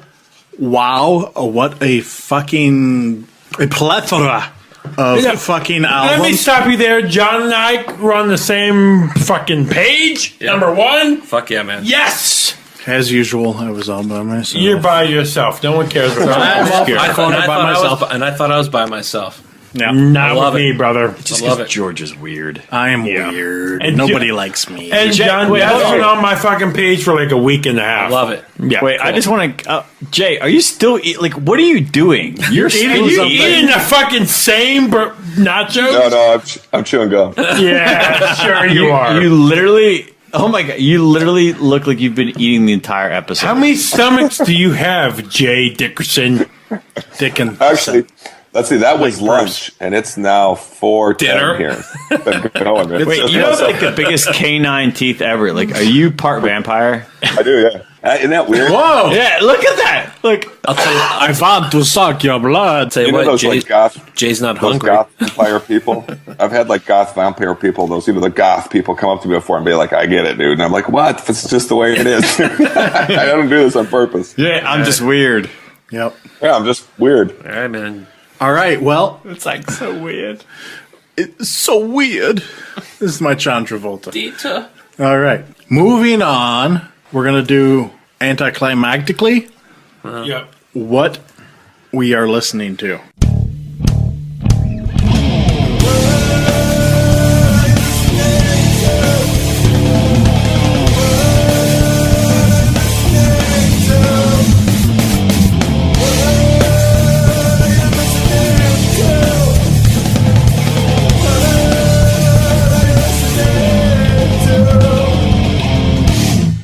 I got one. We're going to start with John again. There's our John's We already families. talked about him, all of us, Temple. Go ahead. Temple. You guys, I saw Buke saying I'm interviewing him. I saw you talking about him, George. I'm like, I'm in. All right. Pretty Love awesome him. stuff. Yeah. Good stuff. All right, Will, what are you listening to? I am listening to Serpentine Path. Ooh. Nice. And I had not. This is what's surprising. I love Doom. I love Funeral Doom. Mm-hmm. And I had not heard of these guys until you guys were mentioning it on the podcast, and you saw them at Maryland Death Fest. But Serpentine Path, they have 2 albums out called Emanations and self-titled Serpentine Path. Unbelievably great, slow ass Funeral Doom. Yeah. Love it. I heard of these guys initially because there was a band before this called Unearthly Trance. And I really dug their last album, which was just V5, whatever you want to call it. And after that album, they broke up, and Serpentine Path was one of the results of that, breakup. And so I jumped right in on that. Their first album, I dug it. And now, of course, their second album is out, and I dug that too. So I am definitely on board with that. That's awesome. Right on, man. Cool. Jay, what are you listening to? A bunch of stuff, man. I'm listening to. I'll just pick 2 though. One is I haven't really dove into this band, and I think you guys must know them probably more than I do, which is Crypt Sermon. Oh, Yeah, killer fuck Doom yeah, band. man. Yeah, good Love stuff. them. That almost went on my list, but I haven't listened to it enough yet. And then secondarily, I'm listening to one that I'll talk about in the next segment, but I'll mention, which is a band called Warhorse. They put out one of the best doom metal albums I've ever heard in my life, Yep, called right on. As Heavens Turned to Ash. Warhorse? Yeah. Yeah, Yeah, we'll it's talk about killer, that in the dude. next segment. Yep. That's a Southern Lord band. Yes, it is. Yeah, That's they gonna came be and went, dirty. did one record and disappeared. That record came out 2002. So All right, Buke, what are you listening What I'm to? listening to, when I was putting together my top 10 list, I was fucking bombarded by albums to check out, by bands. It was night and day. Check out this, check out that. But one band stuck out for me. It was an 80s sound, but it's been with me ever since. Enforcer. Ooh, yeah. From yeah, Beyond. everybody's into that. Yeah. This album was on my top 10 list Yeah. for a while. Yeah. I like them. Yeah. It's your 80s speed Yep. type of sound. Yep. You know, your 80s thrash, almost more speed type of sound. You know what you're getting from them. Nothing super special. It's just, a bunch of bands that come before them. Hell yeah. With the same sound, but I'm with you there. But it rocks. Enforcer from Beyond. Cool. Yeah, and that's going to be on a lot of. I've seen that on a lot of people's mid-year top 10 list. By the way, that's a lot of people are listening to that record. Rock on, man. Hell yeah. All right, well, what I'm listening to is one that nobody's going to know, but this is one that was actually recommended to me. Don't be challenging John over here. He's like, George knows so much more than I do. Trust me. Trust me. As I was mentioning earlier, Neutrino from Infera Bruo, he actually turned me on to this band. The band is called Obsidian Tongue, and the album is called A Nest of Ravens in the Throat of Time. What? What turned me on to this was that I'm the same way. What? the singer guitar player is actually the ex Woods of Ypres current Throssenblot bass player. Wait, so do you like Woods Ypres and Flossenblot? I am a huge Woods of Ypres fan. I know that. Yeah, and he loves them. I love Throssenblot as well. In fact, I'm sorry. What'd you call me? Throssenblot. And I'm gonna put this out here right now. I'm gonna lay this down and walk away. Joel from Throssenblot is going to be on our episode in like late July. I've talked to him, so he's going to be on. Yep. I can't even begin to explain how excited I am about having him on. We all are. Yeah, Cool. Yeah, we can say it. There's a bulge in your pants. Yes, exactly. Swing. So yeah, Obsidian Tongue. It's like it's black metal, but it's like it's got a little bit of a more contemporary. It's not traditional black metal, but it has a traditional feel. You know, it's like black metal vocals like you would expect. It's pretty badass. You should definitely check it out. You can get them on the first 2 albums on Bandcamp. Name Your Price. You can't beat that. Yeah, cool. it is pretty. So, John, your classic album. Mine? You ready for that? Yeah, I'm ready. What's your classic album? What's your classic album? Hey, tell me what is it? All right, back to 1989. Bring it, John.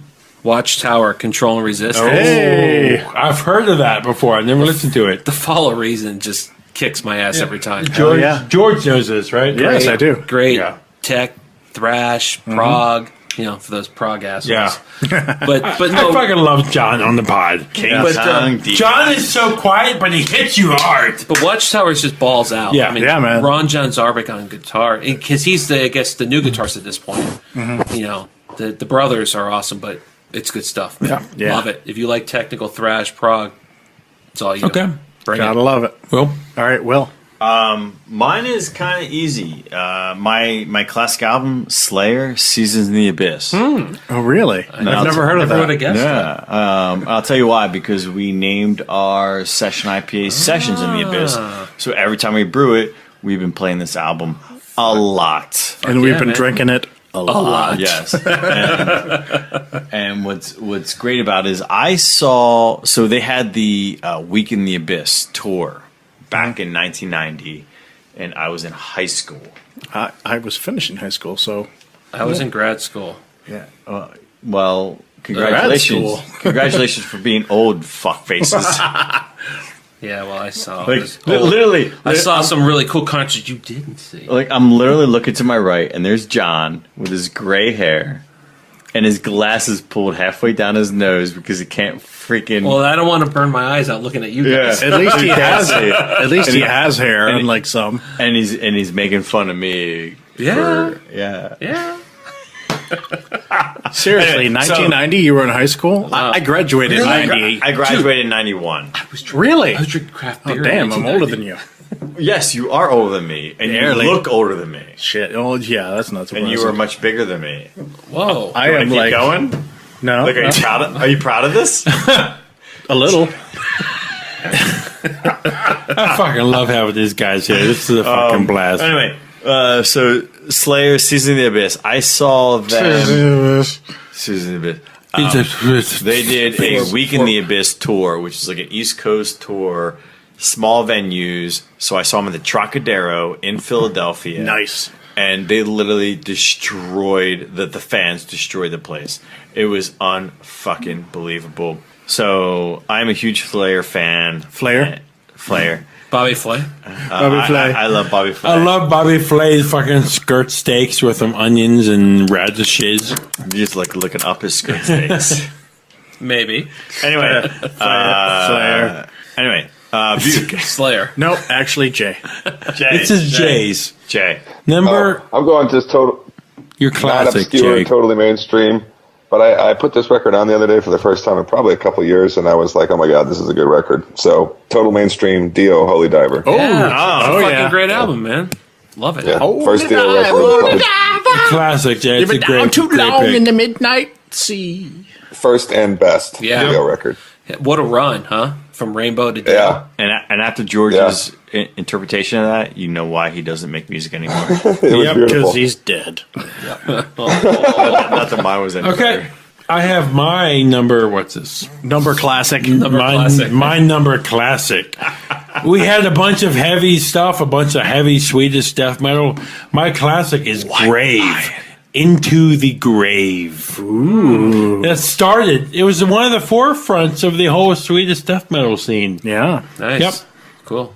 Nothing choice. real special with this, but At that time, it was. yeah, at that time it was. That's awesome. But now you like Swedish death metal? This is one of the forefathers albums of that time. All right. My classic is actually classics. I have a twofer for you. This is a James Murphy fucking Ooh, I twofer. like it. If you fucking don't know who James Murphy is, you need to fuck off and go learn who James Murphy is. Bring it. All right. First of the two. Cancer, Death Shall Rise, 1991. Fucking death metal classic. Hello? I like it. James Murphy, number 2. Disincarnate, Dreams of the Carrying Kind, 1993. Bring it. Mic drop, walk away. Done. George just dropped Over. the mic. It's over. Fucking seriously, James Murphy, he's been a producer for like 20 years now. Yeah. Because like Chuck from Death, he fucking weird, Chuck obviously died from a brain tumor. James Murphy also had a brain tumor. How Wait, are you still seriously? You living? really did? I had no idea. Is he still living? Chuck? Or James? No. Chuck James, dead. like, I knew James Chuck. Murphy. Yeah. James had a brain tumor as well. Chuck died. James lived, but he's had all kinds of problems based on this. He's ongoing issues still, but he's still around. He's producing and engineering albums. You can check him out on Facebook, like I do. He's still prolific and fucking badass, but he's more on the other side of the mixing desk now. But come on. He was in Death. He was in Cancer. He was in Disincarnate. He was in Testament. The guy is a fucking badass guitar player. Absolutely. I totally agree. So if I picked these two because I was like, these are sort of not as known as some of his other bands, and I think you should really know them. So Cancer, Death Shall Rise. Yeah. Disincarnate, Dreams of the Carrying Kind, fucking get on it. They're not the oldest of albums, but they're still Yeah. amazing albums. Yep. Yep. All right. Great fucking picks. And penultimately, music acquisitions.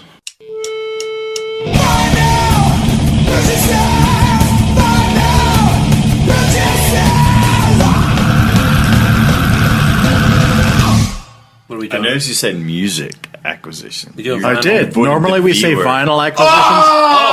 I'll We do have no vinyl. beer. I'll do vinyl. There's zero beer to be drank right now. Okay, go. I'm All right. going. So, John, start you off. Just saw him, a week and a half ago or 2 weeks ago.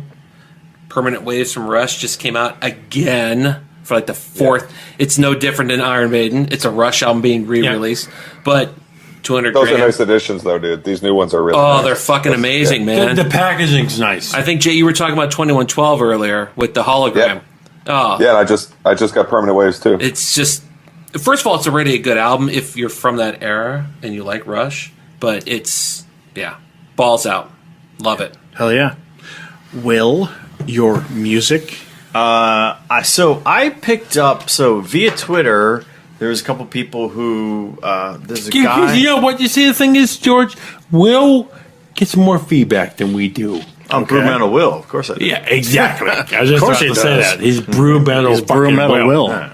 He's international. At Brew Metal Will on Yep, Twitter. at Brew Metal Will. At Brewmaster. So go ahead. on Twitter, some of the people I was following suggested Church. Jay, I'm going to throw this to you. Do you know Church? Honestly, know, dude. Where they're from? From What's Sacramento, their deal? California. Talk to me. Oh, I do think of. Let me look up real quick. I think a band I know called Blackwith just went up and played with them. Since you mentioned it, but I don't know their music. They're or on anything, they're on and I could be wrong Bandcamp. about It that. is a straight up doom metal band, funeral doom band, and their songs are like 20 minutes long. Ooh. I think they have 3 songs on their new. Guys are playing with your nipples. Nippolis. But anyway, so somewhat like there's a bunch of people who mentioned these guys on Church. I think it was the guy on Black Metal Brews. So he is a metal dude who likes beer. Yeah. Imagine that. It's kind of crazy that I follow him, but he mentioned Church. A couple of people mentioned Church and downloaded it off Bandcamp. It's great. Hell yeah. Cool. Cool. All right. Jay, what you Well, I'm got? sticking with a vinyl. I'll do the actual vinyl report. I had a pretty good trip recently. Merciful Fate, The Beginning, which I didn't have. Nice. I picked up that Warhorse vinyl reissue. Can't stress enough how you guys need to hear that record if you haven't heard it. Right on. I picked up. Found a cheap copy of Behemoth's Apostasy. Got the Venom Black Metal When you reissue. say cheap, like how cheap? Which one was it? The Behemoth. It was $15. Okay. That's a good price. Yeah, it was a great price. I got Venom Black Metal reissue. Found a cheap copy of Black Sabbath Live Evil original issue. Oh, nice. And then I got Paul Bearer's latest on vinyl, which I didn't have. And finally got Yngwie J. Malmsteen's Rising Force, the only record I really need to have by him. And why do I need to have it, Duke? I am a fucking Viking. Yes. There it is. Yes. It's got one of the great metal songs of all time. I am a Viking. So that's it. That's all vinyl stuff that kind of came around lately. Beaky Pookie. Well, keeping in trend with what we're listening to the week. This is a 1991 release from Grave, Into the Grave. I don't think I've heard of that until like 10 minutes ago. I'm fucking with you because you already mentioned it. Nah, it's cool. It's cool. Carry on. You're good. Okay, I'm just gonna say this. What the hell? That's a storm. Wow. Hey Jay, are you there? Can you hear us? Hey, Jay. He's lost power. It's a storm here. Luckily, this thing is. I love got Jay battery. still. Jay still puts it like. All right. It's always the worst. He's like, Okay, I'm gonna say this while it's Oh, still. we lost him. Are we getting hit that hard right now? I have something I good don't know. to fucking say. It could be lightly raining are outside. we and recording? We are. Okay. Yeah, luckily this thing's got battery. I have something You've good got to like fucking a- say, Boatload of editing to do. Yes. George. George, you're gonna be spending. It's gonna make it like sound so 7 good. weeks. You will. It's gonna be ridiculous. Editing It's this. going to take forever to fucking. Hey, we lost power here. As soon as we get power back, we're gonna call you back and we're gonna finish the pod, and that's gonna be it. We're smack dab in the middle of it right now. You lost power in like the whole house. Yes. Yeah, we had a bad thunderstorm here. Yeah, the power went out completely. We're Oh, right, wow. We're right in the middle of it. Okay, so as soon as the power comes back, we'll call you back and we're just gonna fucking finish it Oh, then. awesome! We're right in the middle of it. Great. Okay, see ya. Got home in that. Who knew that was happening? My wife just texted. She said storm is so bad. Tornado warning. Fucking great. Awesome, Yeah. dude. It's insane storm right now. All right. Buke, come on. I'm pulling it up on Discogs. This is going to be a fucking mess to fucking sing. Good luck. Better Yeah. Star Trek and s'more. You're gonna have a lot of fun, George. All right. Buke, what's your vinyl? So after we left the episode last week, I went downtown and I walked into a pretty nice album that apparently pissed you off. Oh, yes. Destruction. Yep. Destruction, Eternal Devastation. I've been looking for that one. Yep. I walked in, I found it. And George, celebrate. if you want it and you need it, Nah. you being one of my best friends, I'll give it to you. That's cool, man. I'll find it eventually. And also with that, they had Black Sabbath Born Again, and Jay sent me Behemoth the Satanist. So All right. My vinyl acquisitions for this week are Secrets of the Sky, Pathway. Oh, nice. Yeah, brand new album from these guys. Cool. Also, Solstafir and Atta, the Icelandic band. It's not really metal, but it's pretty damn cool. They're sort of a post-metal kind of thing. Cool. Definitely very cool. And then this is one I know that Will's going to like. I also picked up Fortress and Unto the Nothing. Dude, Nice. they're local boys. You should absolutely love them. Yes, Nice. it's very good. All right, well, it is storming like a motherfucker outside, apparently. We've already lost power once. So, as luck would have it, we're about to wrap it up. Before we go, you should check us out on Facebook, check us out on Twitter. We're on Instagram, we're on YouTube, we're on Stitcher, and of course you can check us out on metalheadspodcast.com. Before we go, we're going to leave you with another song from the band Duel. This is their song, This Old Crow. Thanks for Jay. Yep. Thanks for Will. Fucking A. Thanks for Will and John for joining us today. And of course, Thanks for having us. Yeah. Thanks, Will and John, man. It was nice talking to you. Hey, Jay. It's our pleasure, man. Thank you for having us, man. Truly, gentlemen. if we don't see you back here sooner, we will definitely see you by the end of the year. All right. So this is Duel with This Old Crow. See ya.